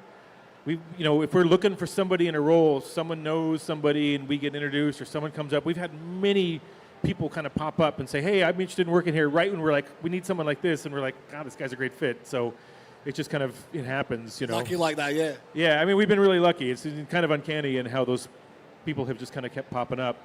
But in the future, I would like to work more with these Japanese people. Like I said, a lot of the older guys that are like really kind of at the peak of their games are leaving these companies and going freelance and doing their own thing and just kind of like trying different stuff outside of that corporate structure. So we've had a lot of luck working with interesting people like that. And so at this age and kind of really enjoying the caliber of the people we've been able to partner with, it's kind of the best of both worlds. So we've been really lucky and happy with that too. That was my next question as well, because you have had all these great collaborations. Like you mentioned Mizuguchi, you mentioned obviously Chip Tanaka, all these people that you've worked with. But like you mentioned, they've kind of escaped orbit, if you will. They've hit that point where they're either famous enough independently on their own, or they've done everything they can do at X. And being creatively minded, they want to move on. Is that something you found? Like that you get to work with these people because they want to do their thing finally. Like they've done their time, if you will. Yeah, either they're super successful and just kind of went independent, or they're like, all right, I'm finally done with the corporate structure. I want to do something different. Like Koichi, our guy from Capcom, he'd been a career artist and done his time all years doing that kind of corporate stuff, and was like, I want to try something different now. Like I'm done. I'm ready to graduate out of this, and I want to do something more interesting, smaller, more intense. He'd actually lived in Australia, so he speaks pretty good English. Yeah, nice. So the team, we all speak English at work, so that's kind of one thing that would be kind of a bigger challenge if someone were to come on. But most of the leads speak pretty good Japanese too, so most of us have been there a long time, and it wouldn't really be a problem. So, how about yourself, Ali? Like obviously, you mentioned you're not from like the gaming world necessarily, like from the industry. What's it been like working with these kind of great Japanese auteurs, like with contrast to like the work you're doing as well? Like how does it feel? Kind of, you're all working in sound design, right? So you've kind of it's all not lumped in together, but there is that comparison point of, wow, I'm alongside this legend of XYZ. Is there any pressure? How do you feel working with these people? Yeah, for sure. No pressure, by the way. Like, yeah. Yeah, I mean, you're getting the opportunity to work with like a legend. There's definitely that kind of like kind of vibe. And I've had meetings and like Hip Tanaka speaks really quick, and I was like doing my best to follow, and I was just like, is this going well? Like, and the hardest thing is like speaking Japanese in person is totally different to doing it on Zoom, and it wasn't until going up to Tokyo and having in-person meetings that stuff really kind of like smoothed out, and like being able to like go back and forth and kind of get clear ideas done and exactly like how we're going to proceed with stuff. And it's been pretty great. Like he's quite a chill guy actually. He's been nice. And that is one of those things. From used to doing the TV show, it's the same, right? Like you meet some really famous, and you've got to find that balance of like respectful reverence, but also the only one that I couldn't help myself with was Billy West. I got to meet Billy West. That was the one where I was just like, I actually had to ask him to do lines. I was just like, and he was just like straight into it. And normally I'm pretty good at maintaining that balance, but I just couldn't do it. I was like the one time. So I definitely get it. And I think that's the other thing as well, is obviously you've got like we mentioned the chip tunes and stuff like that, and all your like you've got some of the cool stuff you do at some of the shows in Kyoto. Is it the same kind of thing where it's like collaborating with people, seeing what they bring to it, and then seeing what you can bring to it as well? Like, is that part of the process for you? Do you mean as in playing shows? Or, Yeah. Yeah.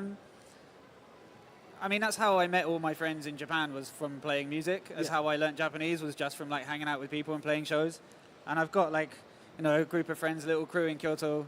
We have an event every month called Frequency Punch, and like having guests come in through town and play, and like the other night, it turned out we had common friends. That we had a show, well, my first time coming to Australia, but playing was amazing. And it's like, oh wait, you came to Japan, Yeah, you also played played this venue, and you know Kota. It's kind of crazy. But seeing those people I play with, they're always making new music and playing it out live. There's that kind of, not pressure, but like spurring each other on to like, oh, that's amazing. Now I want to make a track. And like, you can't just keep playing the stuff again. You're always trying to like push each other to make new stuff. And that's been like the most satisfying part of kind of being involved in the music scene in Kyoto. But that kind of is weirdly like the crazy way they work at 17-bit. It's like you see what people are doing. It's not even in the same field. It might be something that the technical art director Colin's working on. He's been doing all this crazy stuff so you can puppet the characters during the dialogue sections, and that just like inspired me. I was like, well, now I know I can make the sound like this. And as soon as we're in a room together working, you kind of vibe off each other and get that kind of like, how far can we take it in as short a time as possible? And more often than not, it actually ends up being in the game. Sometimes it's too crazy, and Jake's like, whoa, no. Just dial that back a bit. Yeah, that's what makes working like that like fun. That's what I want in a job, and that's why, coming from a background where freelancing is for lots of other companies on short-term, you know, animations where the turnaround time's really fast, like being able to be involved in a team and you get to see something progress and keep tweaking on it and keep doing it has just been really satisfying, and that's what it's what I look forward to on the next project, because right now, you know, you have that huge creative boost at the beginning, and then you're kind of iterating and it's getting better and you can see the development, and then when you're really near the end, it feels like a long plateau and you're just like tuning and trying to make sure the bugs are squashed and that it's like stable.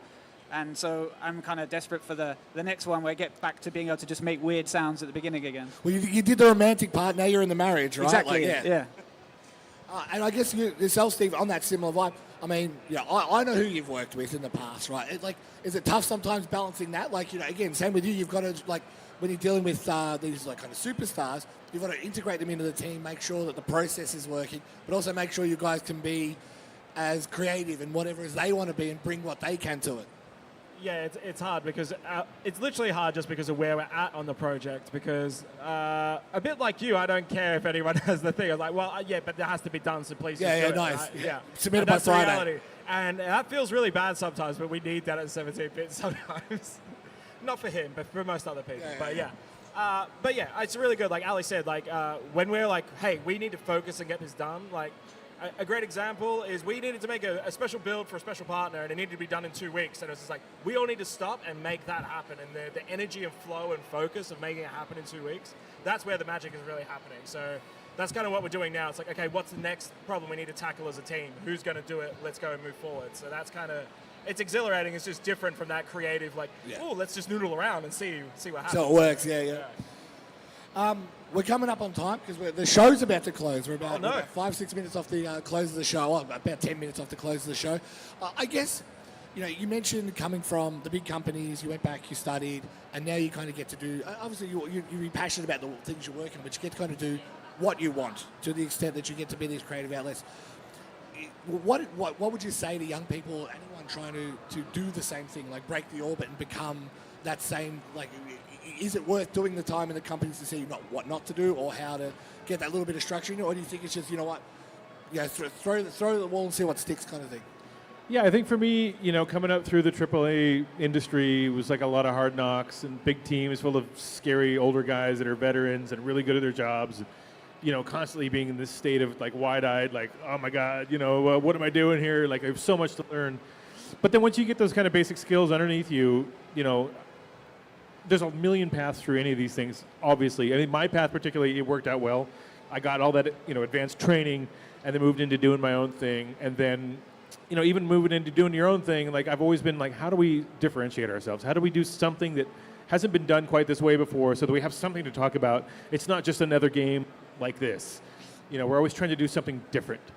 And it's challenging and it's hard, and I think, you know, it's led to, for me, myself, thinking a lot about just aesthetics. What are the rules? What are the feelings we're trying to evoke here? How are we going to, you know, enforce those patterns? How are we going to enforce these feelings through sound, through color, through shapes, through gameplay, through all these things coming together as one unit? It's taken me a long time to get to this level of kind of conceptuality in my head, you know, but it's just years and years of experience and kind of following the kind of games that I want to play that no one else is making. And I've been lucky enough to find a bunch of crazy yahoos to come on the ship with me, and, you know, we have a great time. I mean, him and Colin are these two crazy scientists. I come into the room just to be entertained. Like, what did you guys do today? What have you got to show me? And they're like, wait till you see this. And I'm like, this is great. You know, I love it. It's a collaborative process, too. Like, a lot of times they'll have something I had no concept of, and I'll come in, I'll see it, I'm like, yep, that's going in the game. That's great. Fantastic. So that's my favorite part about it, is the camaraderie of just, like, making stuff together, laughing, screwing around. We scream, we yell. If you just came in, you might think we were kind of dysfunctional, but it's all out of love. Well, we're Southeast Australia, Southeast Victoria, and it's fine.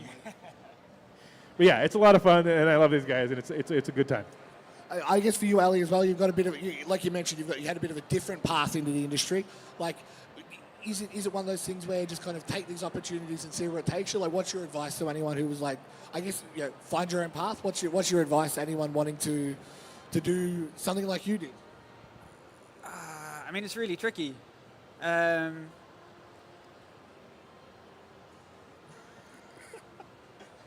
mean, some of it's random, right? It's like who you meet, people who recommend you for jobs.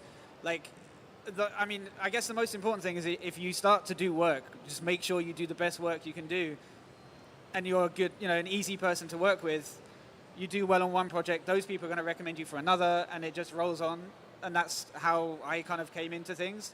And it just so happened that I started the first initial thing was I was handing over assets, and that was going to be it. And then that was going to be the project done, and I would probably go on to another project back, you know, regular stuff I was normally doing, like either making music or doing stuff for animation.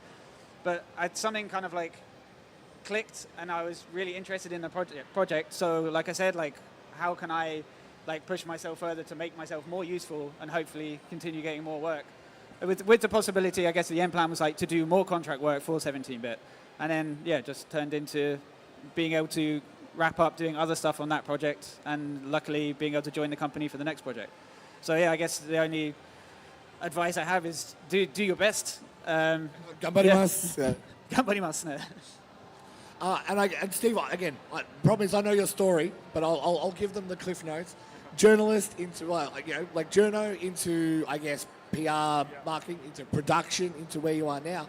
I mean, what is it? Is it just get as many skills as you can and find a way to put it in? What's your advice? Yeah, I think, like, especially in Australia, right, like, go to as many events as you can, whether that's your IGDA, if that's a game jam at your uni or whatever. Or the Game Expo. Game Expo, absolutely. Come on down, everyone. Yeah, but the other thing there is, like, if you're from rural places like I am, find other people that want to do it and start it yourselves. Don't wait for it, because Australia is so big and so broken up that you need to make your own communities, like you guys have done at this show, right? Do that, start making stuff with other people, and just see where it goes. And I think once you find that passion, you absolutely can't stop. And that's what took me all the way to Japan, right? So, yeah, absolutely do that. Just what you said was really important. Like, the community aspect of it is super important. I've got work via doing events, meeting other producers, like music producers, and then being recommended for things. And if I hadn't gone to those events and met those friends through doing the thing I was interested in, what I had a passion for, none of those connections would have ever panned out, because I wouldn't have made the connections in the first place. So, like, don't make games to make money, because you're not gonna. You make games because you love games, and maybe you'll make some money, right? This is the thing, right? Like, every part of anything I've ever done with makes money from games is not necessarily making games. It's this, you know. Exactly, so, right? Yeah. So I definitely understand. Gentlemen, it's been an absolute pleasure. I think it's time to wrap the show. For anyone watching at home, we will see you tomorrow morning at about 10 a.m. Hopefully I have a voice. It's actually better. I got over the cough syrup. I'm in Narnia, but my voice sounds better at least. 17-bit, thank you very much. And we'll speak to you guys tomorrow as well. Yeah, awesome. Excellent. Thanks for having us. Thanks This for is having great. us. Thank you, Jason.